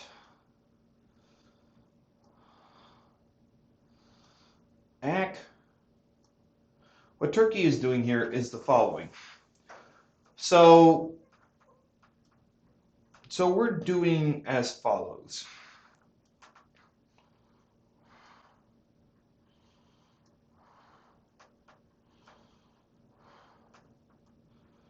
I don't know what Smyrna is doing, but the idea being twofold. Turkey stops any possible convoying by Italy, and we don't think. And the idea, as I said, is twofold. First, I want to prevent any attack in the Gal if I can, so that at the very least there would be a max of 2 armies on Warsaw this turn. Second, I don't predict there'll be an attack on Romania, because if there is an attack on Romania that leaves Serbia vulnerable, etc., whether I like it or not, there's going to be a guess here. Like, if he attacks Romania, he leaves open Galicia, and vice versa. Third, because Romania is tapping Serbia, the only way they can defend Greece is 2 possibilities. One, Ionian supports hold Greece. I do not imagine they're doing that here. I just don't see why they would be doing that here, because Italy has said proactively, oh, I want a convoy, I want to do something. So I don't imagine. Two, Greece goes to Aegean with Italian support. I also don't see that happening because simply because of the dynamics. Like, if anything, you want to be supporting Italy in. But then three, and this is very possible, Serbia heads to Bulgaria with Greece support, and then, I don't know, you're trying to break into Aegean. But then the problem with this, from their perspective, is that it would leave Serbia open. So I won't be surprised if they think of doing something like this. This would make perfect sense, but at the very least, if that has happened, at least I get into Galicia. If I were Austria in this position, this would be the moveset I would do because this is foolproof and it makes perfect sense. And then maybe, I don't know, breaking into Aegean. But we have to try something here. We can't sit around, and we have to try some breakthrough or another. And this is the best idea I have in mind. So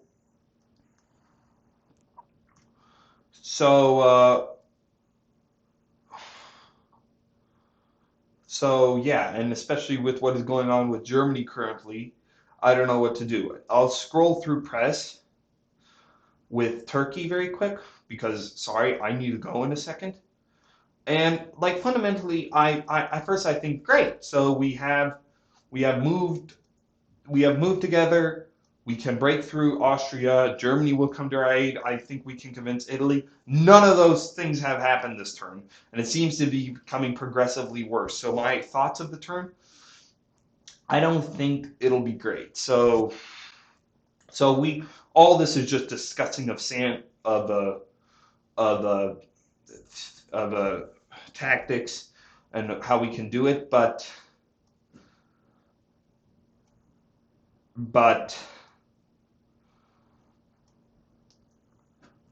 yeah,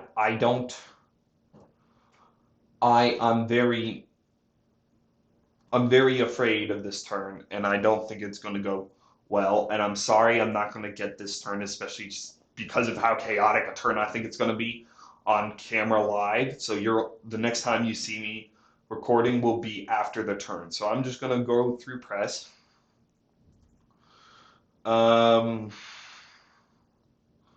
I will note, I think I slacked off on emojis. That was a mistake on me. It's just not my style. I just was quickly sending messages between classes. So, but yeah, especially just before deadline, this is concerning. I'm going to. Oh, this gets even worse. Italy saying he won't convoy to.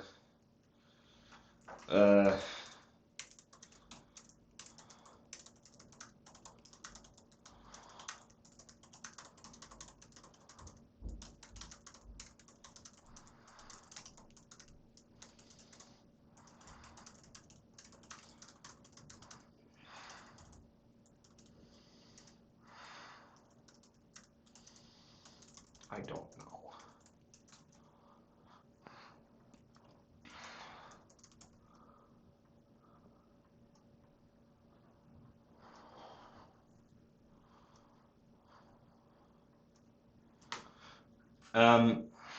And yeah, so I'll quickly go to German message.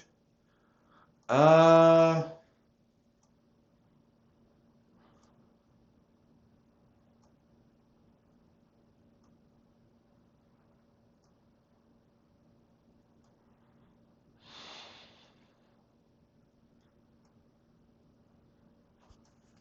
sorry, what? Basically saying he's only with you.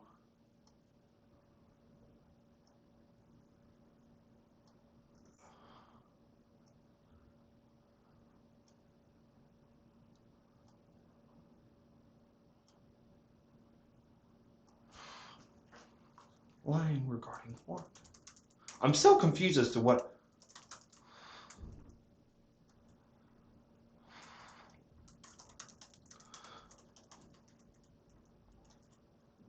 Okay, I'm still confused as to what Germany is saying, but And in any case, this will be the end of the recording. Next time you'll see me is after the turn goes through. I may respond to one or two more messages, especially just trying to figure this out. But sorry, I will be unavailable at the regular time, 3 p.m. today, when the process goes through.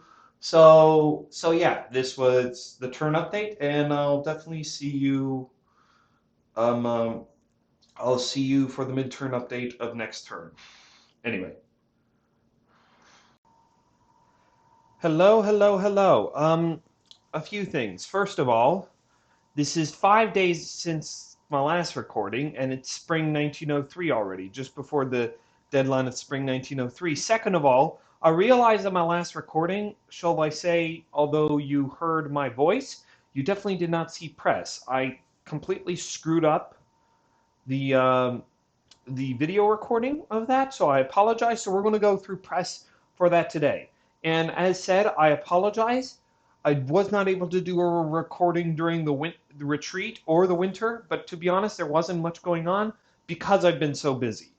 And also, it is for that reason that I'm slightly worried about my success or unsuccess today. So yeah, in any case, let's go to what was fall 1902 because that's where we last left off.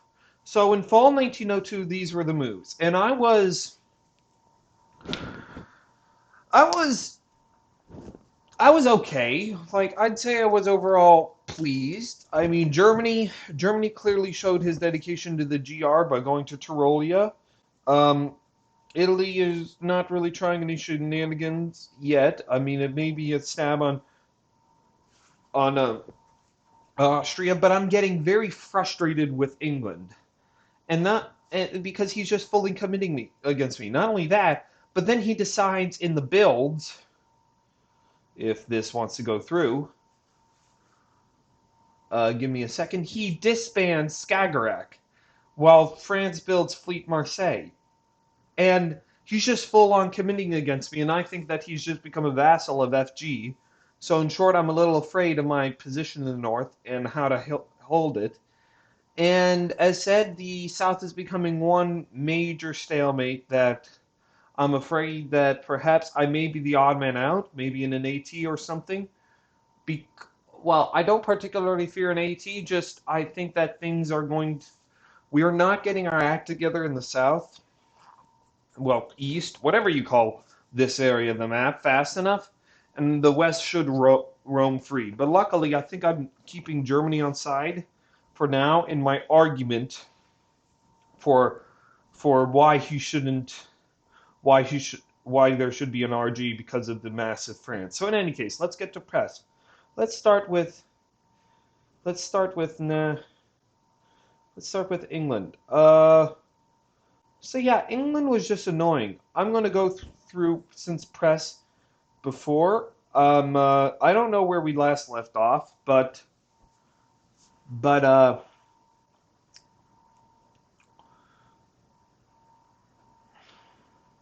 I was simply, like I said, I was trying to convince England to not fully commit against me, and I was saying, hey, can I? This is back in fall 1902. Hey, can I leave Sweden? You go back to Sweden, you defend yourself, etc., etc. And I was completely being honest, and I was just asking, can you not throw to France? Trying to reestablish things, and I told him, well, I was being honest, and he's so frank about it. And yes, France will grow even more. I don't know what he has against me. England, did I offend you in some way, shape, or form? I don't know. I don't know what to tell you, man. It's been strange. Like I'm very frustrated, and I just don't know what to think. I mean, this may be just an England who's just searching to survive in Scandinavia, and that's definitely possible, but I just don't know what to think, and it definitely has been driving me insane. So that has been fall 1902 through spring 1903 with England. And in short, let's just say I'm very fearful that France is just going to dominate the sport, and the only thing that I think that'll help me is the fact because France will become so strong that Germany probably will I hope we'll realize, okay, stabbing Russia is not a good idea when France is this massive. But in short, things may get a little messy. But I do have to say, the fleet build from France may suggest that they're going east. So yeah, let's get to France next. Um, as said, I've been extremely busy.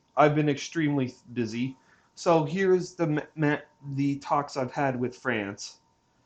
Um, and it hasn't really been much. It's just a general talk, and I'm just pointing out, wow, you are really stampeding. And honestly, he sent this message, and I should have responded. Sorry, I've been so out of the loop recently, hence no recording, no nothing. I should probably make very clear, hey guys, I've been busy, so I don't know. But my conversation with France has been okay, and I think there's definitely ways to establish an FR in the later future, but I need to restart it again.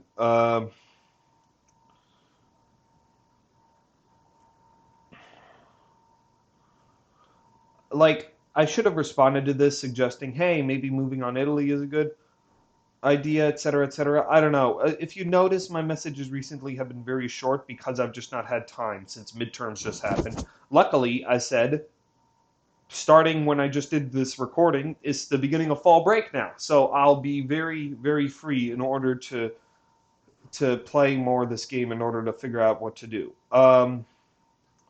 So yeah, those have been my conversations with France. Now the interesting parties. Let's start with Germany. So last turn, you'll hear in the recording.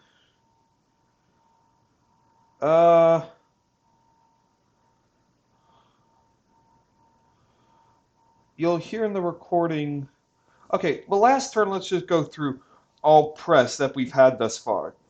So I don't know where we left off, but I think we left off at fall 1902. So the recording thus far has been as follows. I'm simply asking, is England full throwing? And I'm just asking what his thoughts on the term are.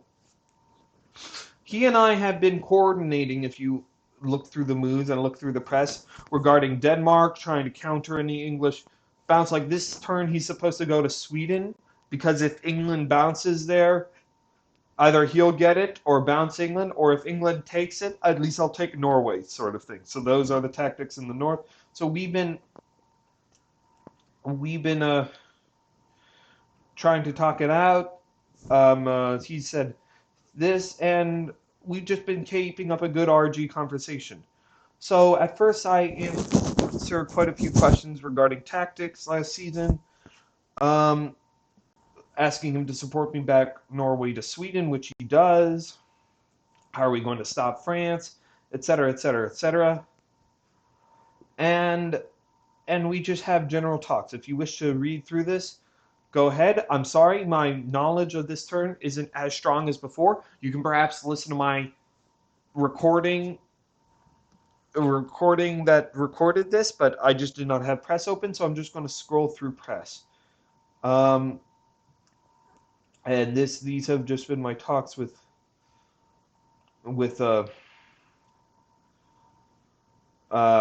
Germany. And then I will say this. Starting last turn, you remember when I was confused as to what Germany was talking about regarding Turkey in my last recording? Well, this is the message that I was referring to with that. And I had no clue what I was saying. And this is the message I responded to regarding the half lie I was saying about him moving on me in order to catch him off guard. So in case you were wondering what messages those were referring to, it was those two. And luckily he responds, this was after I had to leave in order to go to my appointment. He responds affirmatively, and indeed he does not move on me.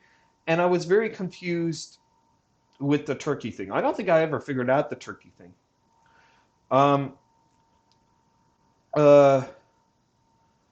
And he reconfirms his support for the RG, etc., etc.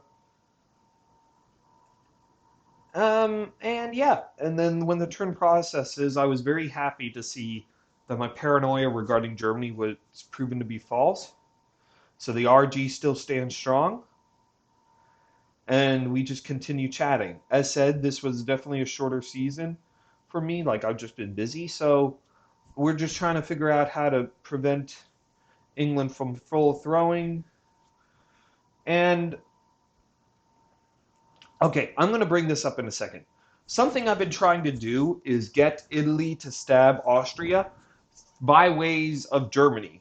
This is this is an explanation of a three-way chat I created between Germany, myself, and Italy. I'll get to that chat in a second. You know what? Let's hold here. Let's hold here for a second and go to that chat. So first, let's go to Italy. So Italy, we've still have been having some good conversations, except for the fact that, like, read through since fall, he's been trying to go after Turkey constantly. Wants to go after Turkey, wants to go after Turkey. And I just don't know if that works anymore. I seriously don't know if that works anymore, and I am expressing, shall we say, frustration because I tell him, hey, I do want to stab Turkey as well. And I don't know if that is true. I don't think that is true, but it is possible because something to note about the Turkish player. One of the reasons I was busy was during this weekend I played VDL, which is a virtual diplomacy league, and let's just say I was playing as Austria, and the Turkish player happened to be playing as Italy, and we got to talking, and suddenly we realized we were both these players in this game. Turkey is a guy named Timothy Crosby, and let's just say he's a very, very, very wily, sly player in a good way. Timothy, if you're listening to this, I love you, man. You're awesome. Just you're a very sly player, and especially after you brutally stabbed me. I mean, you have opinions about that game, sure, but it ended with a Turkey top with because of an IT going after me. So those are my opinions about that game. But having learned who Timothy is, it makes me a little more fearful, shall we say, of Turkey this game because I know that he will go for stabs when he has the opportunity. And this may not be a bad place to stab when Russia is crumbling to the north and there may be an Austria-Turkey alliance. So I just wanted to quickly note that about Turkey. And also, I one of my fears is I'll show you this in a second. But yeah, but honestly, Timothy, you've been great this game. Just please continue to show support for Russia. Go Russia, right? anyway, so I so I expressed my fears about betraying Turkey before betraying Austria, etc., etc. Essentially, I just want him to attack Austria first. I want him to attack Austria first. I must admit I'm a little biased, but I want him to attack Austria first, and then I'll decide whether to attack Turkey or not. To be completely fair, I honestly think it makes more sense for Italy to attack Austria here first, especially since Germany has made anti-Austrian moves, and that's what I wanted to make frank about him. Like, I'm saying, hey, we could all work together, but I'm not too sure if he's into it. Turkey thinks otherwise, but we'll get to him in a second. So I suggest all sorts of moves, and I try to explain to him why attacking Turkey will lead to nowhere, etc., etc., and he just downright refuses for the longest time in fall 1902. I was trying to convince him in fall 1902. And then suddenly, well, this is very bad of me. So the only conversation I've had with him is, I guess, since spring 1903. Is since fall 1902. That's very bad. Let me actually write something right now.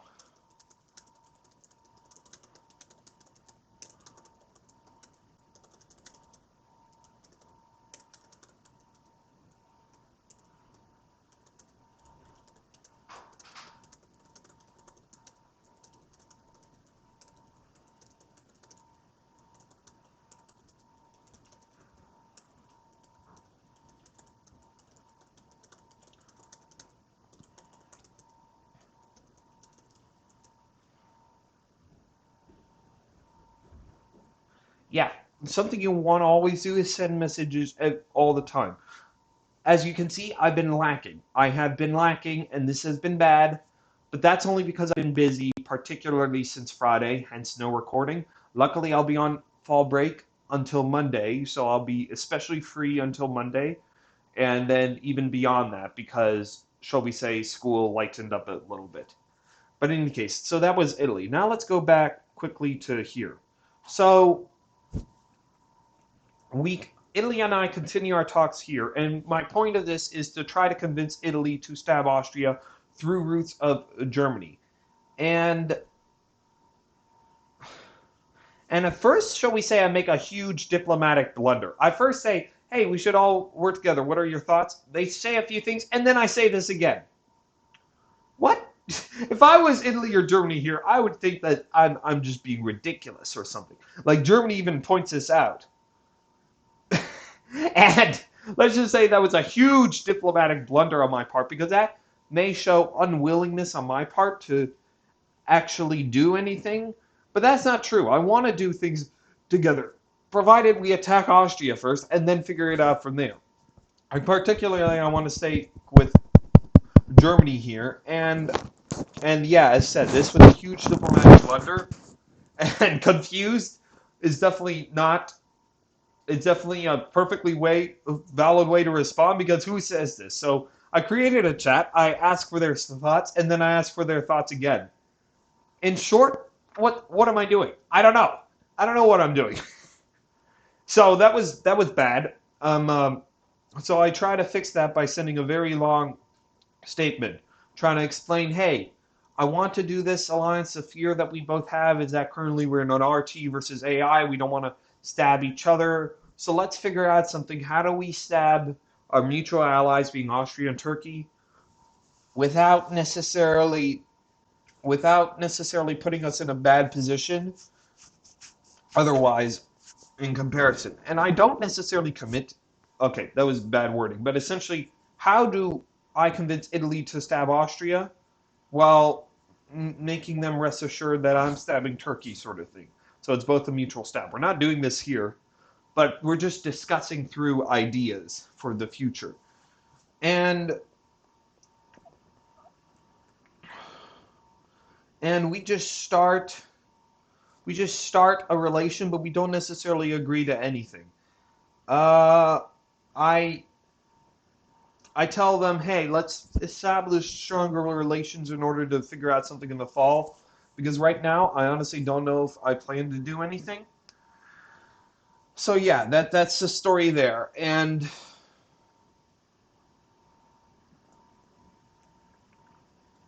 yeah, in short, I don't know what is going to happen, but we'll definitely see. And so that was my story there, and we'll see. Now, one thing I do want to change very quick. I'm going to change to these movesets. Why?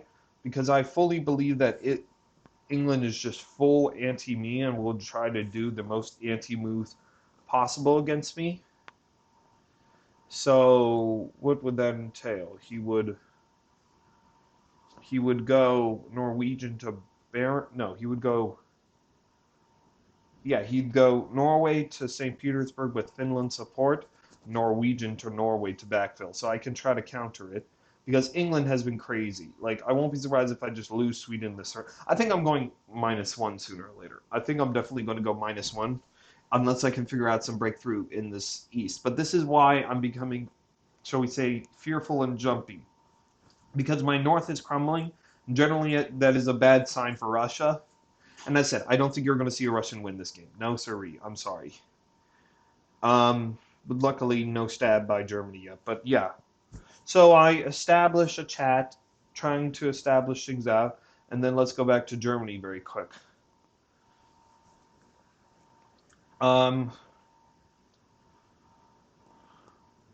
This is where I say this. And I explain to him why I don't want to yet stab Turkey, because look at this position. It just feels like if I stab Turkey here, I'm essentially asking to be crushed. I need to rely on Turkey.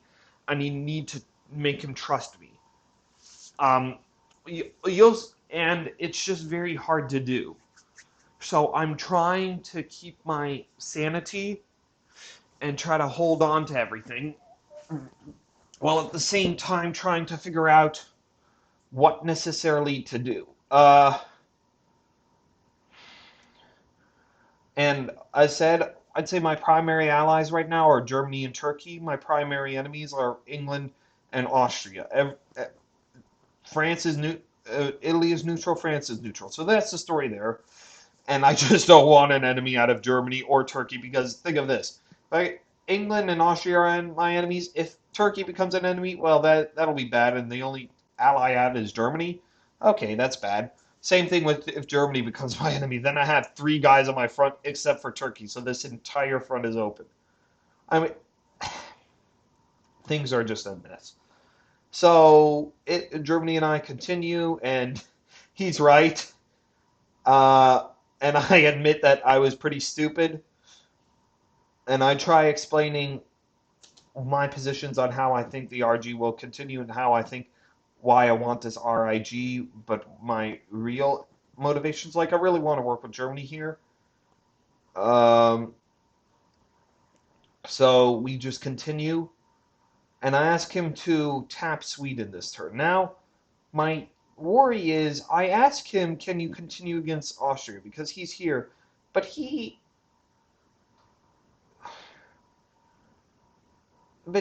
it doesn't seem like he's fully committed to this idea of tapping Austria, despite the fact he's in Tyrolia. Like, I won't be surprised if Austria supports him to Trieste, Venice, or something. This will be weird. So I tell him to tap Sweden because I don't want England getting in there. And if Germany gets in there, okay, that's better for us. But I am very worried about what is going to happen here. I'm very worried because Germany is not necessarily committed to Austria. And one thing I had to mention about Austria. So that was my press with Germany. Press with Austria. Nothing. As said, last turn, I was explaining this in my interview last turn, except you didn't see press interview, not good word, recording. I tell him why I stabbed. Austria expresses disappointment, and this is where I'm being honest with him. He thanks me for my honesty, says until better times, and has not said a single thing since then. He did not say anything after Fall 1902, and he has not said anything until now. I even sent a follow-up message in spring 1903. So what has Austria been doing? Austria obviously hasn't been prowling around being silent. He's trying to search for some ally or another. So I won't be surprised if he's trying maybe Germany. Maybe that's why Germany moved in these ways, in order to convince Germany, hey, attack Venice. But that would seem very weird, trying to anger both Italy and Turkey. Maybe he's trying to convince Turkey to be on his side, which is why I have this moveset in. Because with Turkey, shall we say, we agree to a different moveset, but I'm doing something slightly different, just to outguess AT if there is an AT. And finally, I should go over my press with Turkey. As said, I love Turkey. I love you, Tim. You're amazing. But just don't be the... I'll be sure to remember you are a sly devil. So I've not had enough time to press with everyone.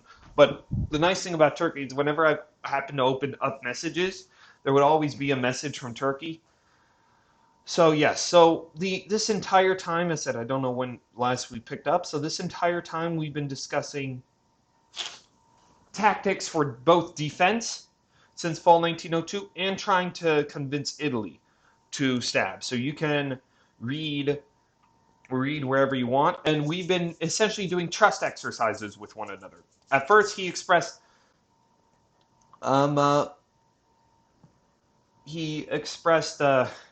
fear that I would attack him, and same with me. And turned out, fall 1902, we were both fine. So yeah, thus far everything has been great. One interesting thing, is that when I asked him, because Austria has been silent with me, right here, like here, I'm curious what Austria is telling you. He says not anything. That was in fall 1902. That may have definitely changed in spring 1903. I believe it would have changed. Yes, I just hope nothing changed regarding his diplomatic stance with me. But it's definitely possible if England is this crazy against me. Like, it does not help that England is going after me this hard. England, I don't know who you are, but you're really making my game difficult, and I don't know why. I'm not the one eating your centers. I proposed the ER to you.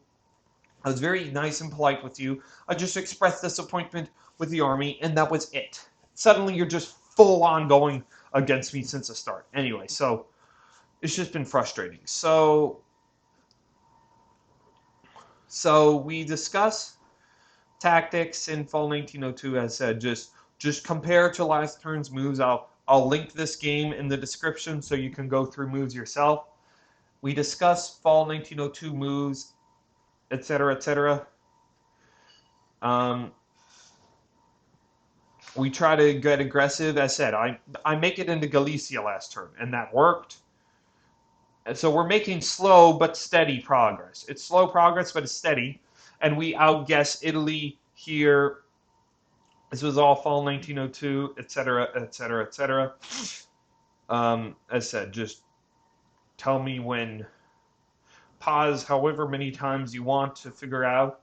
Like, there may be interesting nuances to these messages. I don't remember what I thought of at the moment, but as I said, I'll be much more consistent from now on. And yeah. And finally, winter 1902.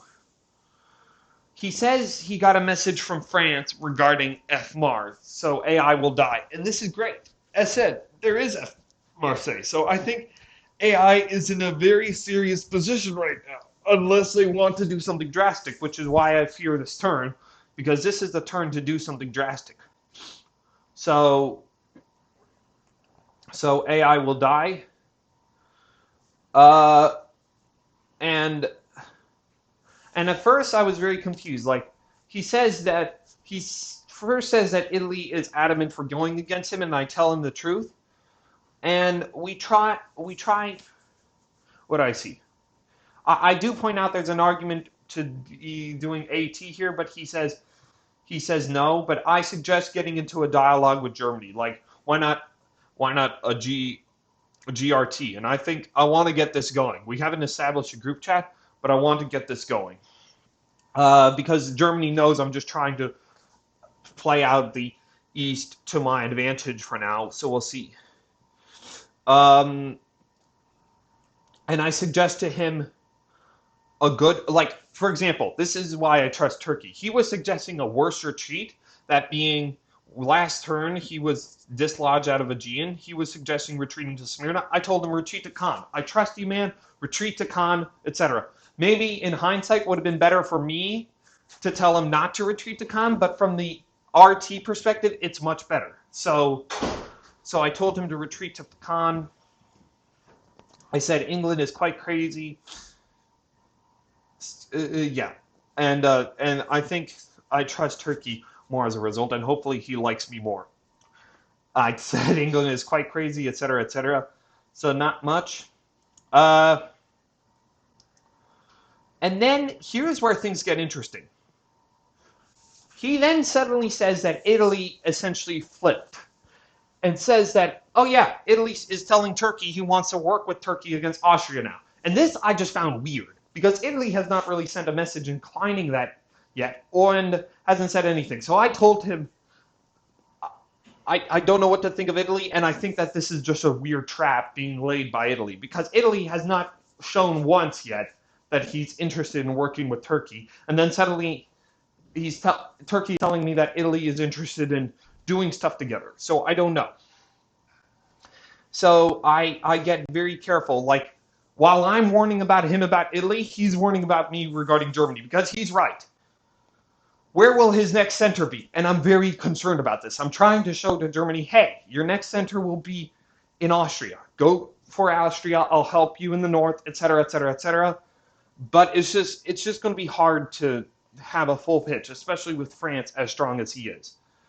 Anyway, so then we continue with move sets, and he suggests the following. I don't. Was it this one? Sorry.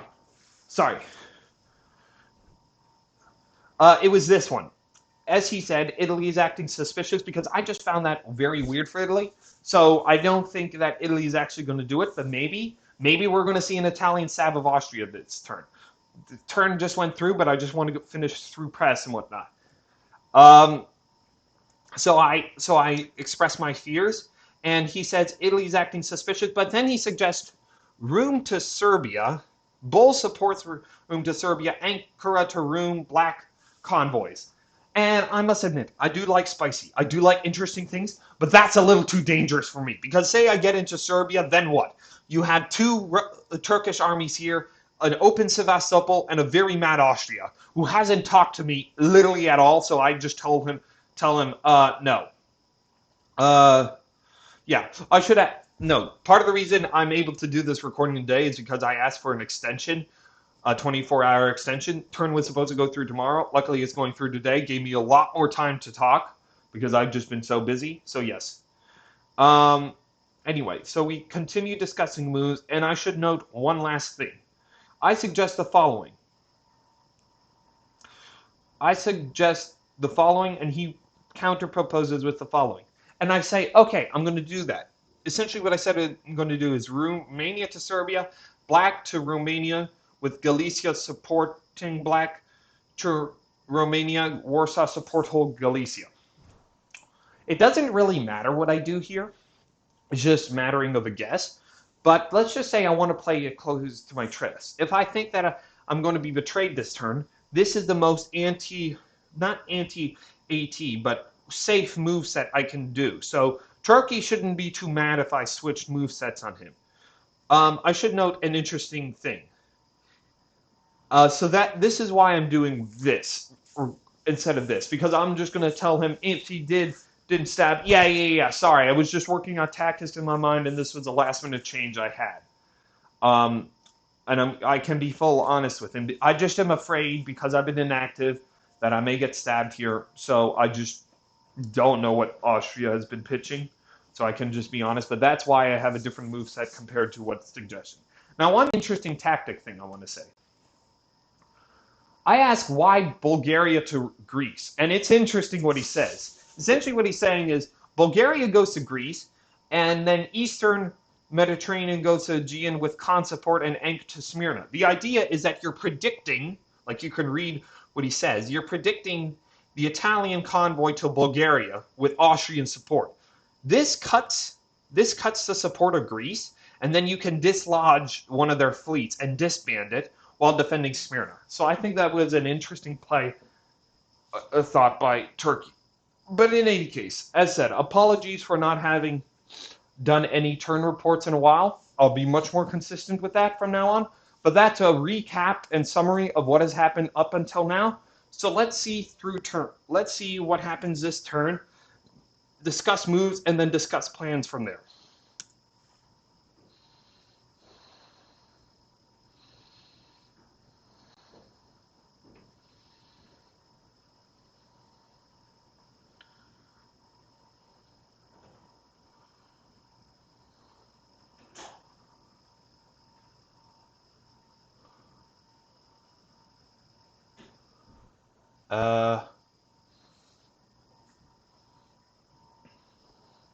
Okay, in short, this is a very bad turn for the Russia-Turkey alliance. A very bad turn indeed. Not only do I don't know if you want to say get paranoid, but misguess, to put it bluntly, what is going to happen regarding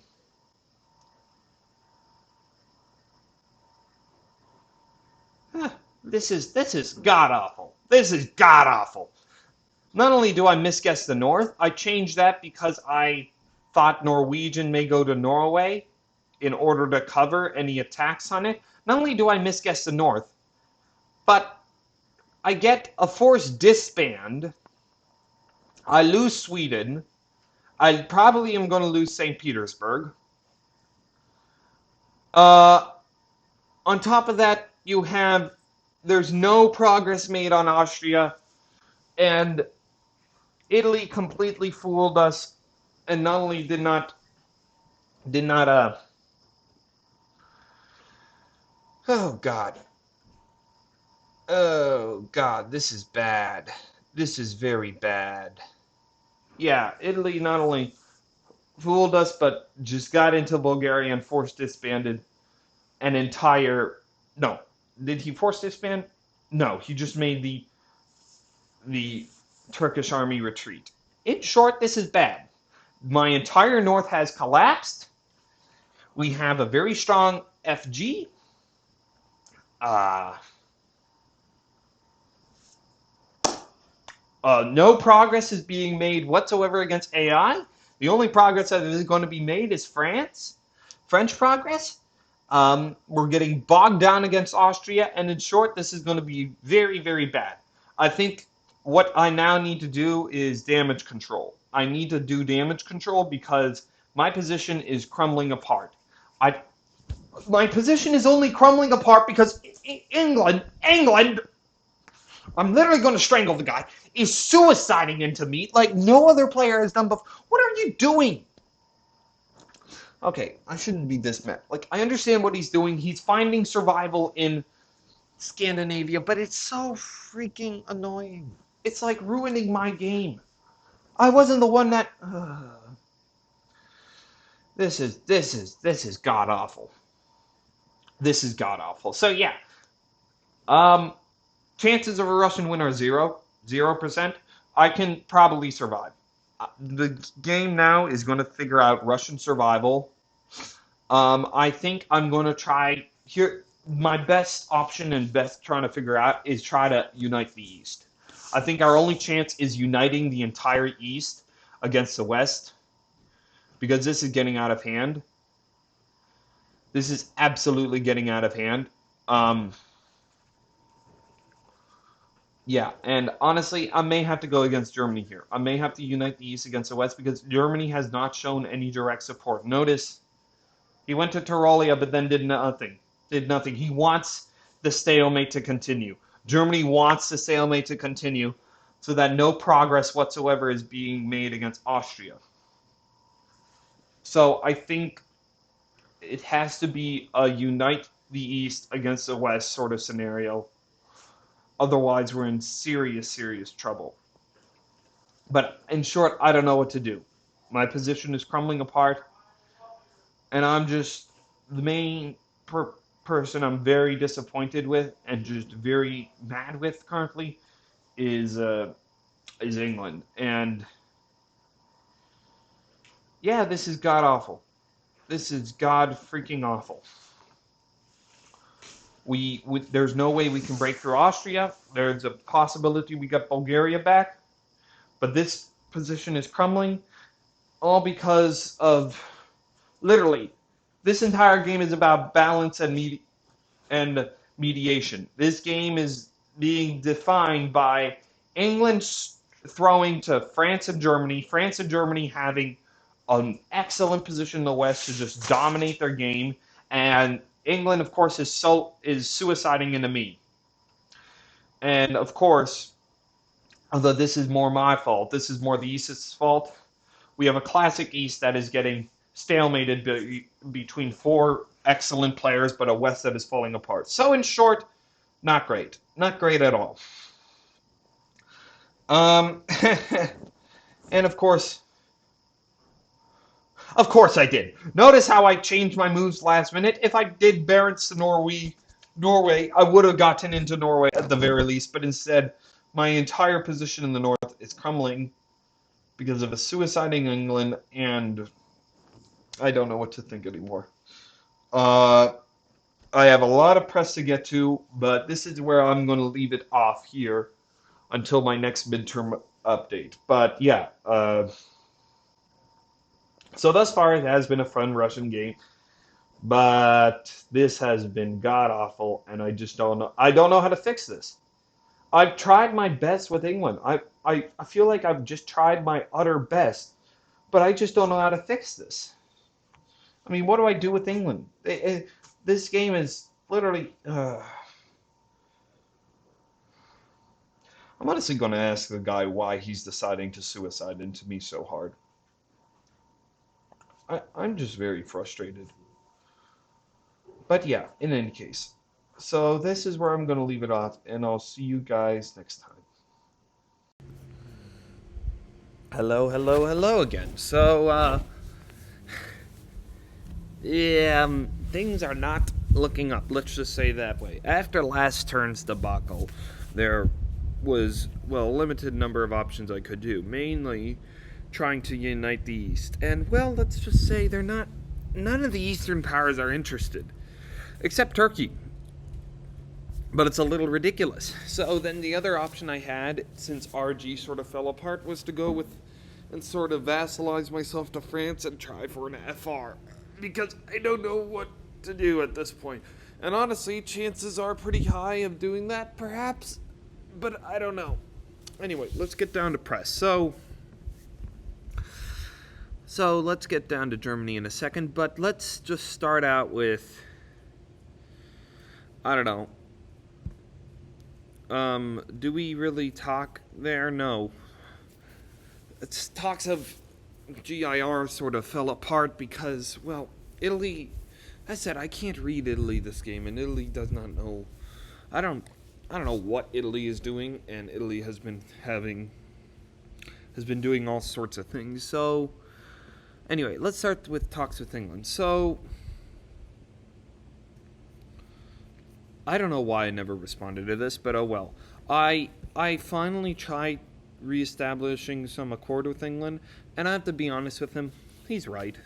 In many ways, he's right in this idea that he was being FG'd. What chance did he have? His only growth was through Scandinavia, so it was his way of trying just to survive. And at least we get something going again, but my main goal this turn was to try to unite the East and get England on side against FG, but no one was interested. I did not even try further with England when the East sort of is not interested, and it just doesn't make sense. But anyway, you can read through my press. I honestly just am trying to figure out ways and things to do here. Sorry. And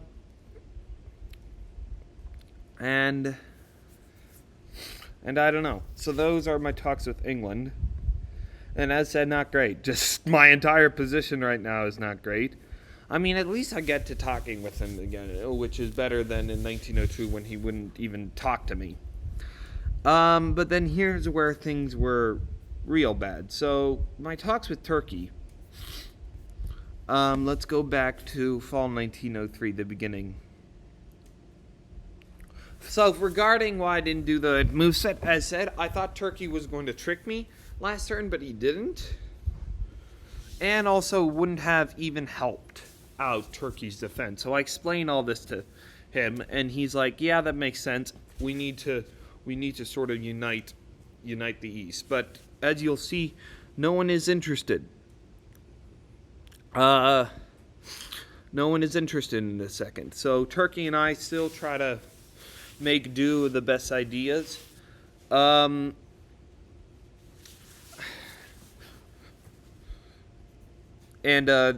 This is in reference to this group message that Turkey sends. And this was quite interesting on Turkey's part. So Turkey is trying to reestablish some sort of, I don't know, Eastern defense against FG. And this was his response to both Italy and Austria. And it's quite frustrating the way he expresses himself. I can see that he has many frustrations. So, as he says, after saying that, we sort of joke around, and I say, I will try to sweet talk them into, and I'll be the good cop, etc., etc. So then I send this message. I essentially send this very long message explaining, hey, we have an FG, we've all sort of fought before, let's get together. But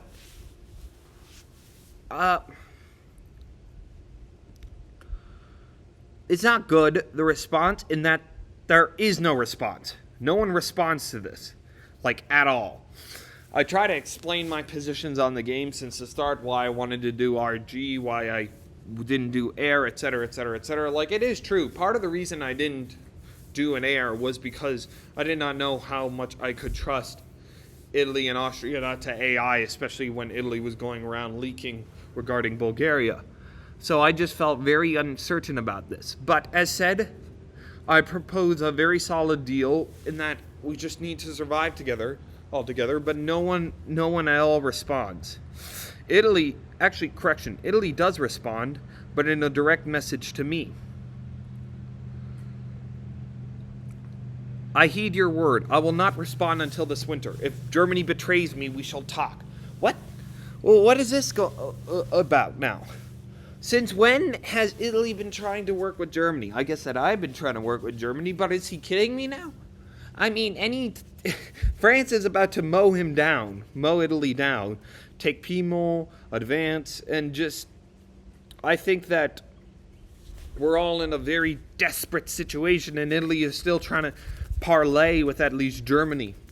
I'm only parlaying with France because there is no other option, and I think that France has a good opportunity to stab Germany here in order to try for something and gives me an opportunity. So I was very confused, but then I hear nothing from Italy. Italy's press has been frustrating me this entire game.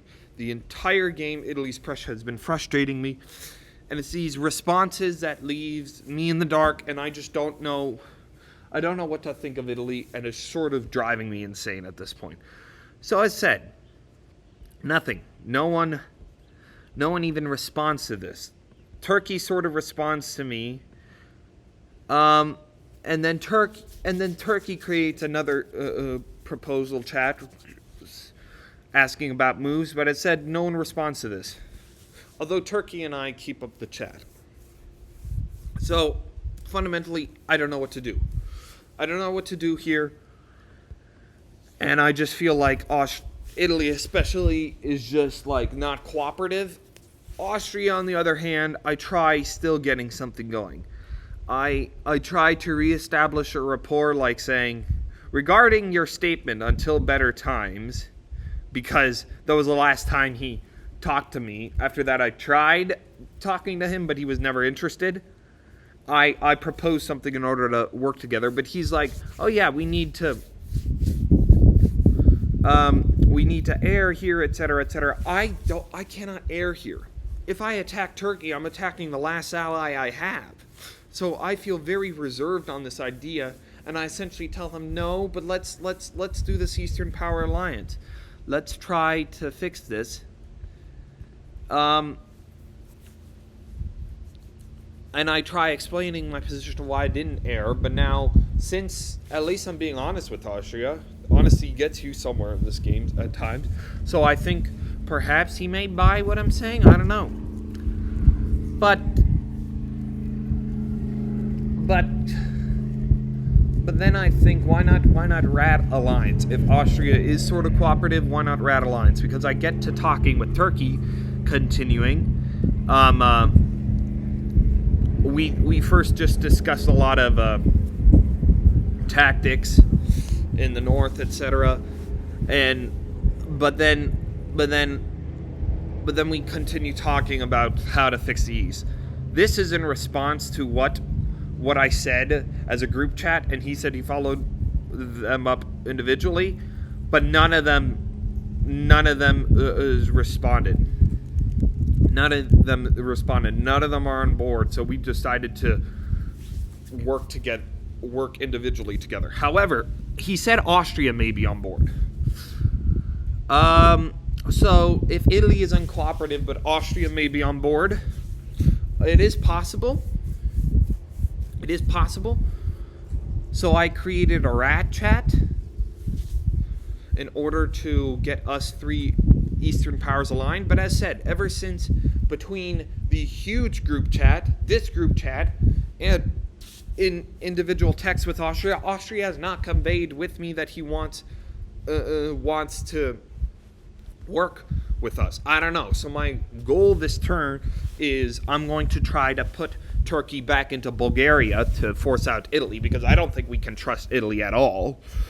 I'm going to do sort of neutral moves, not attacking Austria directly here, just tapping things to see what Austria does, to maybe convince him to do a rat later, but I don't know, because this East is a complete mess. But I just am completely honest with Turkey in that I don't think they're on board. As said, Austria has sent me no message. And yeah, I don't know. In short, my hopes and desires for the East and my wishes of trying to get together some large alliance. Like at the beginning of this turn, I was thinking, okay, let's get a large alliance together. Russia, Austria, Turkey, Italy, and England, all allying against France and Germany. Those wishes are not paying off, like, at all. Especially when Italy just refused to respond to anything, and when he does, he says, okay, but I'm going to see if Germany betrays me first, and then Austria hasn't sent me a single message. There is a possibility with Austria, since Turkey seems to have some sort of rapport with him, but as said, he's talking to him, but not as you and I talk. So I don't know what that means. I don't know if in reality Austria is like, oh, reserved. I don't know. I won't be surprised if Austria is with Germany. I won't be surprised, because as said, RG sort of collapsed last turn, given what I said, and I expressed my disappointment to Germany. That was my pitch to Germany. Hey, your realm of expansion is through Austria. I mean, you can try to expand against me, but then that leaves you open to France, and we can both attack France. He doesn't take it up on me, and I'm just frustrated with this game. First, England doesn't take up my ER, then Germany not taking up my RG. Oh well, it's fine. It's fine. We can still salvage this. So I just tell him the truth. And he's saying, yes, I agree. I've been resistant. Generally, Germany doesn't get involved so early, and I agree. But it's just like, I don't know. I think that was the point of the interesting proposal that was RG. So I try to reestablish some rapport with him. And one other thing, I also try to destabilize things further, especially in his relation with Italy. I feel like, or just continue your manipulation plan with Italy, because as said, Italy has messaged me, hey, I'm going to try to trust Germany here, see if they go with me, and then perhaps I'll go with you. But I don't know. I just want to give Germany some sort of idea that I sort of know what's up without really knowing what's up, in order to make him, I don't know, scared.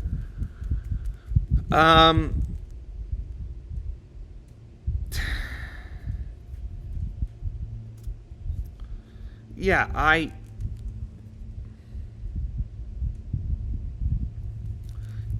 don't know.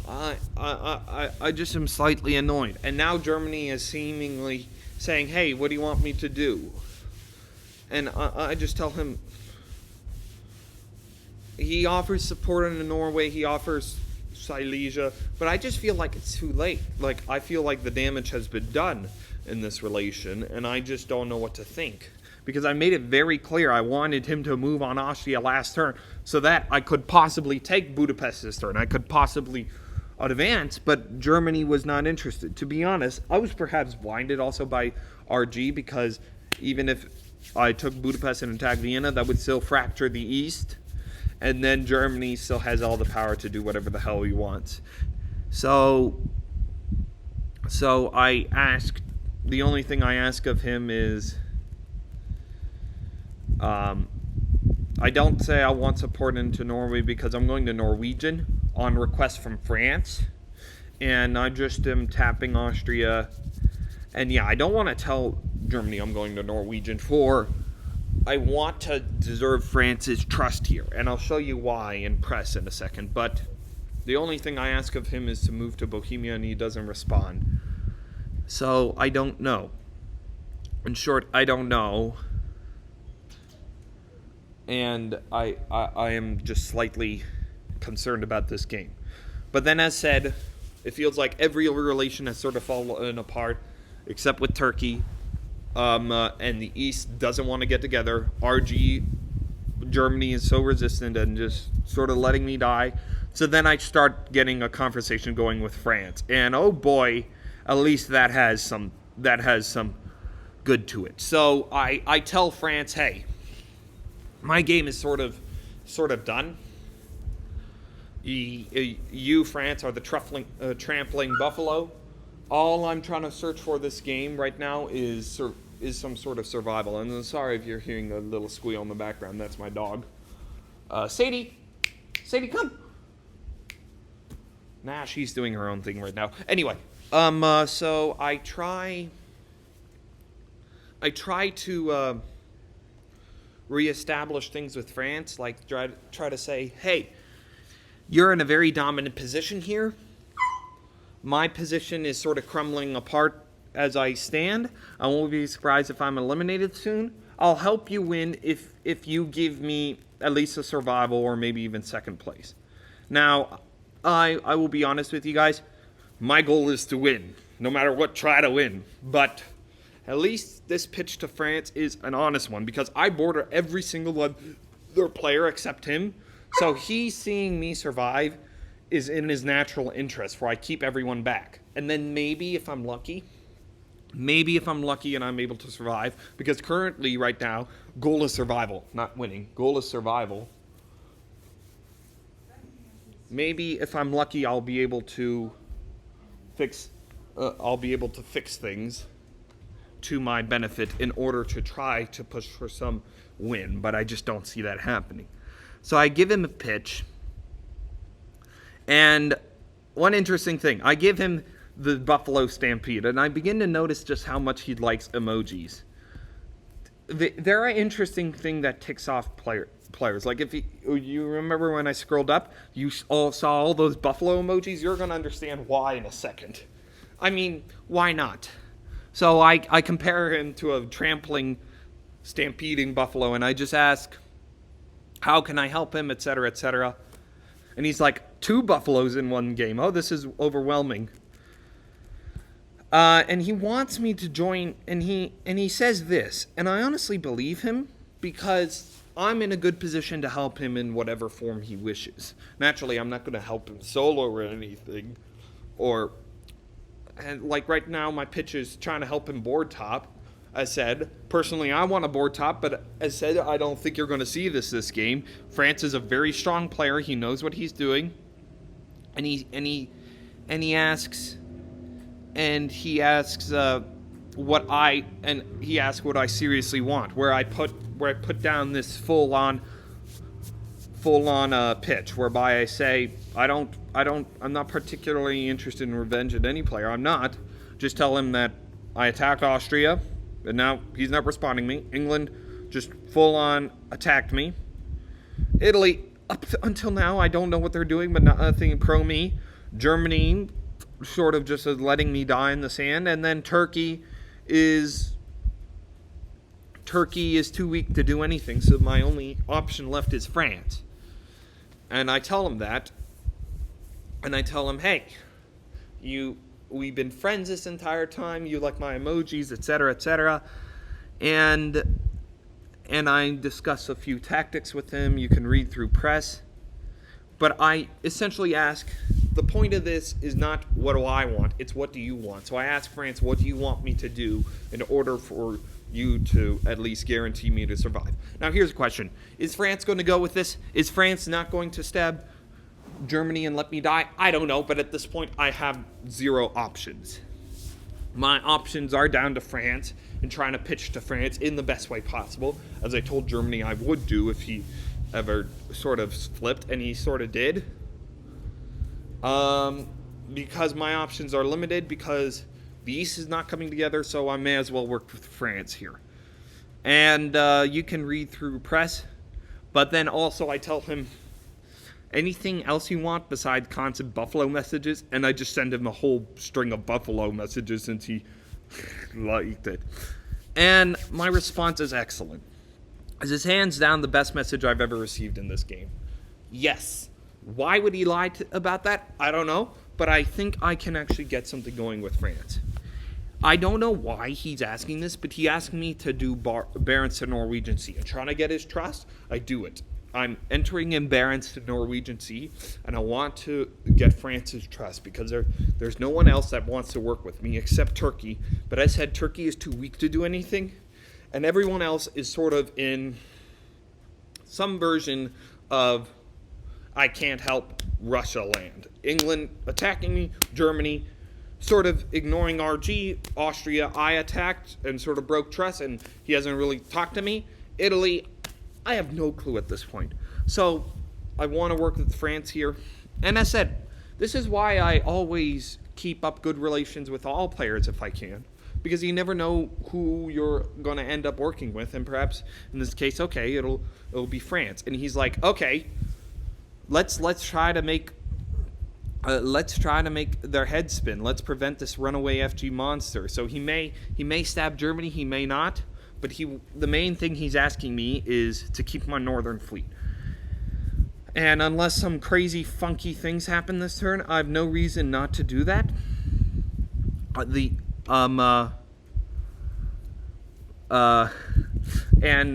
honestly, I have a good feeling about this. At least for some version of survival. I wish France was, I don't know, Austria or just someone else because, no, I wish France was Germany. Because I think he and I would have had a great RG if he was Germany. But, oh man, I really like France. And, I mean, I've liked him since the beginning of the game. I just wanted to try. I wasn't interested in FR because attacking Germany early is always sort of a little tricky for Russia, which is what he wanted me to do. And I don't know.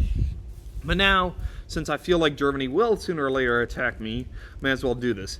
And also, just things like this makes it just feel more genuine. We should add a growing number of buffaloes to our press with other players. As sort of like, oh, we're both together, the Stampeding Buffalo Alliance. I don't know. Anyway, just funny jokes like that makes it sound more genuine. As to whether he'll actually go with me, I don't know.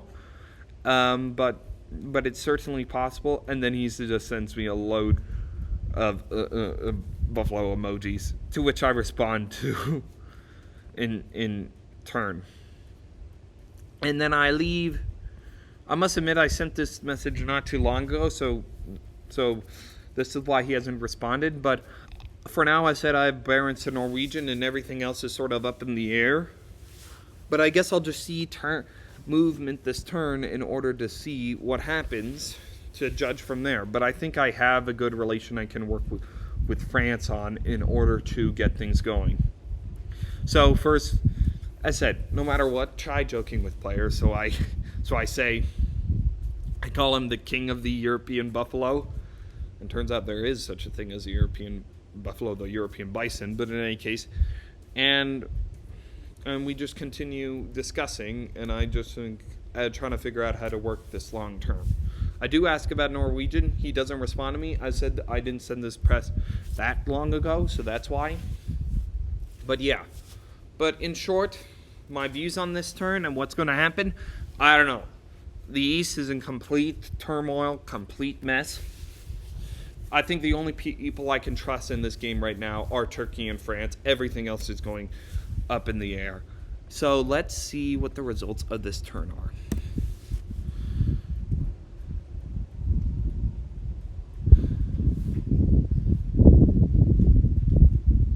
Okay.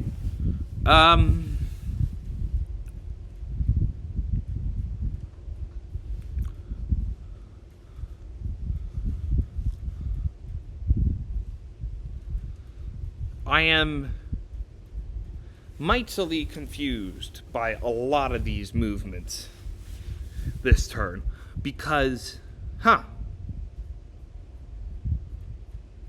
well, for one thing, I don't think that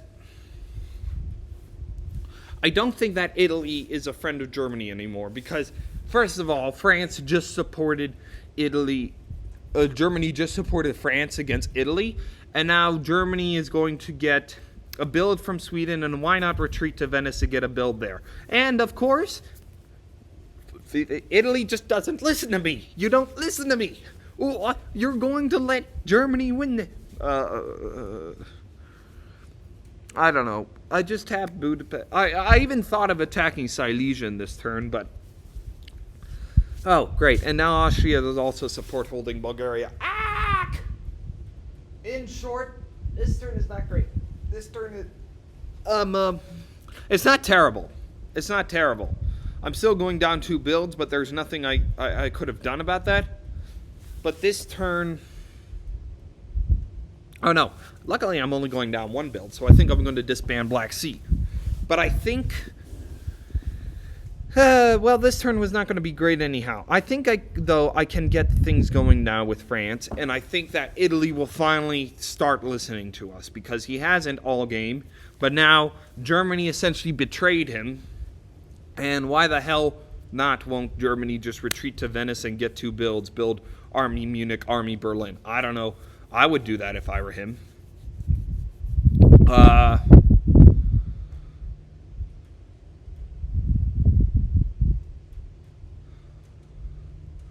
The moves in the north were interesting, to say the least. I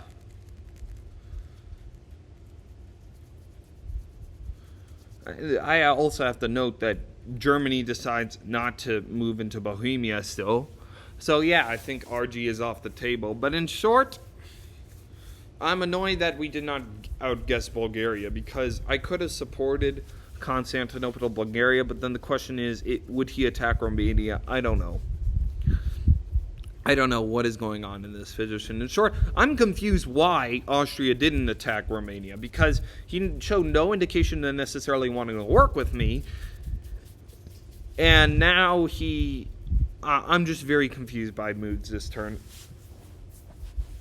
I guess that has been the game, though. But luckily, I get to keep my northern fleet, so I may be able to do things with France. Also, as I said, I'm sort of trying to reestablish some rapport with England, and now there's something to work off of. He still has Edinburgh, he still has Norway, and he still has St. Petersburg. And seems like France and Germany got into a disagreement about who gets into Edinburgh and how. But yeah, so I think my goal this turn is to continue trying to convince France to go with me, and I have a feeling that Italy will come begging to us now. But honestly, I feel like it's a bit late, man. It's a bit late. And this game has turned into complete and utter catastrophe. I think the disbands this turn will be Black and Ankara. And yeah. So my goal this game, as said, is going to continue to survive, and I'm going to see what to do. As said, luckily I think Germany has betrayed Italy, so now Italy will finally start listening to us. But as said, I just think it's too late. Like, if you look at this, France essentially will take Tunis. There's nothing stopping France from taking Tunis. But then luckily, I think I can do my pitch to France and work it out just well. However, I just need to be careful that I don't make France too large in the west, such that he can easily have a solo going for him. Because if Germany collapses too fast, too quickly, with the removal of Tunis, and then Germany falls apart, well, that would be bad. But I think England is still a viable partner in the north, because luckily he didn't move Finland to St. Petersburg, as I sort of feared. So yeah, in short, I don't know what to think. I just don't think Germany is no longer a friend. And yeah. So I'll catch you on the next turn. But in short, honestly, actually reconsidering it, it's not that terrible. Like, I knew it was going to be bad, but I didn't lose any more centers. Then again, I couldn't have lost. Well, I could have lost Romania. I guess. No, it wouldn't be possible for me to have lost Romania. So yeah, I mean, I don't know. We'll see. But I think this game has just devolved into a complete mess. So we'll see what to do. and then I'll get back to you guys later. Anyway. Hello again. So, I am cautiously optimistic this turn will not be a complete disaster. Last turn was not bad. Fall 1903 was not bad at all. And yeah, so since there's not much been going on, the only significant change between last turn is that France changed his opinion and wishes me to disband barons now. I'll get into press of why in a second, but I decided to acknowledge that. And I'm disbanding barons. And I don't know, it's still probably FG, and we're still probably going to get rolled by the West, but there's a chance that something may happen, whether it be an EF against Germany or an actual Rat alliance coming through. So yeah. Do I think it's going to go well? I don't know, but at least I'm cautiously optimistic for this turn. So let's get down to press. So first of all, you'll remember my pitch to Austria and Italy. Like, I think I've lost all hope in Italy at this point because I think their demands are a bit insane and they've not been cooperative at all, but we may be able to get a rat. So when the turns happened, if you remember, Italy said that they're not going to go with us because they want to see if Germany doesn't betray them. And well, if you look at the moves,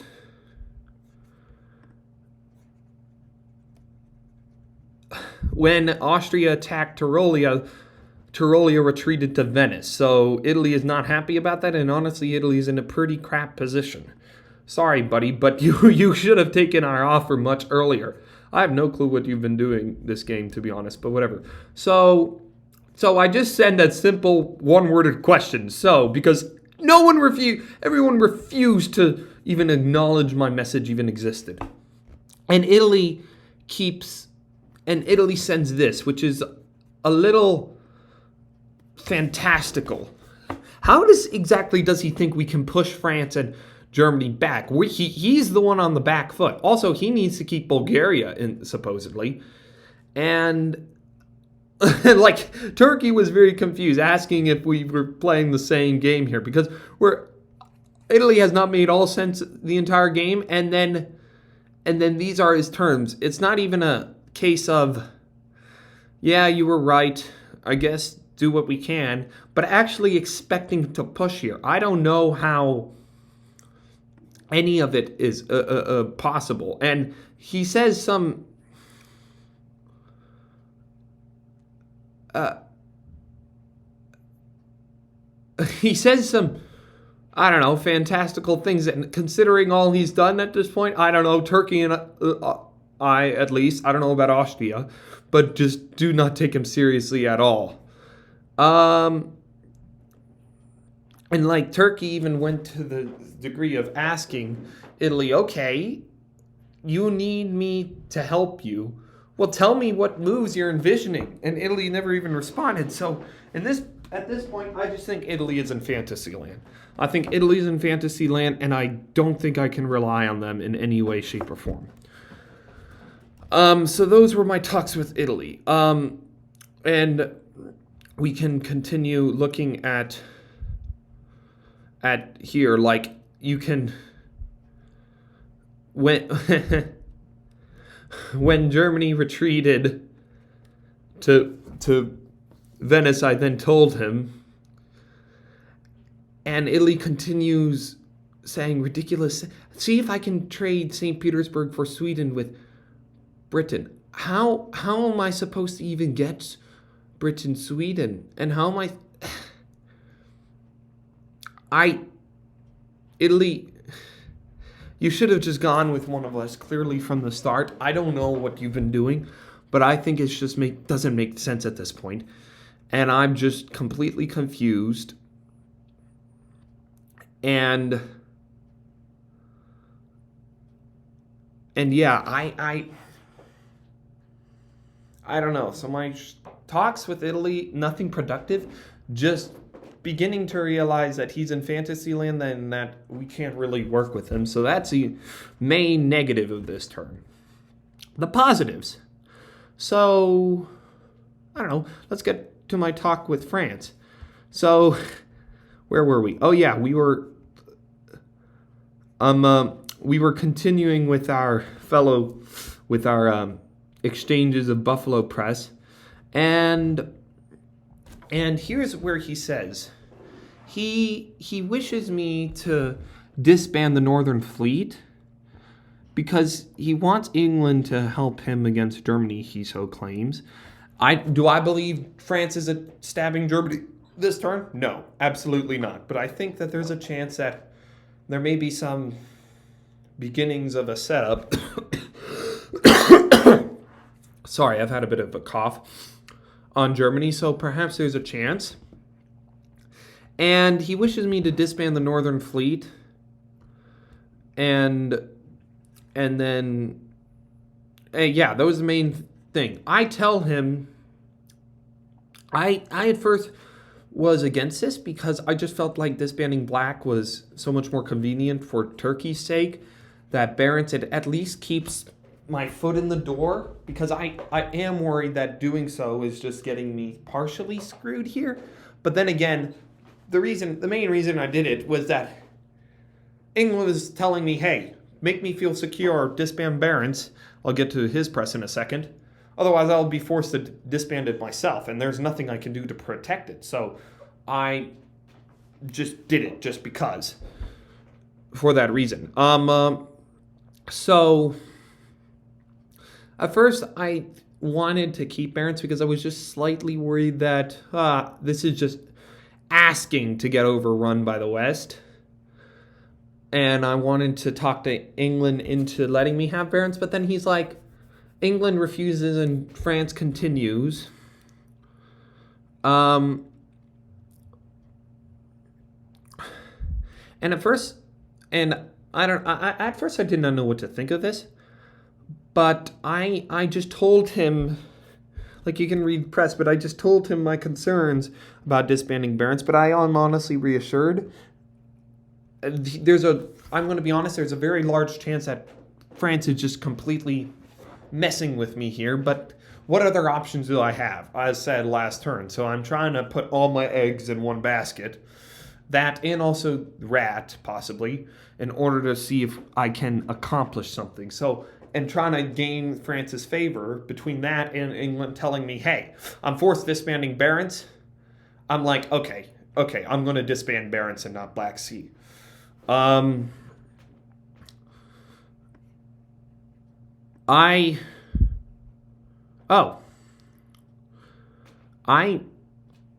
some reason, I thought I sent press to France in spring 1904.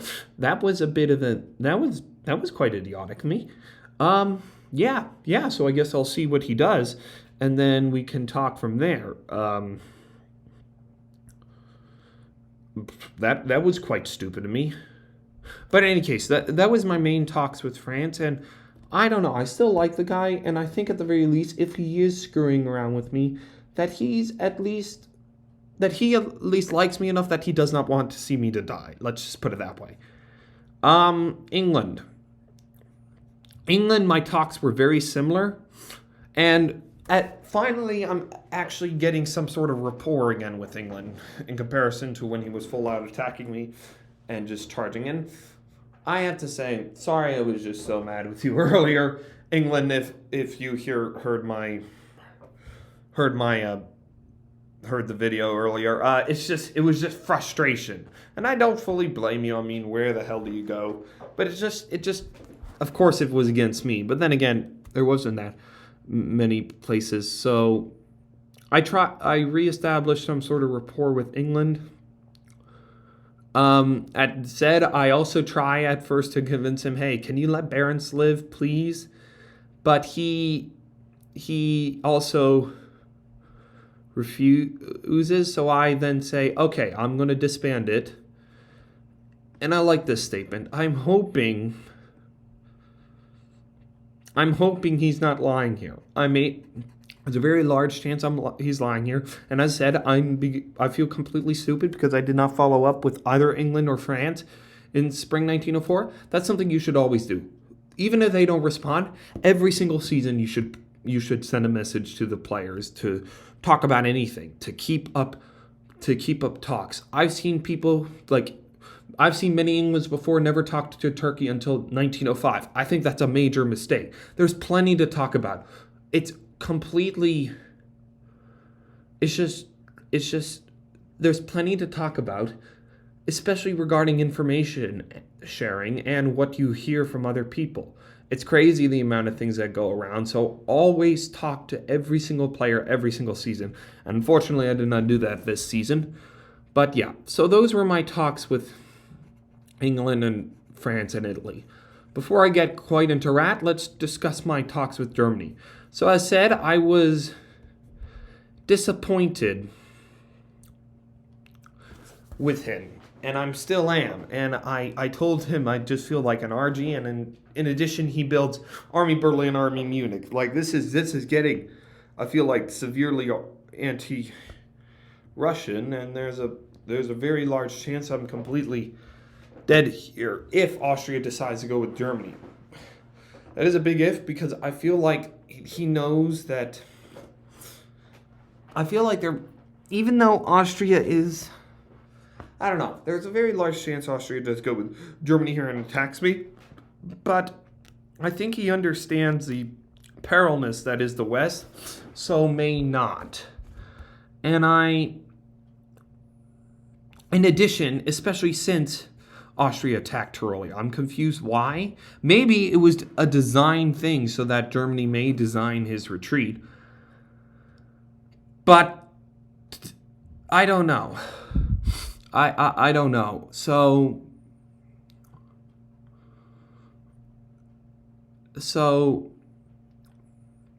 we'll see. But I expressed disappointment. And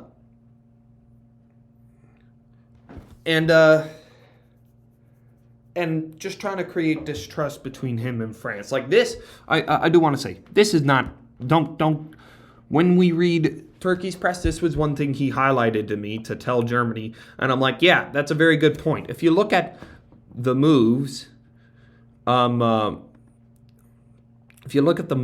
last turn, France specifically supported North Sea to Edinburgh and then went English Channel to North Sea. I'm trying to get Germany paranoid in some fashion here, because that is very, very, shall we say, not pro-German. Because if Germany did get into Edinburgh, then suddenly France is in North Sea. He has opportunities against Holland, Denmark, taking Edinburgh, etc., etc., etc. So I was telling Germany, hey, France is trying to screw around with you here. And indeed,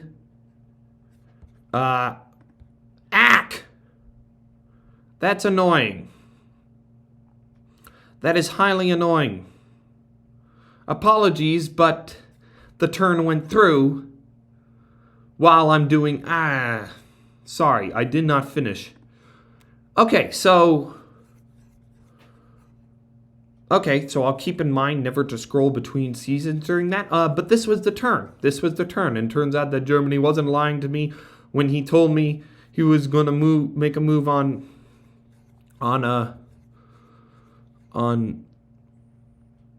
Austria somewhat, but as said, by then my trust in him had sort of faded.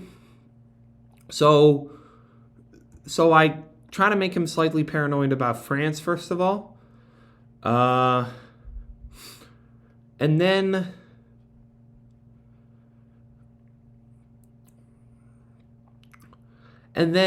well, I don't know. I'd say, is there any possibility we can do something together?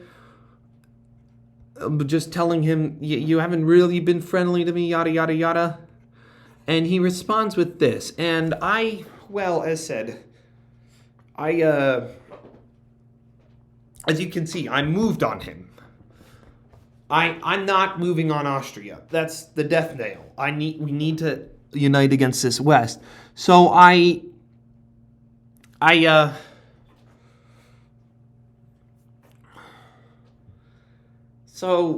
know. I tell him I'll be cautiously optimistic that he'll move on Austria, but not telling him I but as I said, I wasn't going to move on Austria last turn or this turn, and indeed I didn't.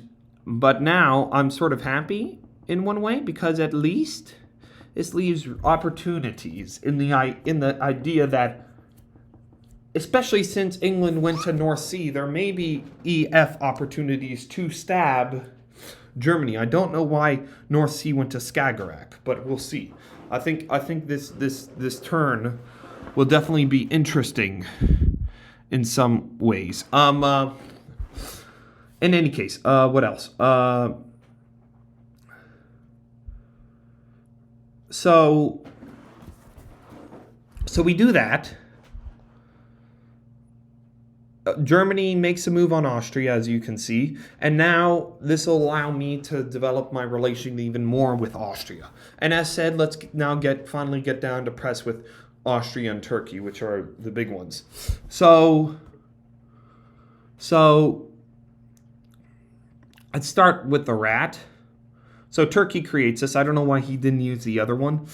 But as said, at first he's questioning keeping Italy around, given the fact Italy was in fantasy land. And finally, at least we don't get silence from Austria, which is good. And I get cautiously optimistic. Okay, there's a chance for a rat here. And indeed, if you look at the moves, Austria did not stab me in the back for Romania, which I love. So now we can actually get things going. So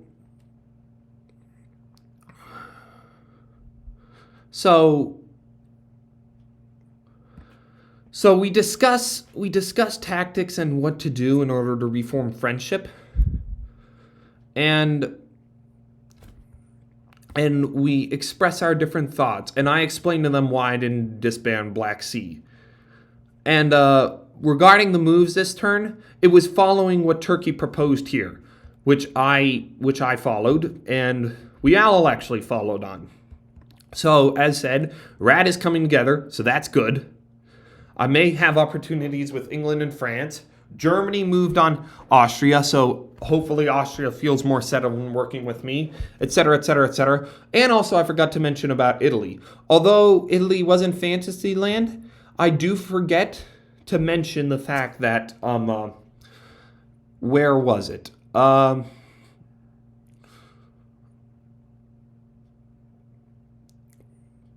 Here. Update. Italy says he is down for destroying bulls. So maybe we can get Italy out of fantasy land and actually have him do something productive. Given everything. And I mean, the turn was good. We did not lose Tunis. We did not lose Rome. We did not lose Naples. We forced Italy out of Bulgaria. I get into Silesia.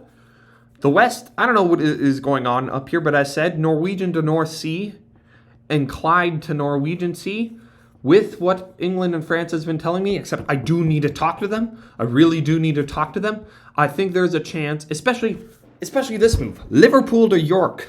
I mean, think of all the things that Yorkshire can do. Convoy to Holland, convoy to Denmark, etc., etc., etc. I wouldn't want to be Germany in this position. So, I don't know. Lots of opportunities now that we have a rat going, and perhaps there's going to be a stab at Germany, especially since the rat is underway. So, Austria, the one worry I had last turn was that Austria was not talking a lot, but at least he was talking, which was good. So yes, so we agree on moves, and Turkey continues with all of his. I highly recommend just pausing these videos, at least to read Turkey's tactics, because I don't have all the time in the world to go over his tactics, but his tactics are extremely solid, and he goes into great detail, so you can learn a lot from him.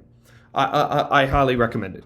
The main reason why I was concerned this turn was that I sent the following to Austria.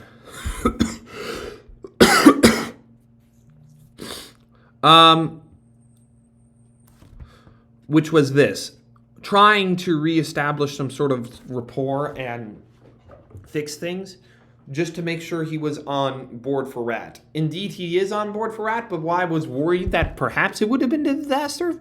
But was that he never responded to it. So I don't know, just was trying to explain my positioning and why to do the rat now. And indeed, he went with us. So I am very happy, and there may be an opportunity now for this turn. So those are all the conversations except with Turkey.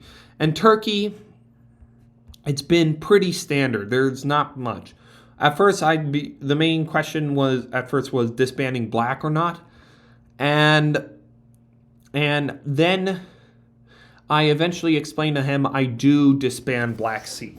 Now here's where an interesting thing comes up.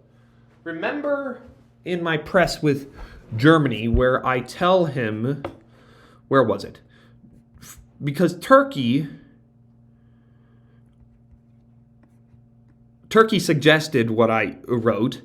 The German responded with essentially telling me, yes, France screwed with me there, but also said that Turkey was unhappy with me regarding the Black Sea disband. Considering my position and my explanation to Turkey and how strong I've been with Turkey for a long time, I highly doubted this and just believed that Germany was just trying to mess with me here. So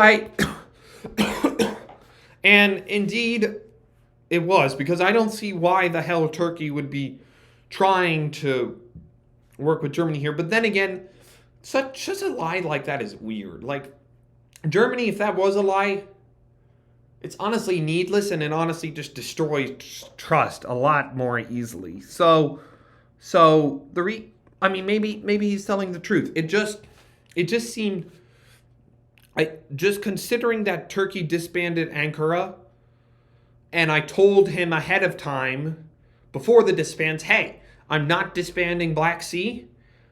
It seemed odd why he would be mad, and indeed he wasn't, or at least he says he wasn't. So I don't know, that was just an interesting little press tidbit with Germany that'll come back in the press here in a second. So at first we discussed Black Sea or Barents disband. Eventually I disband Barents.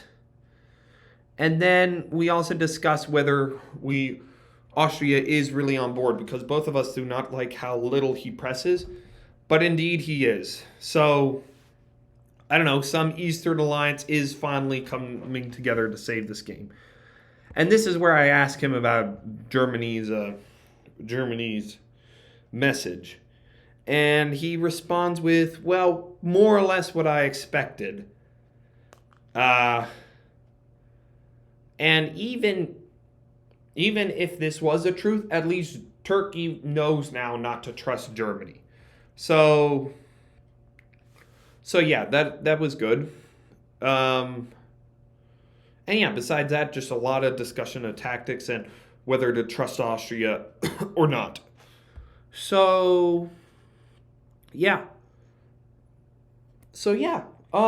In terms of how I think the turn went, I said I'm sorry that it went through before you saw all the press, but I think, as said, not a complete disaster and overall pretty well.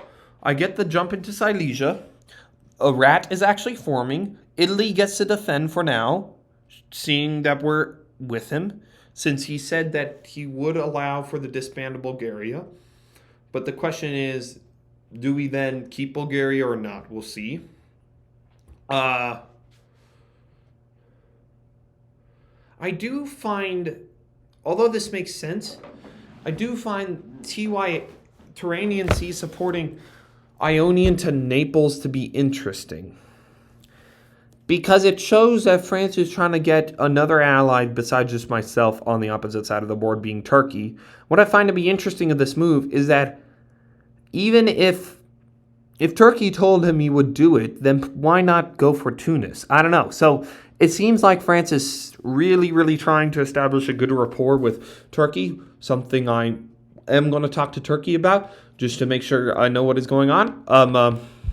But yeah, there's a possibility that Turkey and I can, I don't know, be secondary partners to France here.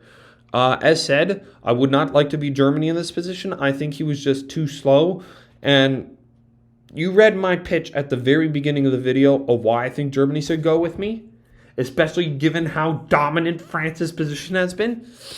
Well, France's position continues to just be completely dominant, and I don't know.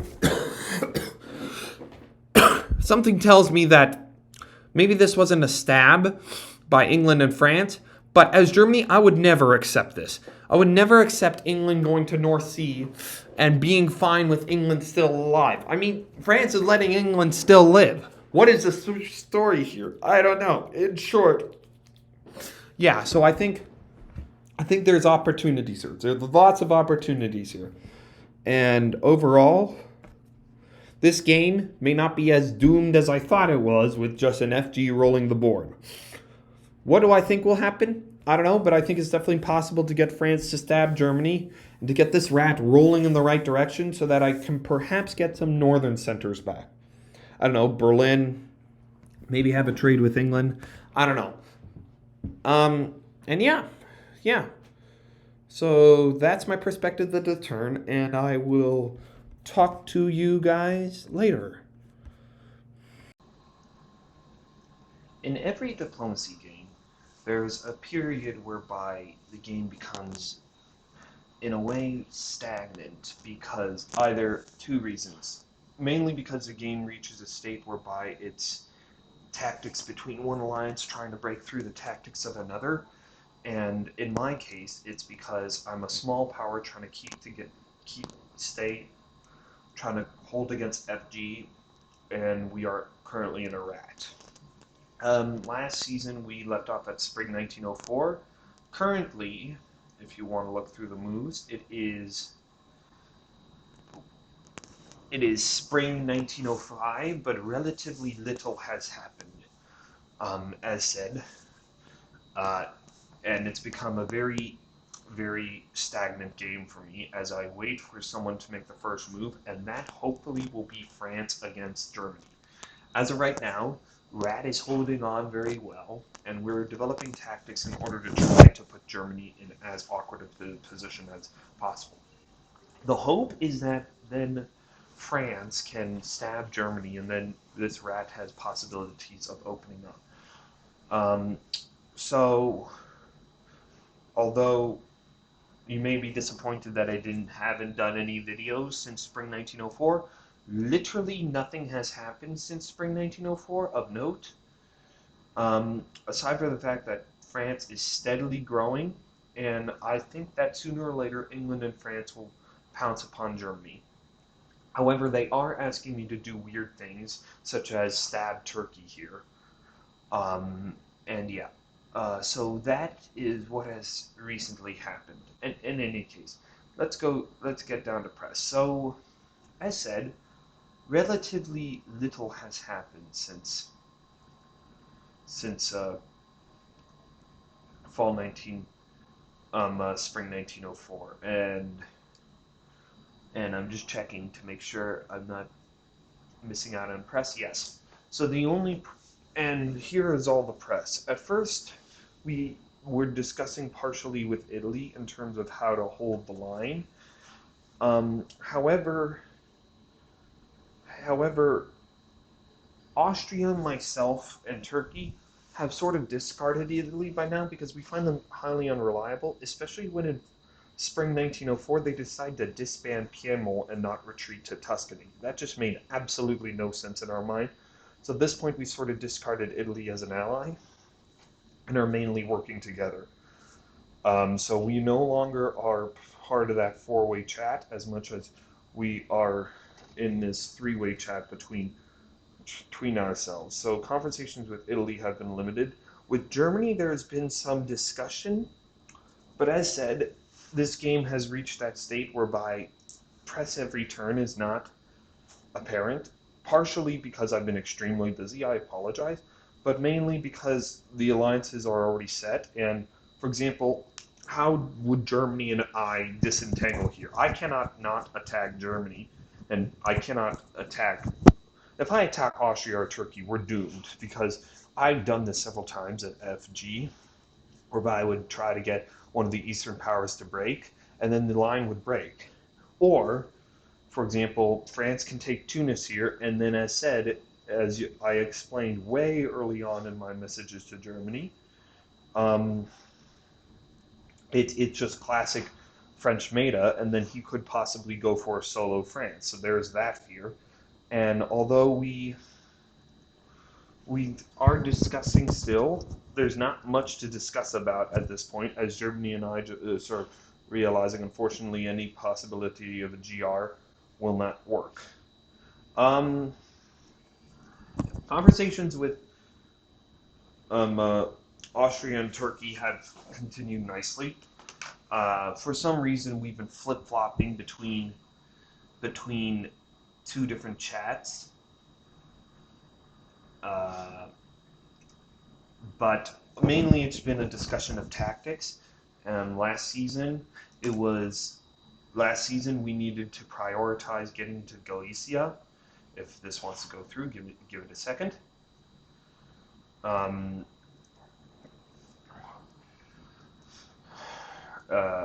Last season was a prioritization of going through Galicia and trying to establish more against Germany. And this season we're trying to destroy the Bohemian army as we're waiting and trying to create a stalemate line along the stalemate line. Now, for those of you who don't know what the stalemate line is, or new to diplomacy, the stalemate line is, as mentioned, this line that mainly stretches from St. Petersburg down to Tunis, and along these centers, you can form your units in such a way such that it is impossible for the opposing side to break through. We currently don't fully yet have the stalemate line, but we have some version thereof that is going to make it extremely hard for France and Germany to break through. Italy is our weakest section right now, but that is all the more good for us because France is the only one that can do some movements in Italy. For example, he can take Tunis with TYS, he can maybe move into Tuscany and guess right, but Germany will get no progress. So hopefully France will stab Germany and then we can move from there. But currently, as said, these last two seasons have been sort of a waiting game by either party, with France and Germany trying to make myself, Turkey, and Austria all try to break their alliance, and we are trying to get France and Germany to turn. I think France will turn first, but yeah. So those have been the tactics with the Rat Alliance, and I've continued my chats with Turkey in person because we still are not fully trusting of Austria at this point. But the main thing that I wish to discuss with him are two things. First, why he built Army Constantinople, because that's not the most friendly rat thing. And second, trying to reel him in because he was discussing the idea of stabbing Austria here. But then I'm saying that if he does that, then the rat is broken, and that there's a possibility of a French solo. Because if France takes Tunis, then if France takes all this, which may seem like a lot, but it really isn't because it's past the stalemate line, so it's easier for France to take it, can fall very fast unless we have a rat going. If I stab Austria with Turkey and France takes Tunis, Austria will not want to help us in supporting Germany in order to stop a French solo. So it would be very, very, very tricky. So here has been my conversations with Turkey. As said, I've just moved them in. I don't wish them to go overall out aggressive. And yeah, my conversations with England and France have still been going well. England, not much. He's been asking me. I think England and I are most attached now, very attached now, because he realizes he's no longer attacking me, so that's good, and has prioritized Germany, which I enjoy. He says he's going all out on an all attack for Sweden, and then I think that can help influence France's decision for stabbing Germany. So I'm hoping this turn France decides to stab Germany, but I'm not too sure. Maybe it'll be this turn, maybe it'll be this fall, but someone will break sooner or later. Someone will break. It will not be me, because France's request that I break is to attack Turkey, and that's, as I have explained, suicidal. That is completely suicidal here, because it's the same reason why we don't want to attack Austria. If any power in this Rat Alliance breaks, then there's a huge possibility that France just takes Tunis and then goes for the solo, because he has the solo run on everyone, takes North Sea, moves his army towards Germany, etc., etc., etc., and then can guarantee, and then either it'll be a solo or a very, very huge stop for France that will be extremely hard for us to stop. So England here has been asking for advice and moves in terms what to do. I've given him the advice he's wished, but the main thing I've been telling him is, if you fight France here, your death is assured. It may take longer for you to die, but your death is assured, whereas your best bet here is to try to get France on side to attack Germany. And he agrees, and yeah, but in any case, Germany, you should have taken my offer, because now the pressure is going to mount on you, and I apologize, but you've left me with very little option except to go with this rat and continue hammering my head into you. My conversations with France have still been great. As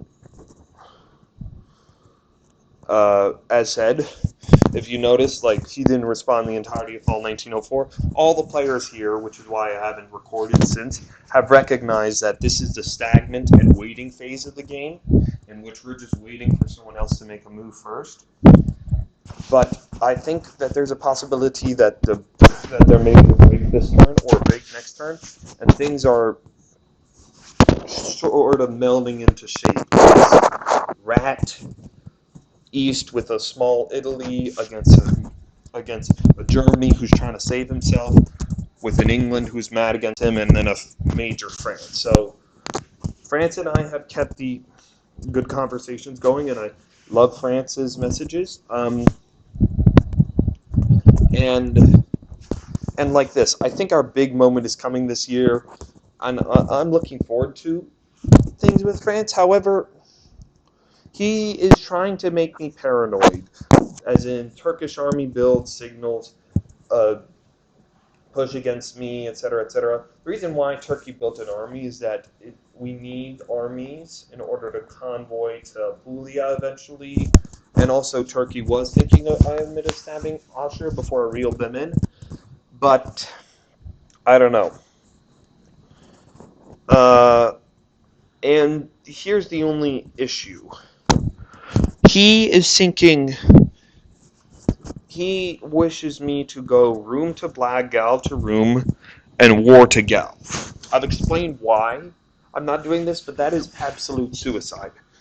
Because then essentially that breaks the rat, and essentially makes me trust that France doesn't continue with Germany for a while to make Germany for a while. And as of right now, I can't do this. This is an alliance of need and desperation, in that anyone who moves first between us three, well, that's a death knell for us. The question is, will France be tired of the stalemate for long enough such that eventually he will stab Germany? We don't know, but we'll see. That's what we're hoping for. So I didn't respond to this because I just did not know how to respond to this, and it was also very late in the season. So I plan to respond to it this season. And then finally, as said, we continued with conversations of the rat. I pitched the idea of why not going Ionian to Adriatic, Greece to Ionian, and then convoying armies to Apulia to take Venice, etc. They don't like the idea, but we all agree that we need to pop Bohemia, we need to keep England on side, and England, I think, is finally on side, etc., etc., etc. But as said, this game, and this is true for all games of diplomacy you play, there's the intense press, what are we going to do, every single message is a red flag phase, and then there's the intense, like, waiting phase whereby the alliances form and meld either out of necessity or just fact, and then any movement, and then it's just a waiting game between people to see who moves first. So we're going to try to. So the plan this turn is to blow up Bohemia, continue trying to hold on to Italy. Tunis is a lost cause, but then continue setting up a position against Germany while trying to make France turn on Germany without it being a requirement that one of us turns on each other first. Now, who knows? Perhaps I'll get turned on by someone, but if I honestly believe any one of us turns on the other, it game's over for us. The game is over for us. There's no time to do anything else but this rat alliance. So in any case, let's see what the moves were.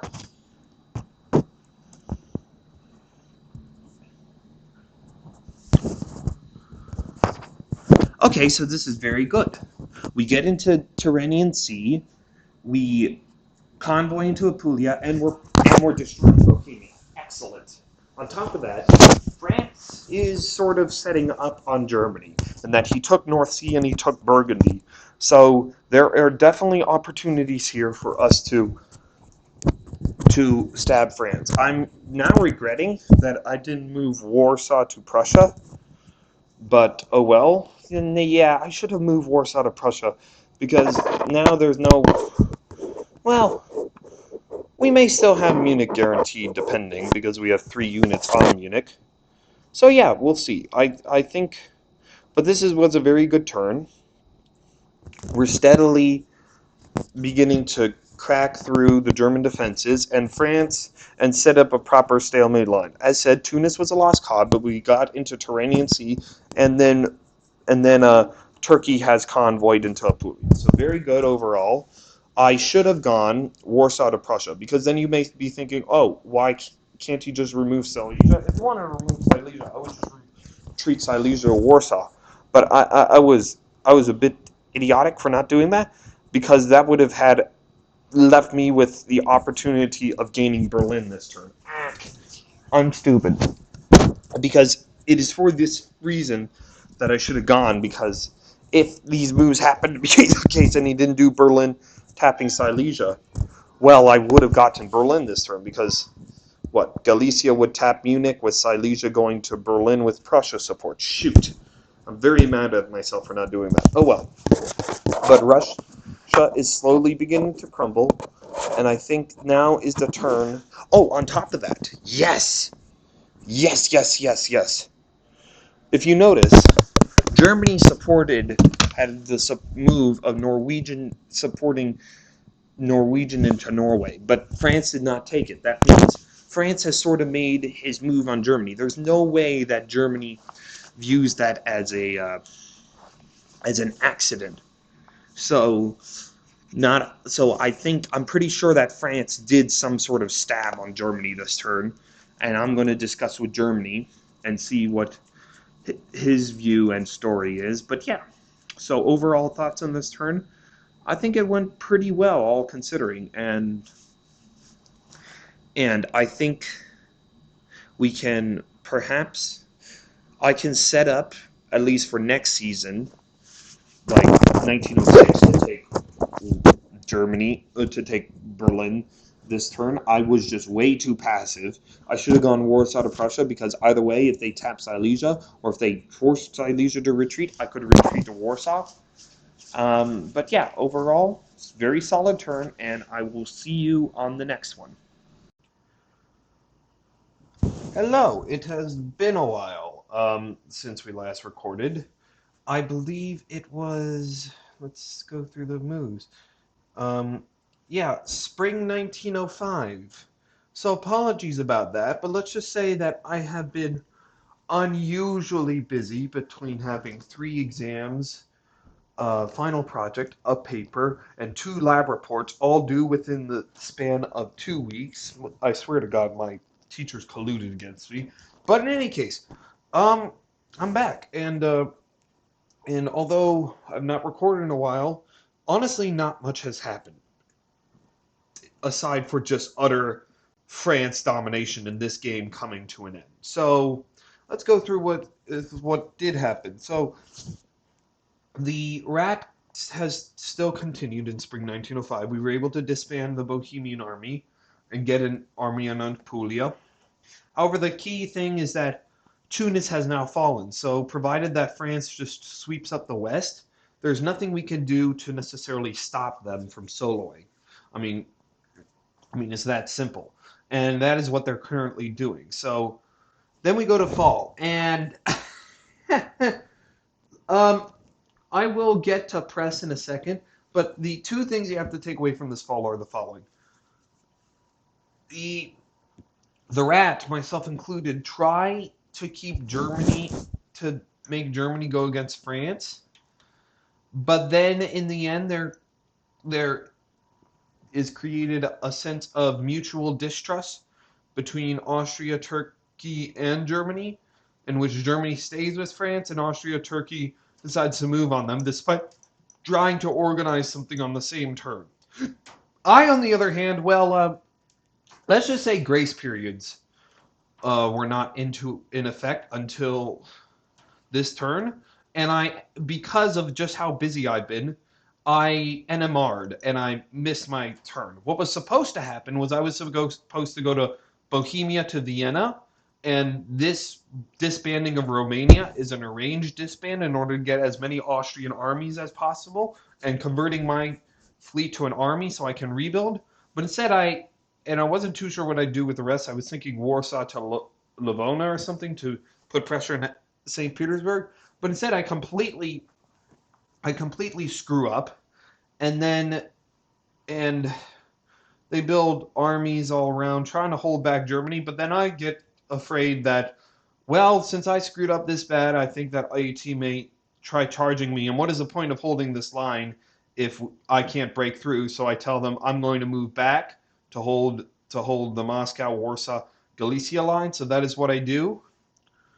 And France just continues to dominate in the north until we get to the current phase, and the current order and story of things is that, well, we're all conceding to France. I'm tired of the game. This has been a very frustrating game for me. This has been an extremely frustrating game for me, particularly on the accounts of England, Germany, and Italy. Honestly, many of them played well. Like, England just got unlucky. He got FG'd and escaped towards me. Makes sense. Germany, I mean, strong FG, sure. I just think that you should have taken up my offer and gone after Austria earlier. I honestly believe that because, well, I don't know. I don't mean to be critical. I'm not. It's just, from my perspective, it's been very frustrating, especially since I was worried of a French domination since, when was it? Spring 1902 I've been worried. And indeed, I'll have a French domination. And Italy, the entire game, I've been very confused as to what Italy has been doing. The chaos player among us. So that's why it's been frustrating. But honestly, it's been a very fun and good game. But yeah, to be honest, it's not fully done yet. Just Turkey suggested you can read through to concede to France, and every single person has agreed. So if it doesn't end this season, it will probably end in the winter or something. And yeah, let me just see this. Yeah.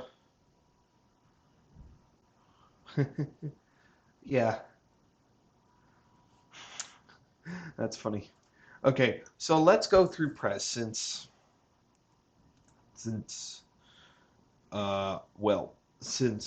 the early reckonings of spring 1905. I think it's been a while. There's been quite a bit of press going around, even though I've not been pressing that much, but a lot of group chats have occurred.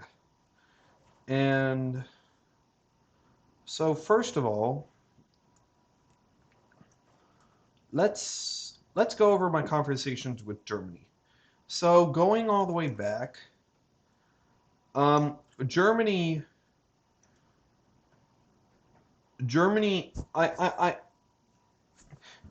Let me go to the position. The position, if you remember, spring 1905 was just one of here. Let's do something. This is what I'll do. Screenshot. X. Screenshot.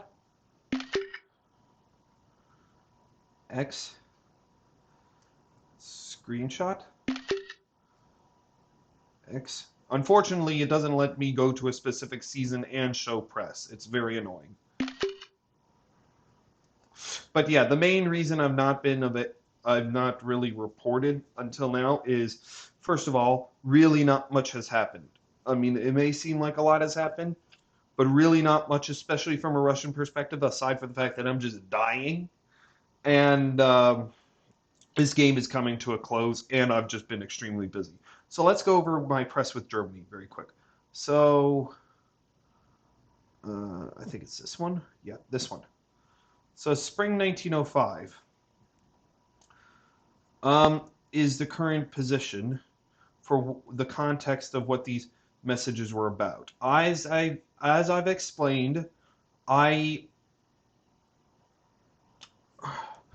Germany wanted me at this point earlier to go after Austria in spring 1904, but as I've explained, there was no way I could do that, and Germany was essentially just wanting me to die. He was like, okay, fine, now we'll do an RG. But it just didn't make sense from my perspective, like at all. Especially if I were to do an RG, it just felt like the FG would just roll over the board, and I would honestly just lose. So it made no sense for me. So I just went with the rat, and then I send this message hoping for some rapprochement. I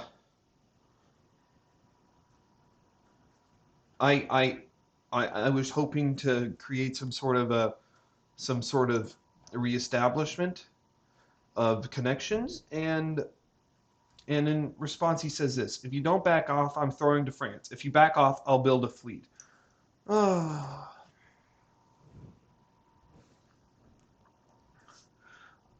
I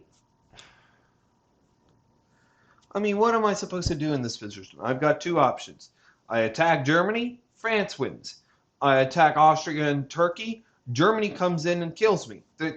I mean, my options are very limited. This rat alliance has formed because if any one of us stabs the other, then we just mutually kill each other. It's just mutual self-destruction. And Germany, and that's why I wanted to do this alliance with Germany for a while, all the way back to the start, was to break Austria fast so that Turkey and I have a chance, but then also to prop up Germany in case of a huge over-thundering France, as has just exactly happened. I mean, going back to spring 1905, France was at 9 centers and he just gained 10. So then I regret sending this message. I do regret sending this message, but you can read. I explained to him my frustration and telling him, oh, now you pull that card. You've left me no option with the game. I warned you way early on. I warned you this would happen, yada, yada, yada. This message was sent out of pure frustration on my part. That I just felt like from the start, everything just went haywire. England full attacked me. I guess it sort of makes sense. He was trying to get away from France and Germany, but yeah. Italy just was a wild player, and I could not trust him to save the world in order to actually go against Turkey. I wasn't too sure about my opinions of Austria, but I felt more confident with Turkey. And then we got into a stalemate in Austria. I went constantly for like 2 years. I was talking to Germany, hey, come help. He never did, and then finally expects me just a few seasons ago to finally attack Austria, only after I'm down to 4 centers and the West is cleaned up, and it's just a clear FG rolling the board. And I was down to, how many centers was I down to by then? 4 centers. I was just purely frustrated. And now this guy was saying, in retaliation to the fact that I won't roll over and die, he'll throw to France. So I sent this message. I was extremely frustrated.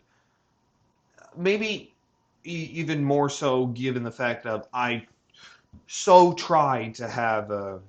Oh, okay. I'll have to hurry this up. I so tried to have some sort of alliance in the West, but they never took me up on it. And it just. I mean, I guess I could have worked with France, but in what way? And I'll get to France's press in a second.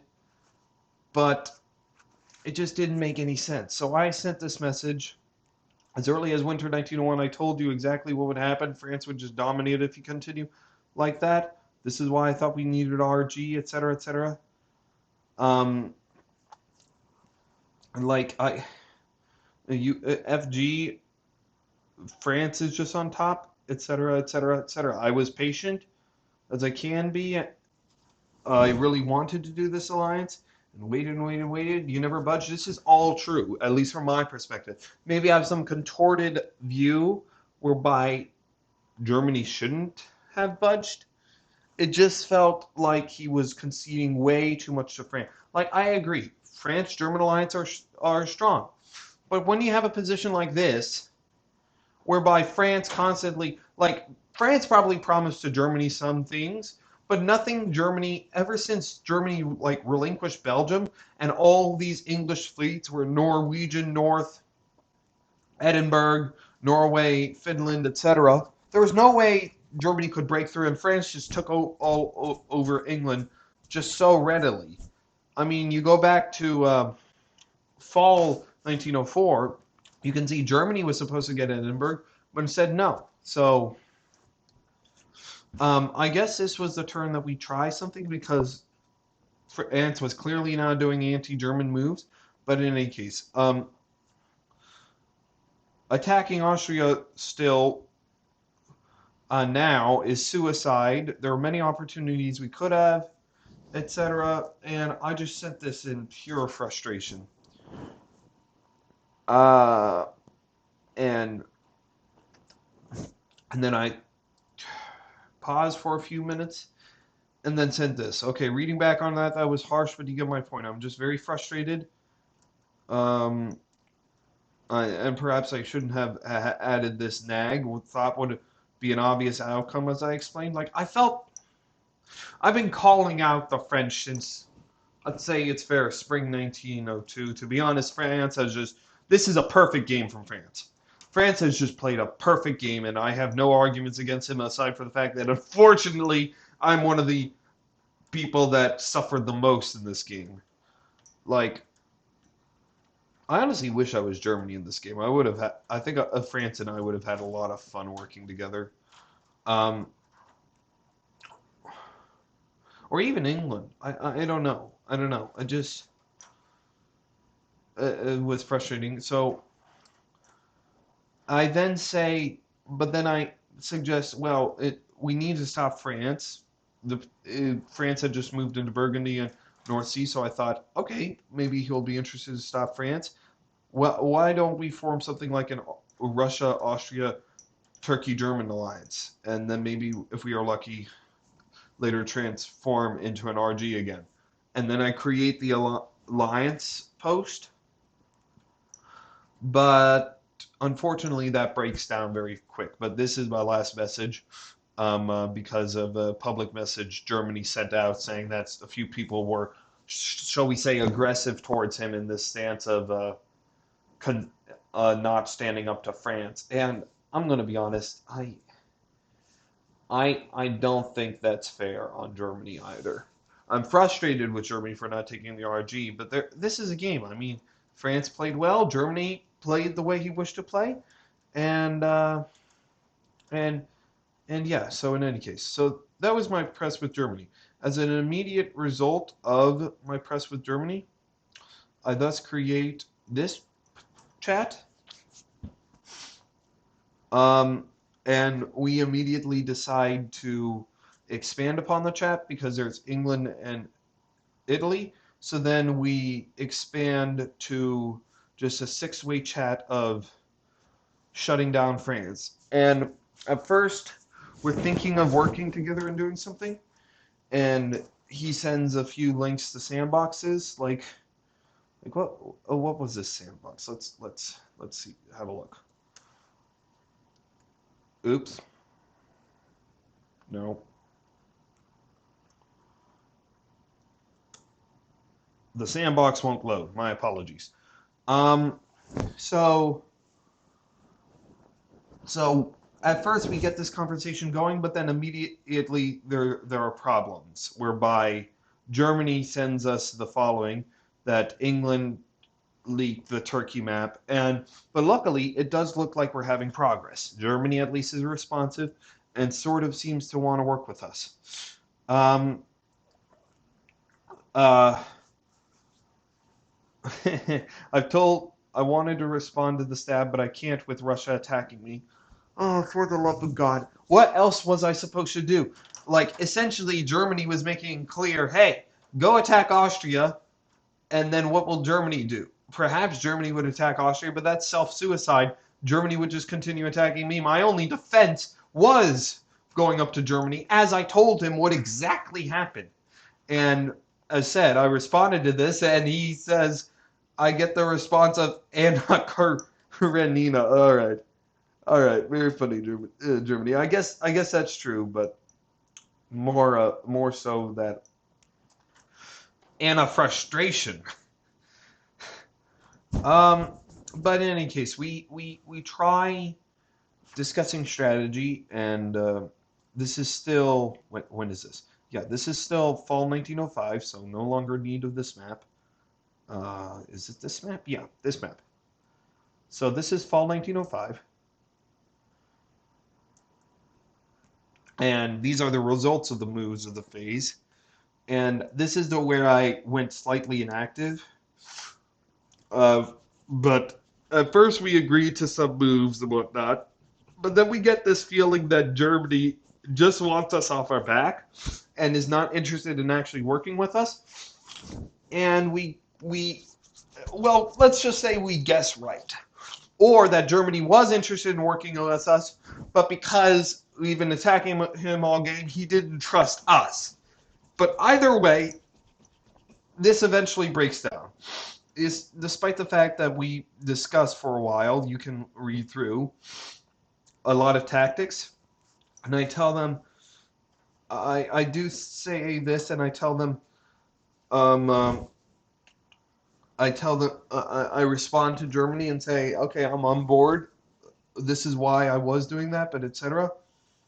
But then, as I said, nice play, Germany. We slipped it out. This was on a private chat between Austria, Turkey, and myself, in which we feared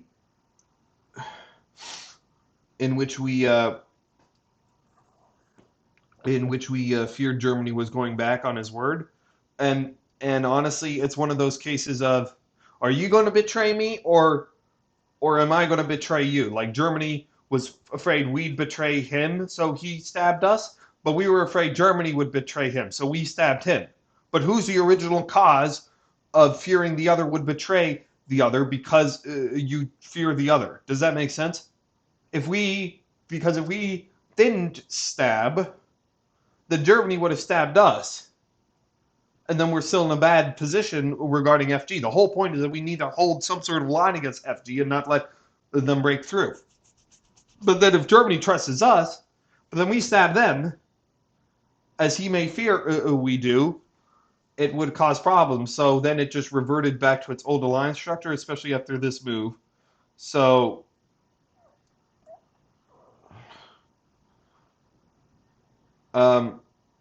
so in response to this, Germany, yeah, you're right. I guess you did predict correctly that this would happen, except for the fact that it did not happen so much so that we were planning against you, as much as there was just mutual distrust. And of course, this is the season that I decide to, well, NMR, and the GM gets a response to that.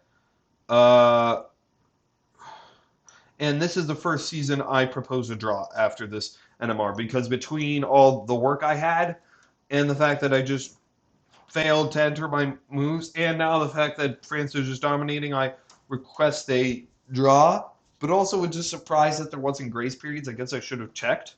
And the GM Grayson, I love Grayson. Uh, he won season 1 of my Olympus tournament. For those of you who don't know what Olympus is, it's my server and tournament I run. That'll be the first link in the description. And if you want to play high elite games against very top players, then join my server. And there are many people, but in any case, Grayson invited me, I said. And but yeah, he's a newer GM. Actually, I think he got into GMing because of me. But in any case, he just forgot to enter grace periods. But oh well, what can you do? So then let's go to England. So my conversations with England have also not been that much. I tell him, England makes it clear that he's in spring 1905 that he's still anti-German. And then I tell him, and then I flip scripts on him, telling him, with France having stabbed, I think it may be worth switching gears and working with Germany, because this was during the time when we were trying to get Germany on side, because we were all trying to hopefully stop France until we get this feeling that, I don't know who, yeah, it was Germany, we get this feeling that England is lying to us and leaked the map.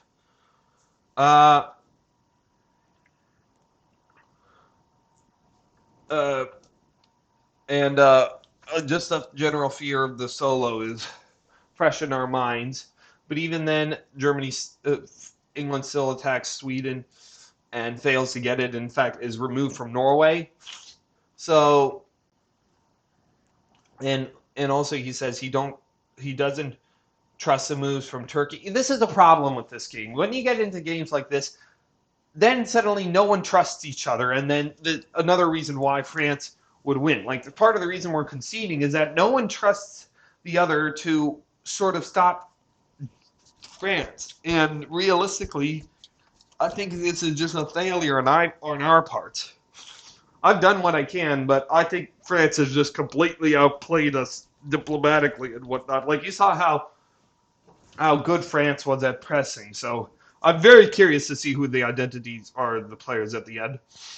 But in any case, we go back and forth, and but there's not much to say. I mean, just pure French domination, and he doesn't take me up on my offer, going with Germany, and said attacks Germany, gets removed from Norway, and now it's probably going to get destroyed in St. Petersburg. My conversations, you know what? Let's go to my conversations with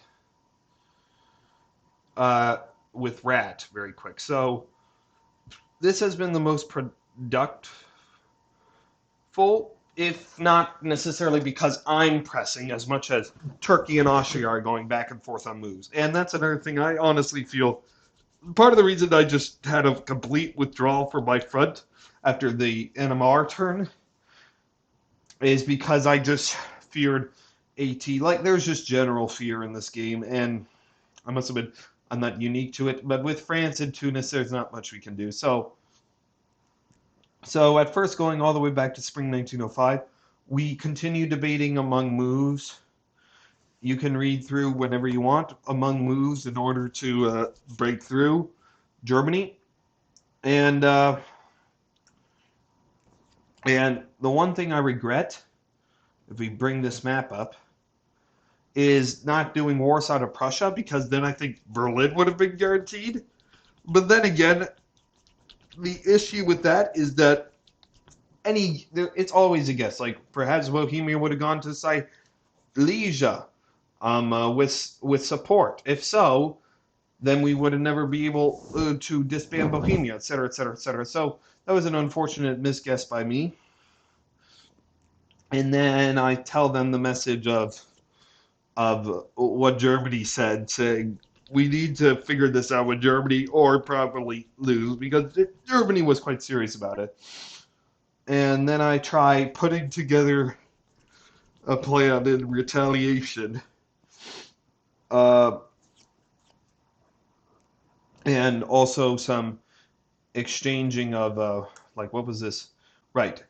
Exchanging of centers, whereby I was the first one to propose to them to disband in Romania, but then we decide against something else in the idea that Bohemia would go to Vienna, which corresponds to, not that, these moves, except for the fact I failed to enter Bohemia into Vienna. Um, and the reason why, uh, and this was still when we did not know whether to trust Germany, and before we decided to create this group chat with him. They think it's a good play, but then we decide, you know what? Let's go with Germany. And Austria brings up a good point. There are too many odd factors here. England indeed seems to not want to attack Germany, but tells me Germany will not make the same promise. Yada yada yada. Essentially, the ending claim is I don't think Germany will stab France, and we sort of mutually agree, just out of self-doubt and fear. And honestly, although the claims Germany make as to the reason why he didn't stab France is because he feared we'd stab them, the idea still remains the same. There was just not enough trust to go around. So we continue with plannings for orders, and this is the season I completely screw up in that I miss my orders. So we go back and forth, and I make it very clear I want to be careful I'm not creating an AT just to swallow me. Um,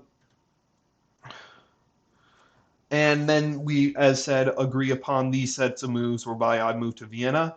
Except then, well, INMR. Oh, God. The timing of this game has not helped in the fact that I'm at the end of the second try term, so yeah.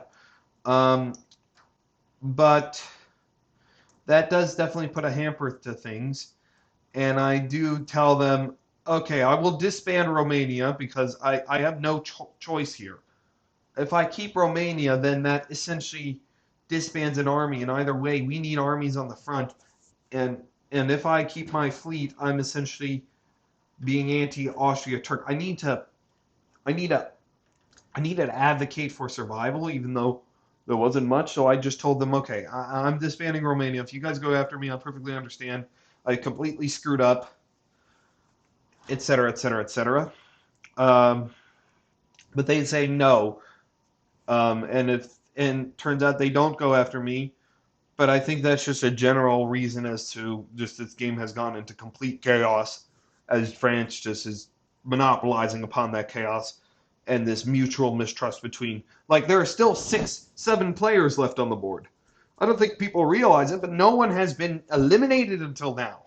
So it's just constant chaos, and France is just sitting at 11 centers, where we're at what, 6, 6, 1, 2, 3, 5. If ever there was a perfect French game, this is the perfect French game. I've honestly seen actually some games where you have solos by 1906s, so I guess this is not as perfect a French game, but this is still a perfect French game, especially given that all these players are not noobs. They're all very experienced players. Yet France is just crushing us like nothing else. Like, France, honestly, I applaud you. You played a terrific game. But anyway, and after seeing that mutual, because I NMR'd and I didn't realize what was going on with this mutual distrust of Germany, I just realized, okay, that's it. And I just say, France is going to solo, and there's no way we can stop him. And personally, I decide, going back to this map, no, not that one. Going back to this one, that was just builds, so who cares about that? Going back to this one, where is it? No, not that one. No, sorry, just trying to find it. Going back to this one, there we go. This is the next phase. I just partially because I'm afraid of like Romania to Sevastopol and whatnot, partially because there's no point holding this line anymore, etc. I just go back to my home centers and I'm just going to defend my home centers, and I make that clear to both of them. And although Turkey says he only counts 16 centers, like true, we can perhaps hold him at Munich. Like Munich is a center we can hold France at, but that's assuming if we do have cooperation. Already we tried cooperation with Germany, but that immediately fell apart. And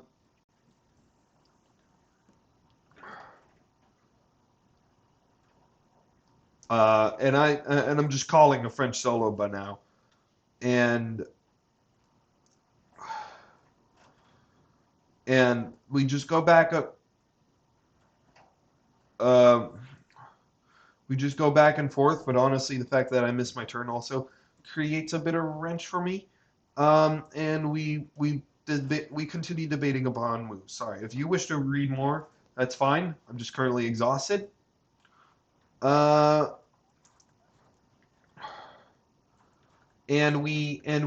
at first we hopefully keep high attempts of trying to stop a solo and whatnot.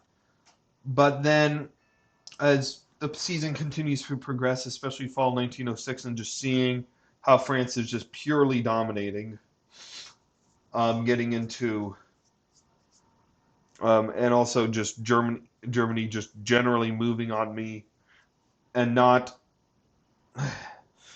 But we essentially in the end decide to call it. But if you wish to continue moving, we just really just this is all a debate upon tactics.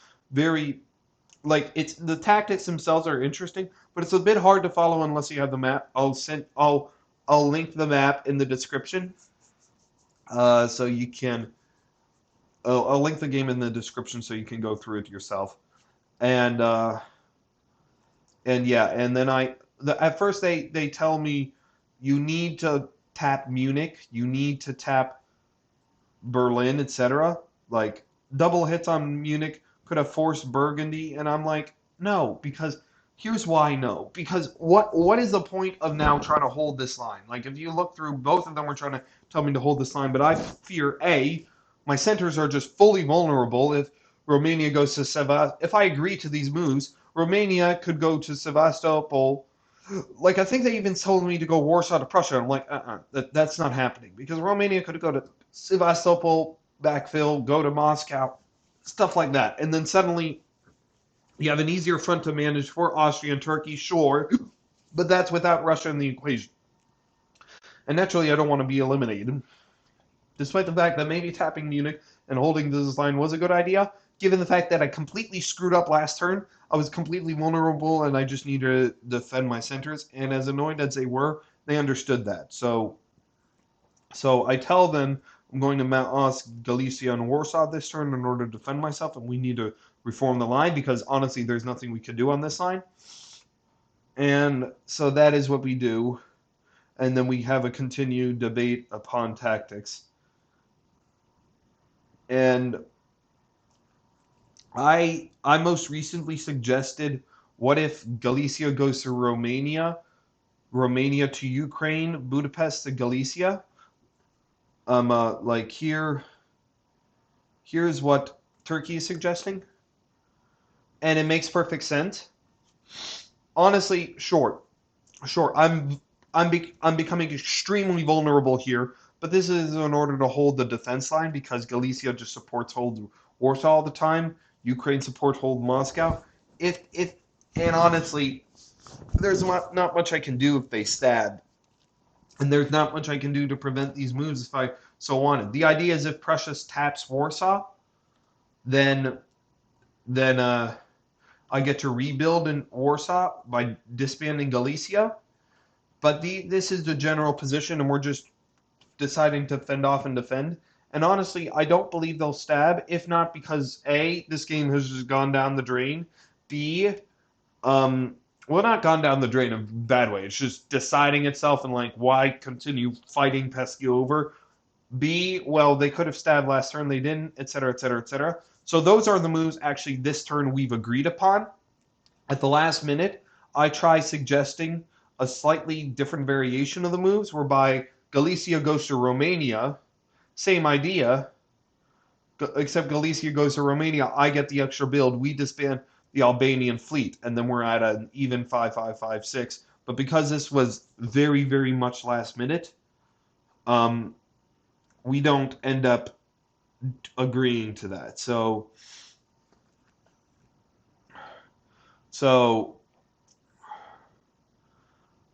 that is what we agree upon, and I just tell them I'm doing the original plan, etc. Okay, on to my conversations with Turkey. With Turkey, there hasn't been much, aside for the fact that I've just expressed my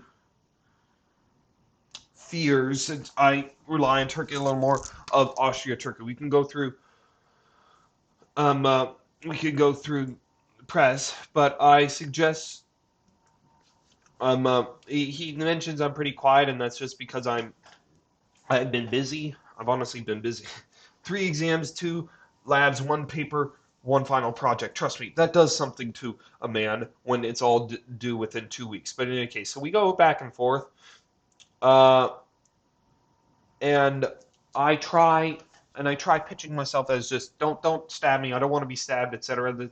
I'm I'm but yeah, and this was in response to my disbanding Romania plan in order to switch out fleets for armies, because honestly at this point it didn't matter about centers. I was thinking about how to get armies in the field in order to hold the stalemate line, but as said, that's I NMR, so, and I tell him I'm just worried I'm going to be cut out, and we have we and he Turkey was actually the one who proposed the Bohemia to Vienna plan, so that was good, except for the fact I just screwed up. And yeah, if you're interested in what Turkey's relation with Austria with this game, just read this. Um, but yeah, just read that. But uh, essentially, just he was my enemy until we just saw a greater threat and agreed. I honestly believe Turkey in this position because knowing who Turkey was, um, privately, he and I messaged each other once or twice, just about other random things. But he just seemed of the state of let's just say, like, well, this game is done. There's no reason to stab, no reason to this, no reason to that. This game has been decided. Let's just be fully honest with each other, and I just sort of agreed. And so yeah, and this is when the grace period happened. And I then really expressed my fear I'm going to be AT'd, and I just asked Turkey, please don't. And he tells me no, and turns out he wasn't. Uh, and yeah, and then Turkey suggested this. Turkey suggested the moveset we did, and honestly, I'm going to be honest.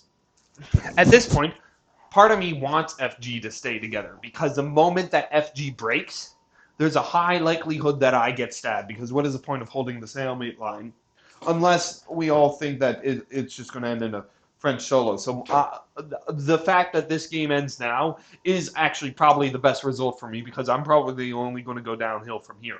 Either Germany goes up to my line and starts taking dots, or he gets stabbed by France and Austria and Turkey take dots from me. But there's honestly not much I can do. There's really not much I can do. I put myself in this position, so now I'm trying to crawl myself out.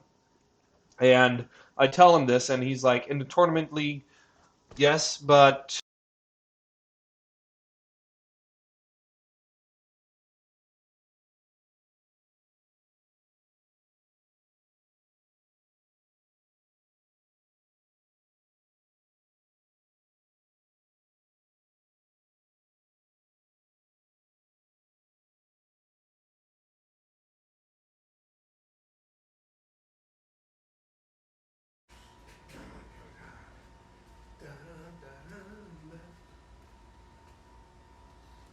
trying to work with the West as an East.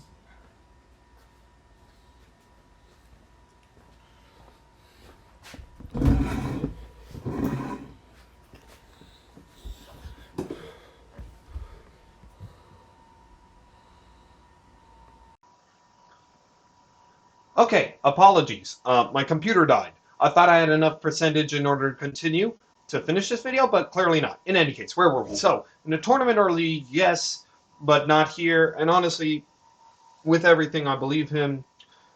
And so we just continue. And and I and at this point, I just feel like the game is wrapping up. And and yeah, so that was my conversation with Turkey. With Italy, my conversation has been one of just literally, I forget where it is, but oh right, it is with my conversation with France, in which France says I've been trying to pitch to Italy to break away from AT, and I just tell Italy we can't break away from AT, otherwise we die, and he says I understand. So that's the extent of our conversation.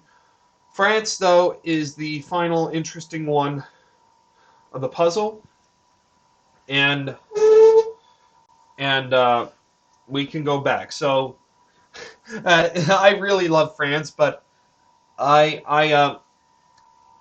sorry, I haven't been responding. Working is crushing me. I think our big moment is coming this year. If you're still interested, I could be a second. You could be a second for me. This is back in spring 1905. But that Turkish army, if there's a big reshuffle, and you need to, and essentially he was insinuating Turkey, and I was more curious. Okay, if I'm to be second, that's fine because at this point there's no stopping France. I was like, I'm absolutely interested. What are your thoughts to do? Um, uh, and I generally agree with him. And he responds with the following: my thinking. Let's go back to the spring 1905. Not that one. Here, my thinking is you want to set up your units to take advantage of the situation in the rest. I recommend room to bow, blah, gal to room, war to gal. Now, I don't remember if we went over this. Possibly we did. But that's just suicide. That's just suicide. And I was hoping he would suggest something against Germany so that we can both work on Germany. But instead, he's saying, to work with me, you have to break with AT. And I actually just don't respond to this. Like, sure, it's a good pitch, but it just didn't seem. It just doesn't make any sense in my position. And the other idea is get Austria on side versus Turkey. Also, just doesn't make sense. It just purely doesn't make sense.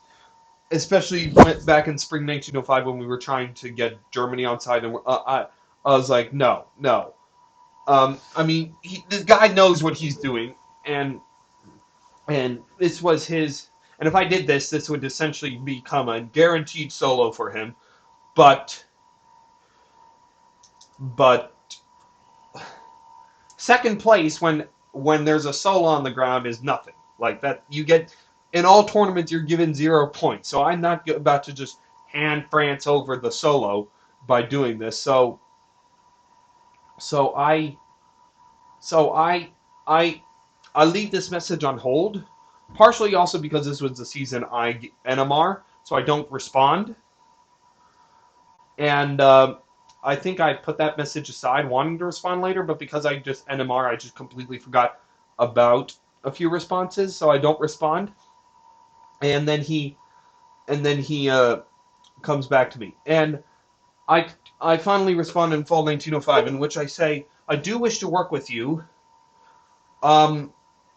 against Germany, but attacking Turkey here is suicide. I cannot do that. I don't know how to act in this position, gotta be honest. And I do want to help you, but I'm not about to help you by falling upon my own sword, by killing myself. So is there possibility you can just stab Germany and we both work together on Germany and we can do that? And that was my general thought. And then Oh wait, was it spring? Sorry, it wasn't spring 1905. I don't know why I didn't respond to this. I think that I just didn't like the proposal and I did not know how to respond, so I left it on hold, wanting to respond, but I never did. And then finally I did respond in fall 1905, but then I went completely inactive. And yeah, um, and I tell him yes, I'm still in this, but I tell him I've not seen any indication of breaking FG. I can't attack Turkey and Austria provided that FG still stands. This is pure suicide. The East needs to hold together in some way, shape, or form if you want to hold against the West. But honestly, everything about this game has broke. So I said, which is why we're conceding, and I'll get to the O's messages soon. Um, and yeah, and I think yeah, he says, yeah, you missed your chance in spring 1905 to attack Turkey, and I'm like, no, I couldn't do that.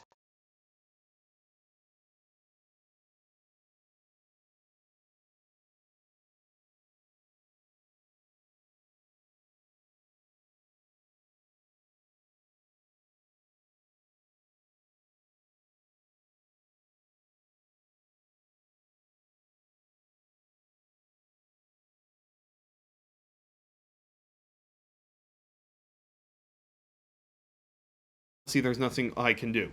It's either attack AT and a guaranteed death while France solos, or stay with AT, maybe survive in exchange, trying to hold back France from a solo. But I think we've all sort of just given up and just general exhaustion with this how this game has played out. We're fine with ending this game either by we all surrender to France or we all draw to France. So I say so that's what he says. And I say sure, but I just don't like handing people solos. But honestly, there's nothing more that can be done, here I just applaud him. I essentially just applaud him, and yeah, you will get all the praise in my 6-hour video. Yes, honestly, he deserves all the praise. This guy from the start has, and this is a top tier game between like there are no new players or all these players know what they're doing. You've seen that based on press. Italy, I also think knows what he's doing, except I just classify him more of a chaos player. But all these players are extremely experienced, know what they're doing. You can tell just based on their press. And I'm very curious to see who the players are because I know quite a few of these diplomacy players. So when the game ends, I will tell you my perceptions on every player, how they played, and also who they are in reality. But France has just completely dismantled this game and completely overrun. I guess he somehow, despite my pitches to England and Germany, got both of them to essentially deny my offer, which was honestly the best offer I could think of. Maybe. I mean, if you were England and Germany, would you have taken my offer? I don't know. I'm in the name of having fun. But I tell him, well played. I'm just going to be defending my centers. Honestly, I'm defending my centers against everyone at this point. I'm just hopefully hold. And well played, you won, etc. And then finally, in addition to that, Turkey, you can read this, but Turkey says, well, it seems evident that the board has some mutual trust issues. Germany doesn't wish to move against France.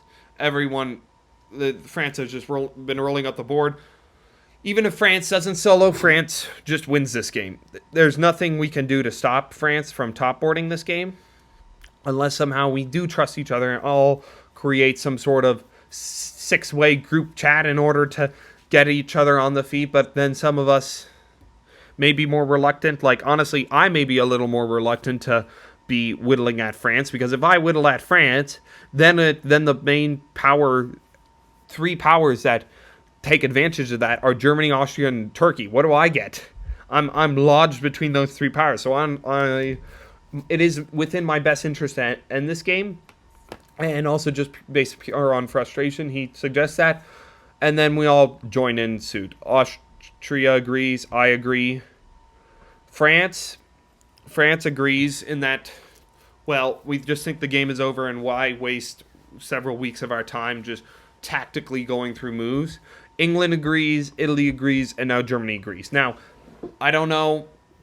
The turn has adjudicated. I don't know. The question that now remains is: did we all set to 7-way draw, or do we all set to surrender to France? I don't know, but so we'll probably figure that out in the winter, and hopefully this game will be done in the winter. But do we put a surrender? And this is why I sent that message to Germany, because there was aggression, and I was hoping that it wasn't my message. It's like, Germany, I've loved you. I've honestly loved you this game. You were great. I was just frustrated. Okay. I Germany, whoever you are, I'm very curious. Please write in the comments. I'm all you guys, England, Germany, Austria, Turkey, Italy, and France. Please write in the comments about what you thought about this and your perspectives of the game. I'm quite sure the audience would really much appreciate that if you do that. So please, when this video comes out, do that.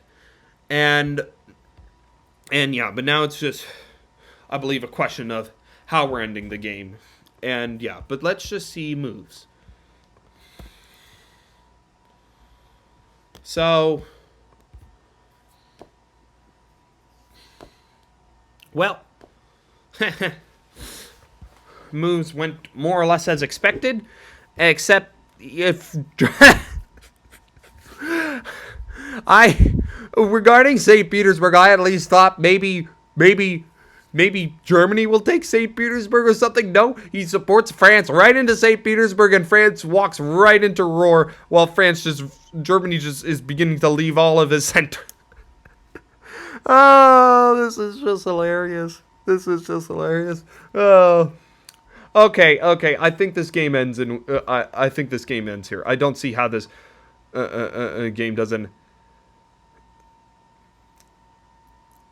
end here. And yeah. Actually, wait, what the hell was this?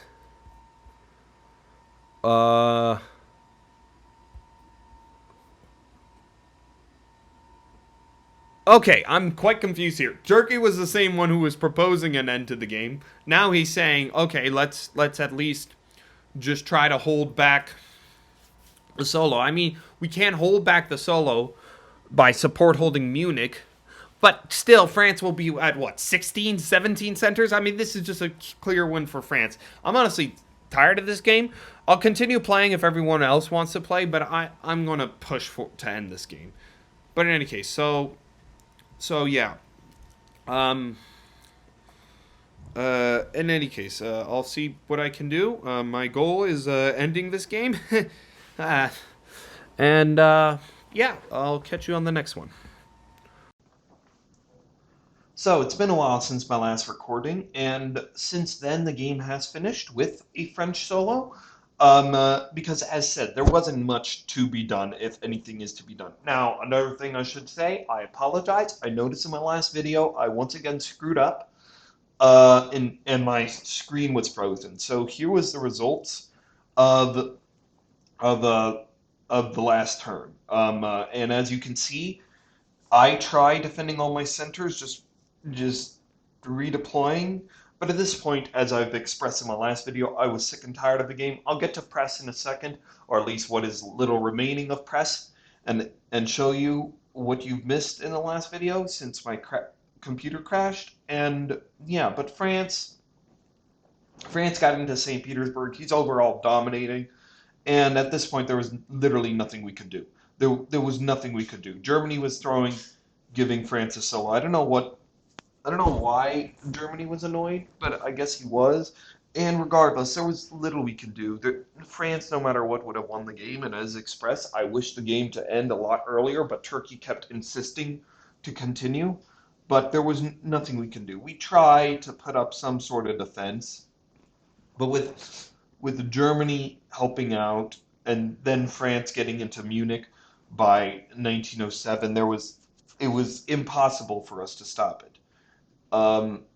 We try one or two tactics, but as you can see, it's just a complete domination by France. France just played a perfect game, and then at this point, I won't. Austria, I believe, just gave up and didn't care anymore. Neither did I, uh, because if France wanted the solo, with German help, he was getting it no matter what. There was nothing we could do. He was across the stalemate line. He had St. Petersburg. He had Tunis. He was in Munich. There was nothing we can do in order to stop the French solo. So we all sort of resigned and then let France solo. And boy, what a game! So let me first get to all the press that we missed. So I think it starts. I think it starts. I think it starts since fall 1906. So in fall 1906, as said, I try. Here, let me do something. Um, duh, duh, duh, duh. So this was a conversations in fall 1906. Let me X. And in any case, so in fall 1906, I can bring up the map for you. I talked to Italy and I try to remind him we cannot break away from AT, and Italy says, I understand, but I think we went over that. And since then, a few things happened. First of all, England was eliminated, so Turkey went ahead and praised England for a good game, and he did indeed play a good game, as frustrating as it was for me. He tried to survive and played decently, I would say, except just France played a perfect game, so there wasn't any arguing with France. Um, with Germany, my conversation, uh, this was regarding something else. I don't. It's been a while since I looked at this, but since then I tried asking him whether he was interested in not giving France a solo. Um, And he responds with this: I didn't feel I could trust the East to include me in a draw. France also agreed to some of my secondary goals. I don't know what his secondary goals are. I'm very, as said, if all the players can just comment below, it would be awesome to get your feedback on the game and views on the game. Um, so it's better for me to deal to end this game. I appreciate that you moved your units away from me, but the condescending messages from Turkey and Austria cemented their own fate. Yeah, I forget where. I think it was here. No, where was it? I forget where it was, but let's just say Turkey and Austria did seem a little harsh on Germany. But to be completely fair with them, I don't particularly disagree with Turkey and Austria. Just I don't think it's ever a good idea to voice those beliefs for the reason that, as Germany explained, that he's throwing the solo, and he's explained to me, oh, it wasn't you, it was Turkey and Austria, and at this point, he didn't care. I don't think any of us really cared at a certain point, except where was it? Except here, where I cut off last turn, where Turkey essentially says, so it's a battle for Munich, we need to stop them, and I essentially respond with Turkey. You just asked us to agree to a vote regarding ending the game. True, we may be able to hold Munich from France, but my guess is that Germany has already offered France a solo based on these moves, because the moves, as said, were this. I don't know what about anyone else, but I greatly agree with what you originally said, that being ending the game, not what you are saying now, and I'm done.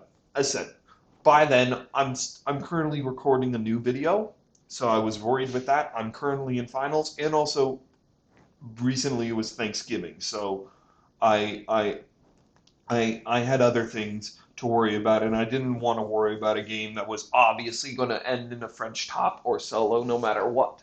So, as said, at this point, I was done.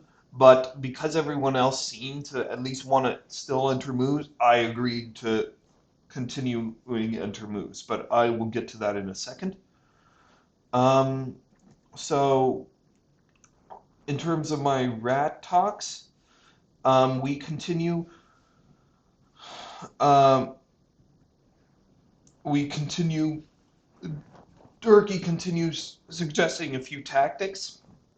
Um, um, and we try going back and forth, trying to figure out if there was any way to hold it. But the only realistic way of holding back France at this point was if Germany essentially agreed to join in stopping France's solo. But by then, it was a little too late. And yeah, there's not much we can do. What our original setting up was to prevent any FG breakthrough, but if Germany was just giving us centers like this, there was nothing we could do. As I said, I expected, for example, Germany to get St. Petersburg, and perhaps it would become,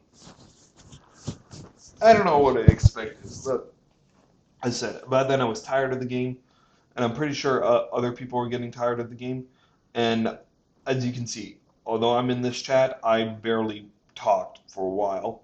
Uh, so so yeah, so we go back and forth, um, uh, and uh, and you can read through, but it's a lot of figuring out whether to do moves, whether the game is not in regard of what their views on Germany are, and et cetera, et cetera, et cetera. Um, uh, and yeah, you can read through, but it's not really interesting stuff. And then I talk to Turkey in person and say, uh, and oh, there was some confusion. I forget what was it?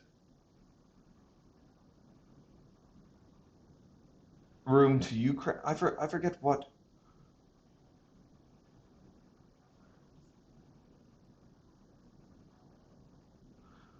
Ukraine to. I guess it was this move. I don't know.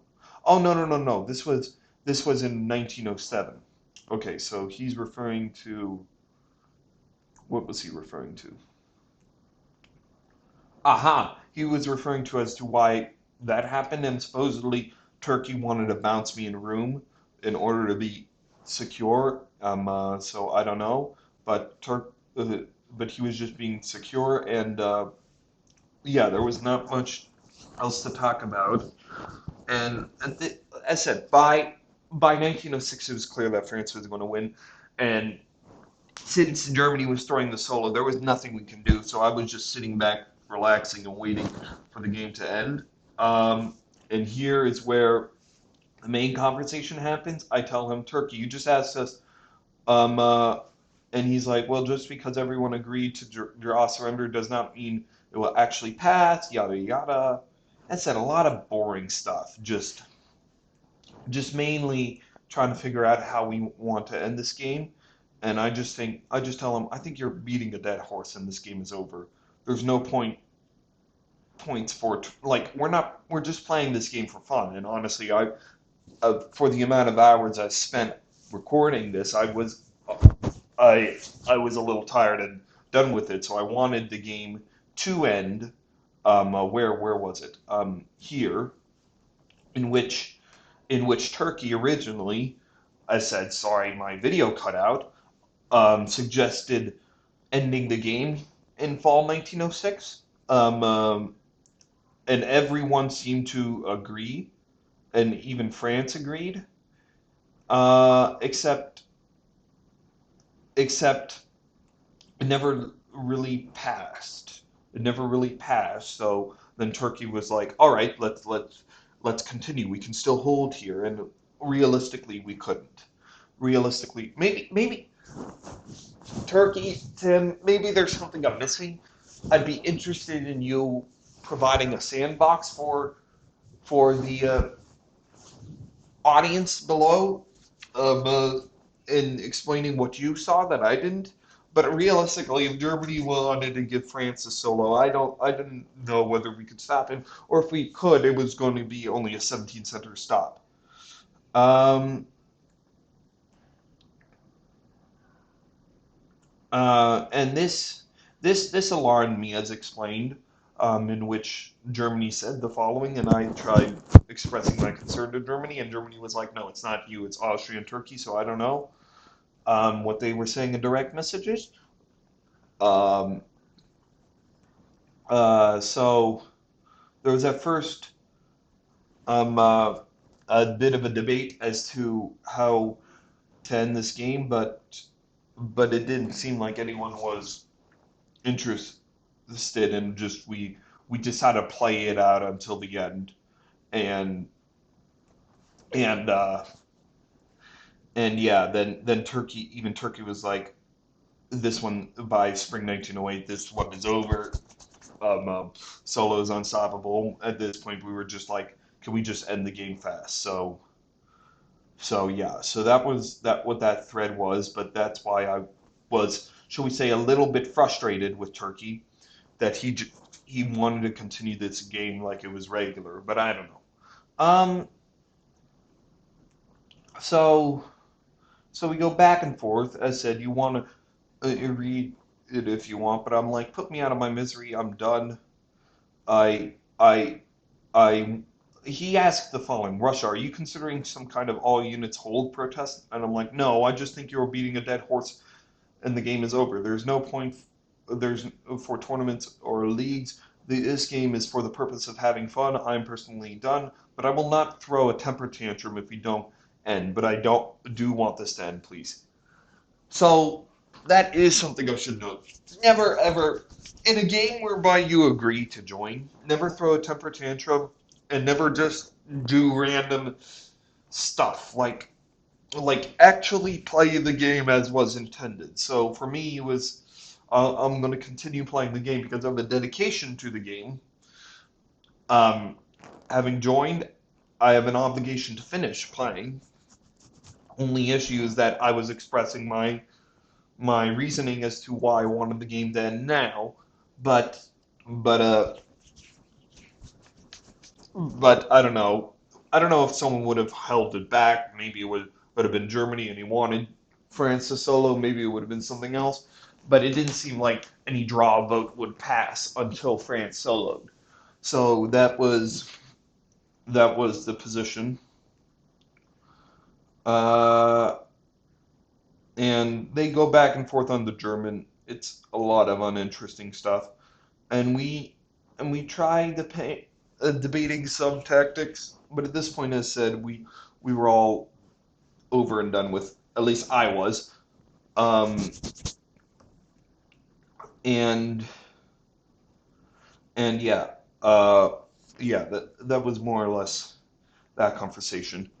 And then finally, my conversation with France. So I'm not too sure how much cut out, but I tell him sorry I did NMR and then I disbanded, and I essentially tell him here. Uh, he told me, where was it? He told me, come on, work with me in fall 1906, and I'm like, I'm sorry, I don't like hanging people's solos, handing people solos, sorry, but honestly, there's nothing more that can be done, and you have played this very well. I will applaud you. You will get all the praise in my 6-hour video record. I think we're up to 8 hours now. I don't know. Thus far, you have completely destroyed the game. You are over the stalemate line in Tunis. I was just telling him facts, and I'm like, bravo, bravo. So, uh, St. Petersburg will be resolved only a matter of time before you stab Germany. And yeah, I have no clue how you blinded Germany thus, but you did well, and I will applaud you. Just reason I have not really tried working with you as hard as I would like was that I wished to make you board top and attack Germany immediately, but you kept asking me to betray AT. There is a chance I am eaten, but to be honest, it is suicide attacking AT and idea attacking AT, and you get the solo. But I will applaud you. Um, um, and with my NMR, no NMR stands for no moves recorded. I'm realistically done with this game, but and we'll see if I can just hold my centers. I look forward until the next time we play, my Buffalo friend. And truly, I truly am at that. But like I was just telling France, look, I can't work with you if all you were asking me, as you said, you can read through, is to continually stab AT. Because as said, look at this position. How am I supposed to stab AT and let just Germany and France walk over the line?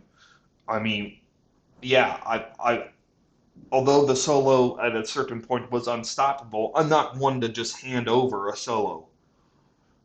So yeah, so that was my position on the matter.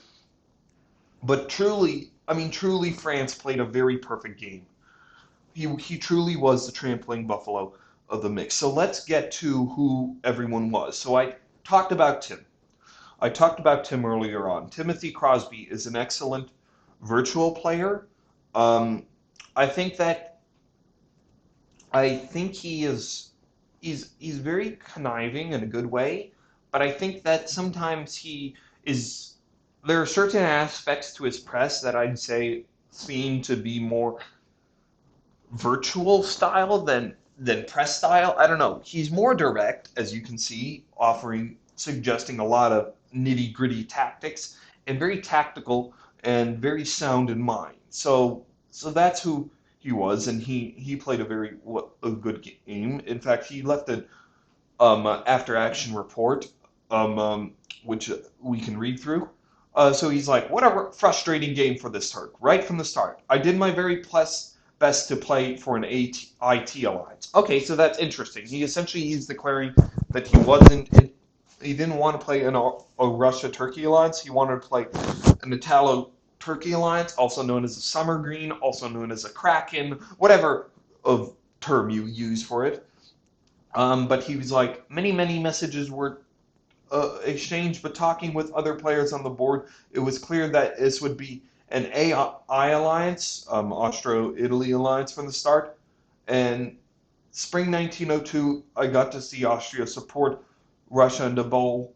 Thankfully, Russia did not take the support, but then again, it was only a spring turn. There was no guarantee that the support would not be taken in the fall when it counts the most. All right, I should note, I think I made two mistakes this game. Number one, I think I tried talking too much to the West, and that may be like honestly, I don't know what Germany and England's perceptions are, but there it does happen that players often get annoyed when you talk to them too much, and that perhaps was the case with Germany and England. And I need to remember more is less, and that is a huge flaw to my press. I talk people's ears off, and I talk way too much for my own good, and I need to sometimes remember the saying, keep it simple, stupid. Keep it simple, stupid. I need to sometimes just keep things more simpler. Like in 1901, I was suggesting these huge deals with Germany and England and etc. I don't know. I think I think it was just partially this idea of wanting to do something extremely different, perhaps because of a biasness of a YouTube video, but I think that definitely set me back in that a lot of them were interesting, good strategic deals, but I need to focus more on the making relations part of this game and also not annoying players to death in terms of press. Like, I don't know if you remember, where was it? Here. No. Where is it? Here? No. Where is it? Here? No. Yada, yada, yada. I'm trying to find it.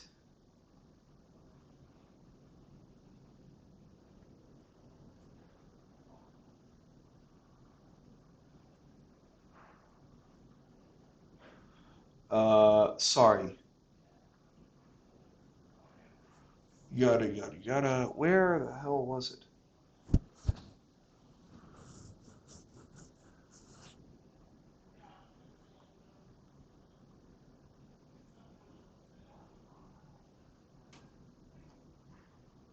Oh, right, here. So Germany says that regarding my press, and got a response to the size of Anna Karenina. So I don't know who that is, but as you can see, he was definitely frustrated with the length of my press. And sorry, that's just how I press. So I like establishing relations. I like a lot of press, and I must admit I'm a bit of a demanding player. But then again, I'm a bit of a hypocrite because you'll notice how much press I did in the beginning, but then once the game was sort of done and over with, in which it was clear what direction the game was going, I sort of stopped pressing as much, and even got complaints from Turkey of, "Hey, are you active?" And turns out I have an NMR. So yeah, those were the three mistakes in my game. I need to remember to keep it more simple, and I think I involved myself in the West a little too much rather than focusing on the East. And I think I focused enough on the East, but I need to have I need to keep it simple, just go with the flow, etc. And that's my second mistake. I think I should have stabbed Turkey. When was it? In spring 1902. Because here I should have seen. Here was the opportunity to stab Turkey. As dangerous as it was going with this air, as I previously explained, because of my fears of it, um, given the fact that France and Germany were having this thunderous alliance, especially as can be evident with the moves, um, I needed to resolve the East fast. That was my only chance of resolving the East. But between, I guess, not having fully comprehended just how quickly France would dominate here, and the fact that I was trying to get an alliance with Germany in order to move on Austria, I didn't. But that caused this huge. I mean, look at the East. It just stalemated the entire time. That was a huge mistake on all of the Eastern powers' part. We just stalemated the East, having no progress, just fighting amongst each other. And then by winter 1903, it was only in winter 1903 that we decided to work together, all together. But by then it's way too late, as the West has sort of taken shape, and France has taken all he needs in the West, and then eventually takes Tunis. I mean, France was a monster this game. France was a true monster this game. So that was my number two mistake, in that I did not do moves accordingly in order to resolve these faster, or, for example, attack Turkey. I think I should have probably attacked Turkey, because the only way we could have, I don't know. It would have given me a bit of a better chance, as dangerous as it was. But then again, as I've explained that all the way back in those recordings, I had my fears for attacking Turkey. So that was my number two mistake. And my number three mistake, obviously my no moves recorded, in which I messed up the entire turn. And yeah, but by then it was quite clear what was happening. But yeah, also I just think there was just a lot of unluck for me. So I think a few huge mistakes, some unluck, and then a few other minor mistakes that honestly I'm not too sure. I mean, this happens. This happens. And also I'll get to who France is, because honestly, there's a reason why France did this well, because of how strong a player he is. And I'll get to that in a second. So Timothy Crosby, he continues. Thankfully, Russia did not take that support, but then again, it was only a spring turn. There was no guarantee that the support would not be taken in the fall when it counts. So was the Turks facing an Austria-Italy alliance or an air Austria-Italy-Russia alliance? My talks with Italy were still going fine, and he seemed to be considering flipping on Austria and joining me. When that did not happen, everyone started screaming Juggernaut, also known as a Russia-Turkey alliance. I was not looking for that Russia-Turkey alliance, and as I told many of you, it's not the alliance I wanted, but it was the only one available. I find this interesting because never once did I get this inclination during the game that Turkey was trying for the Italo-Turk alliance, oh Kraken. But I shouldn't be surprised. Knowing how Timothy Crosby is, he's a very slippery devil of a player. Um, so of course, he would be trying this. And to be honest, I was trying other things behind his back as well. Like I said, I wanted to do a German-Russian alliance, primarily during the game, or an England-Russian alliance. I wanted to do something different. I thought of working with Austria. I didn't trust Italy though, etc., etc., etc. I mean, that's the nature of the game. I just find it interesting that his primary thing was not the Russia-Turkey alliance, and that he resisted the idea so long, even going into the Italy-Turkey alliance. Anyway, so this is where Germany decided I was a liar. I suggested to him that Italy was interested in attacking Austria, so maybe Germany could come south to help Italy decide. Still, at that point, I was not sure if this was an error or just an AI. I must admit, Tim, I think it should have been very clear since spring 1902 when I did not take that support that it was not an error, because immediately by not taking that support, I broke Austria's trust, and that caused a huge amount of mistrust between Austria and myself. And as I explained, the main reason I didn't was first, I preferred working with you. Second, I wanted to do this German-Russian alliance, and the whole point of working with Austria in an air would be the first target would be Germany, which I did not want. And then third, well, as explained, I did not trust Italy, and I did not trust that Italy would just go with Austria in an AI, given that Italy leaked my press earlier on. So those were the three main reasons as to why I did not attack Turkey. But yeah, so anyway, it was this discussion that pretty much ended all communication with Germany. Fall 1902 was the last I heard from him until fall 1905. So it's interesting to note of this disconnect. But anyways, I still don't really know or understand what happened. To be honest, I don't know what happened either. Germany, I'm interested in hearing what you have to say regarding why Turkey was a liar. Maybe I missed it. Maybe you wrote it somewhere in the press and someone can comment where it was, but I don't know. Anyway, fall 1902 is pretty much when this game is over. When France took over the channel in the spring, all ER hostilities needed to end to give England the chance to back and defend. I agree with this. I mean, you go back to fall 1902.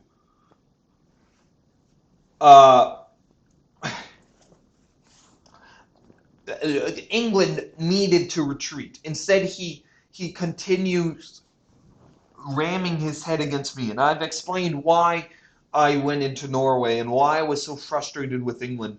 But this just felt, I don't know. I felt it was a little ridiculous, but the reasons as to why was the excuse I gave to myself was this fact that Germany was naturally working with France. So yeah, but yeah. So I do agree with this, and yeah. At this point, it was clear to me anyway that this would be a France-German alliance that would absorb England. True, and I felt that was clear. Germany has two armies over the line, and I did everything I could to rally these. Obviously, I failed. This was a curious turn. Italy decided to take Bulgaria with Austrian support. All the while, France has fleets in Marseille and Spain. Yeah, Italy. I don't know what Germany and France were telling you the entire time, but they were not going to attack you. They were coming for you. They were gunning for you. So yeah. But in any case, France has fleets in Marseille and Spain. I was actually fine with this since it was important that Italy get a build, and the Turk unit was doing nothing for the battle against the West. Then the even more curious thing happened. Italy leaves Venice undefended against the German retreat. Yeah, this was disastrous. Because when that happened, I think it was in fall 1903, that caused a huge setback. First, instead of trying to get to the line, we needed to take out that German unit first. And we failed to do that first one season, and only are able to do that by, when was it? Yeah, only by fall 1905, majorly setting back progress. And by then, Tunis falls, etc., etc., etc. I mean, it was a mess. So yeah.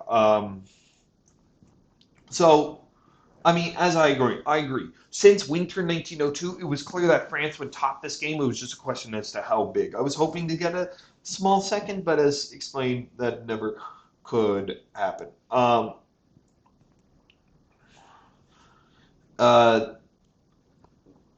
Italy, which he was warned about by at least two of us, thus wasting the dot in Bulgaria. France misorders Clyde to support North Edinburgh instead of Holland to go along with his misorder of Spain South Coast to Irish Sea the previous year. I don't know what this is about.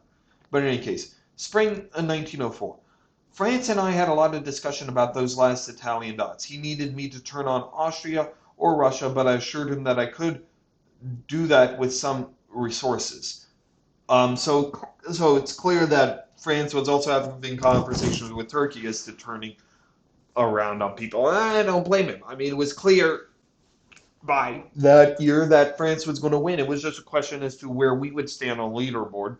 As said, if a solo would happen, then there's no point.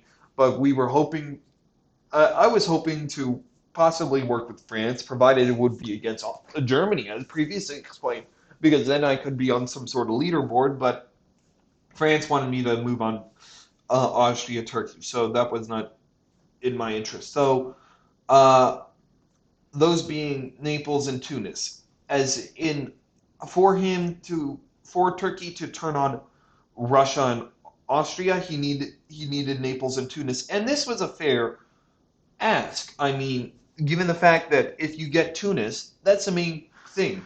This is a stalemate line right now. We're on a stalemate line. The only issue is that what is the point of us holding this stalemate line if France already has Tunis? Just by holding Tunis in the east, France can only get a maximum of 17 centers, and that's not a solo. When France took Tunis, it was clear we couldn't do anything because everything else is on the opposite side of the stalemate line, as explained. So France can easily take everything else. So he said I would not accept him being in Tunis since he was already up in Clyde and could have fairly easy run to St. Petersburg, that being a solo, given how poorly England defended and how strong his alliance with Germany was. As we were getting closer to an agreement, he brought a three fleet into the Med, and that closed all doors between France and Turkey working together. So yeah, that's as simple of an explanation as can get. But anyway, we cobbled together a bit of a coalition that put up some fight, but then the Russian NMR lost us some ground. Then the total withdrawal from the line lost us some more. We were just playing catch up from there. Austria and I did what we could to work on the German. We, or at least I knew Germany was not very fond of Russia, so we made proposals that would eliminate Russia in exchange for Germany not throwing the game. This is where upon reading this, I think that Germany was perhaps annoyed with my press the entire time. I don't know what Germany's issue. Maybe he was annoyed with my response and frustrations, but I don't blame them. I mean, they were trying to see if Germany would not throw the game, but especially given I had an NMR. So I do disagree with this. I withdrew from the line for two reasons.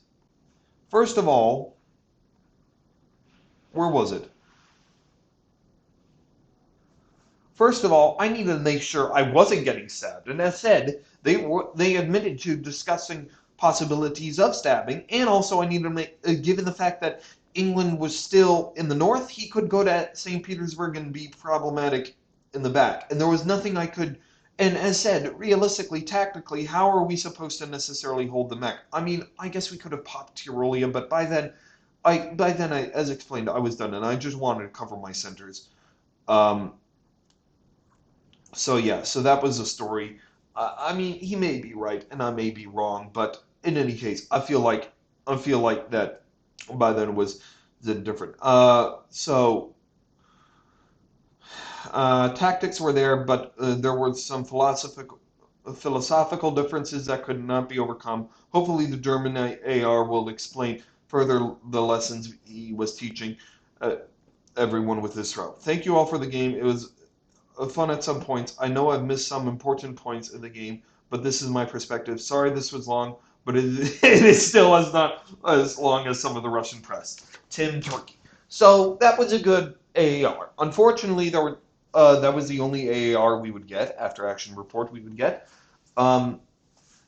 So we can't really fully understand the perspectives of any other of the players except France. France, you'll see in an upcoming video. I have a plan for France, but in any case, so that was Tim. That was Tim Turkey, and as explained, he's a very excellent player, very good virtual player. I just feel like he's better with virtual than he was with extended deadline, and some of his press can see, but he still played a very good game, and he was very experienced. Nagasol, he's a newer player, and that can show. I mean, his ideas and thoughts were there, but I think that to everyone, his chaos play just sort of threw a wrench in everything and made everyone very confused as to what his plans really were. I'm very curious as to what your thoughts are. Unfortunately, we don't have an after-action report to read for you or any of the other players. Um, but yeah, he's. I think he's. I said he's a newer player, so I mean, all newer players have their ups and downs, so I think that he's still learning. But he still didn't play for a newer player. He didn't play an awful game. I mean, he could keep up with us. It's just some of his chaos elements and ideas. I don't think I ever understood what his concrete plan was. But in any case, Richard Ward. Okay, Germany. Richard Ward. He's the brother of Wardy, and Wardy is a very renowned virtual player who's also on DBNI. Um, uh, uh, and he's a very experienced player. So I find it nice that his brother also plays, and that's what I learned from Wardy.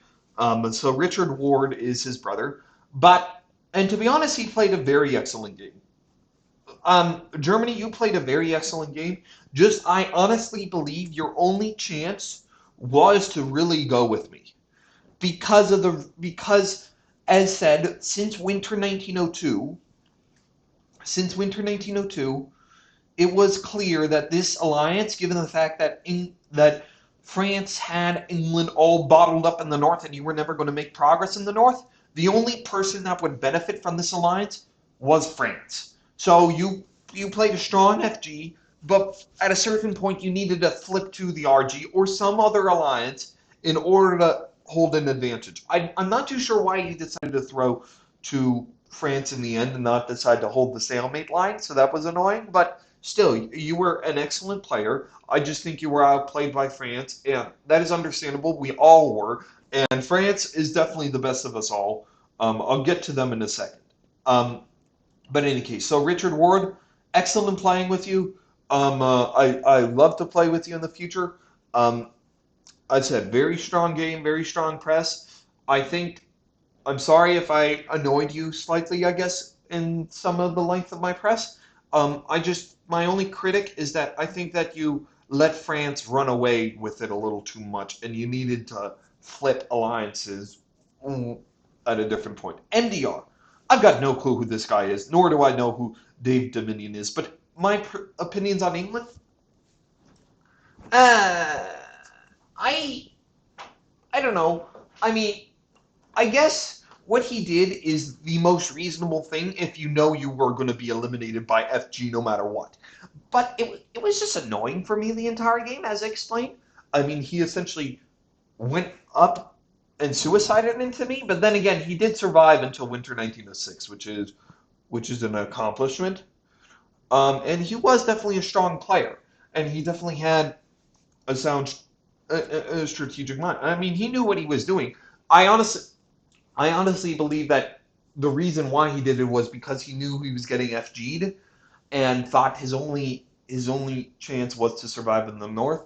But I just wish you were a little more receptive to maybe working with me. I don't know. I really tried getting this England-Russian alliance down. But yeah. And then finally, Austria. Austria was a very strong player. He knew what he was doing. I just think he was in an unfortunately difficult position from the start.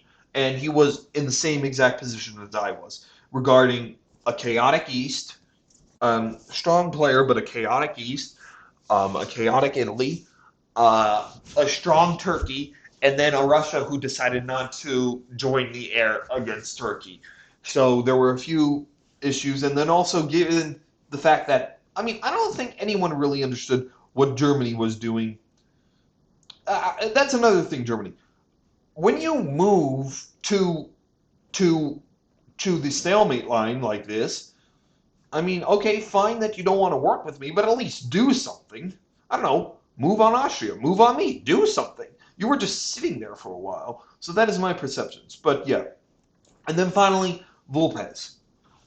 Oh my god. Um, Throughout the game, I had no idea who the hell France was. But he was clearly an extremely strong elite player. And just the question was, who was he? And Vulpes, oh my god. This guy is his real name is Nick Heidel, and he is probably the rookie player of the year. He came in, as said. I'm not too sure if many of you know this, but I run the online Discord community, the Olympus Diplomacy server, and on there I host a regular seasonal tournament that is essentially the largest extended deadline tournament of the year. We're even larger than Nexus now. And Vulpes, when he came in to extended deadline, he joined the tournament and he ended, despite the fact it was his first tournament ever playing and his only other experience was random public games on Backstabber, he ended second out of 98 players in the first season of Olympus. Shocking so many other top elite world champion players and whatnot. Grayson, actually the GM of this game, Grayson, aka Bradley Grace, won the game. But Vulpes, he truly is a trampling buffalo. He truly is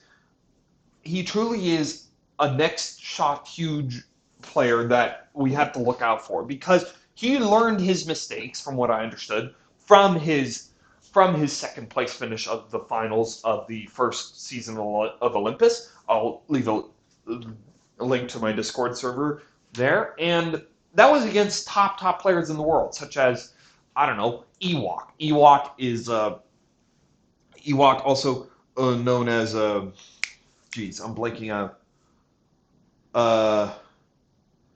Also known as Village Idiot, considered the best online diplomacy player there ever was. He played against people like Andrei Gribakov. Sorry, not Andrei Gribakov. I'm blanking out on your last name, Andre. Sorry. Andre, just many top elite players in the extended deadline world. I mean, it was a top elite. And he played his first tournament, and he ended second. He learned his mistakes here, and he has the best diplomacy I've ever seen.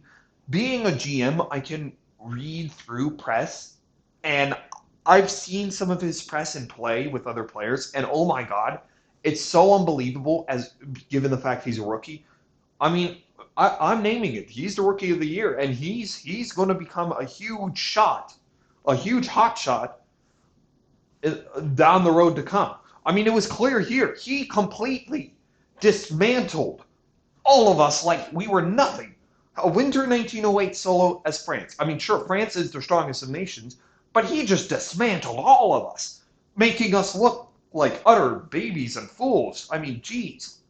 So yeah, so honestly, he's an incredible player. There's nothing more I can say. And he played this game. He played the perfect France game. I mean, true, it isn't like a Russian solo in 1904. If Bradley Grace knows what I'm talking about.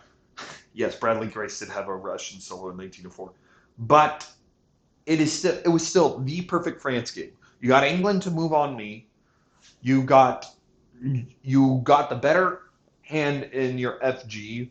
You were able to move some fleets south, able to keep the east in enough chaos, able to take Tunis, be across the stalemate line, and then just murder Germany and take all of his dots. Simple 18 center supply win as France. So he played an excellent game. He knew what he was doing, and it was quite shocking. It was quite shocking. Here, I mean, look at those stats. I don't know if any of you guys go by stats, but 10 wins, 10 wins as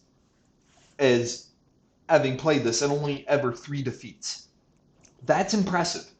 That's impressive. And you've only ever played 23. I mean, my man, you truly are impressive. He truly is the trampling buffalo of diplomacy. And in case you're interested, whoops. In case you're interested in seeing the stats of everyone else, as said, also as some wins and stuff under his belt, Timothy Crosby, very experienced player, a lot of draws, etc. Richard Ward, same, but MDR, I mean, clearly an extremely experienced player, but still newer. As you can see, he's only played what? He's only completed 8 games thus far. Currently playing one, I guess. But yeah, knows what he's doing. Nagasol, newer player as well. Same thing. Myself. I definitely have played the most games out of anyone here, but as you can see, I'm an experienced player in my own right. But my man, Lopez, Nick Heibel, Jesus Christ, man, you truly are. Guys, look out for a new video. That my next video will be actually, hopefully, interviewing Nick Heibel on how to play the perfect France, because he truly did play the perfect France here. And we're going to talk about this game, and I'm going to interview him. I'm also going to link, in case you're interested as to who this guy is, I'll link his interview for season 1 of Olympus Diplomacy in the comments. But my man, I mean, he's I honestly believe within the next few years he's the next big thing. He's the next big thing, and he truly is. He truly really is the trampling buffalo of diplomacy. Thank you, and that'll be it for this first video of the first diplomacy commentary video. As said, watch out for my interview with France soon to come out, and currently I'm working on another diplomacy commentary video in which I'm playing a variant called Fog of War Diplomacy. So that'll be interesting. So watch out for that in the next, I don't know, in the next couple months, with the video with France coming out sooner, maybe in a week or so, hopefully. But until then, I will see you on the next one.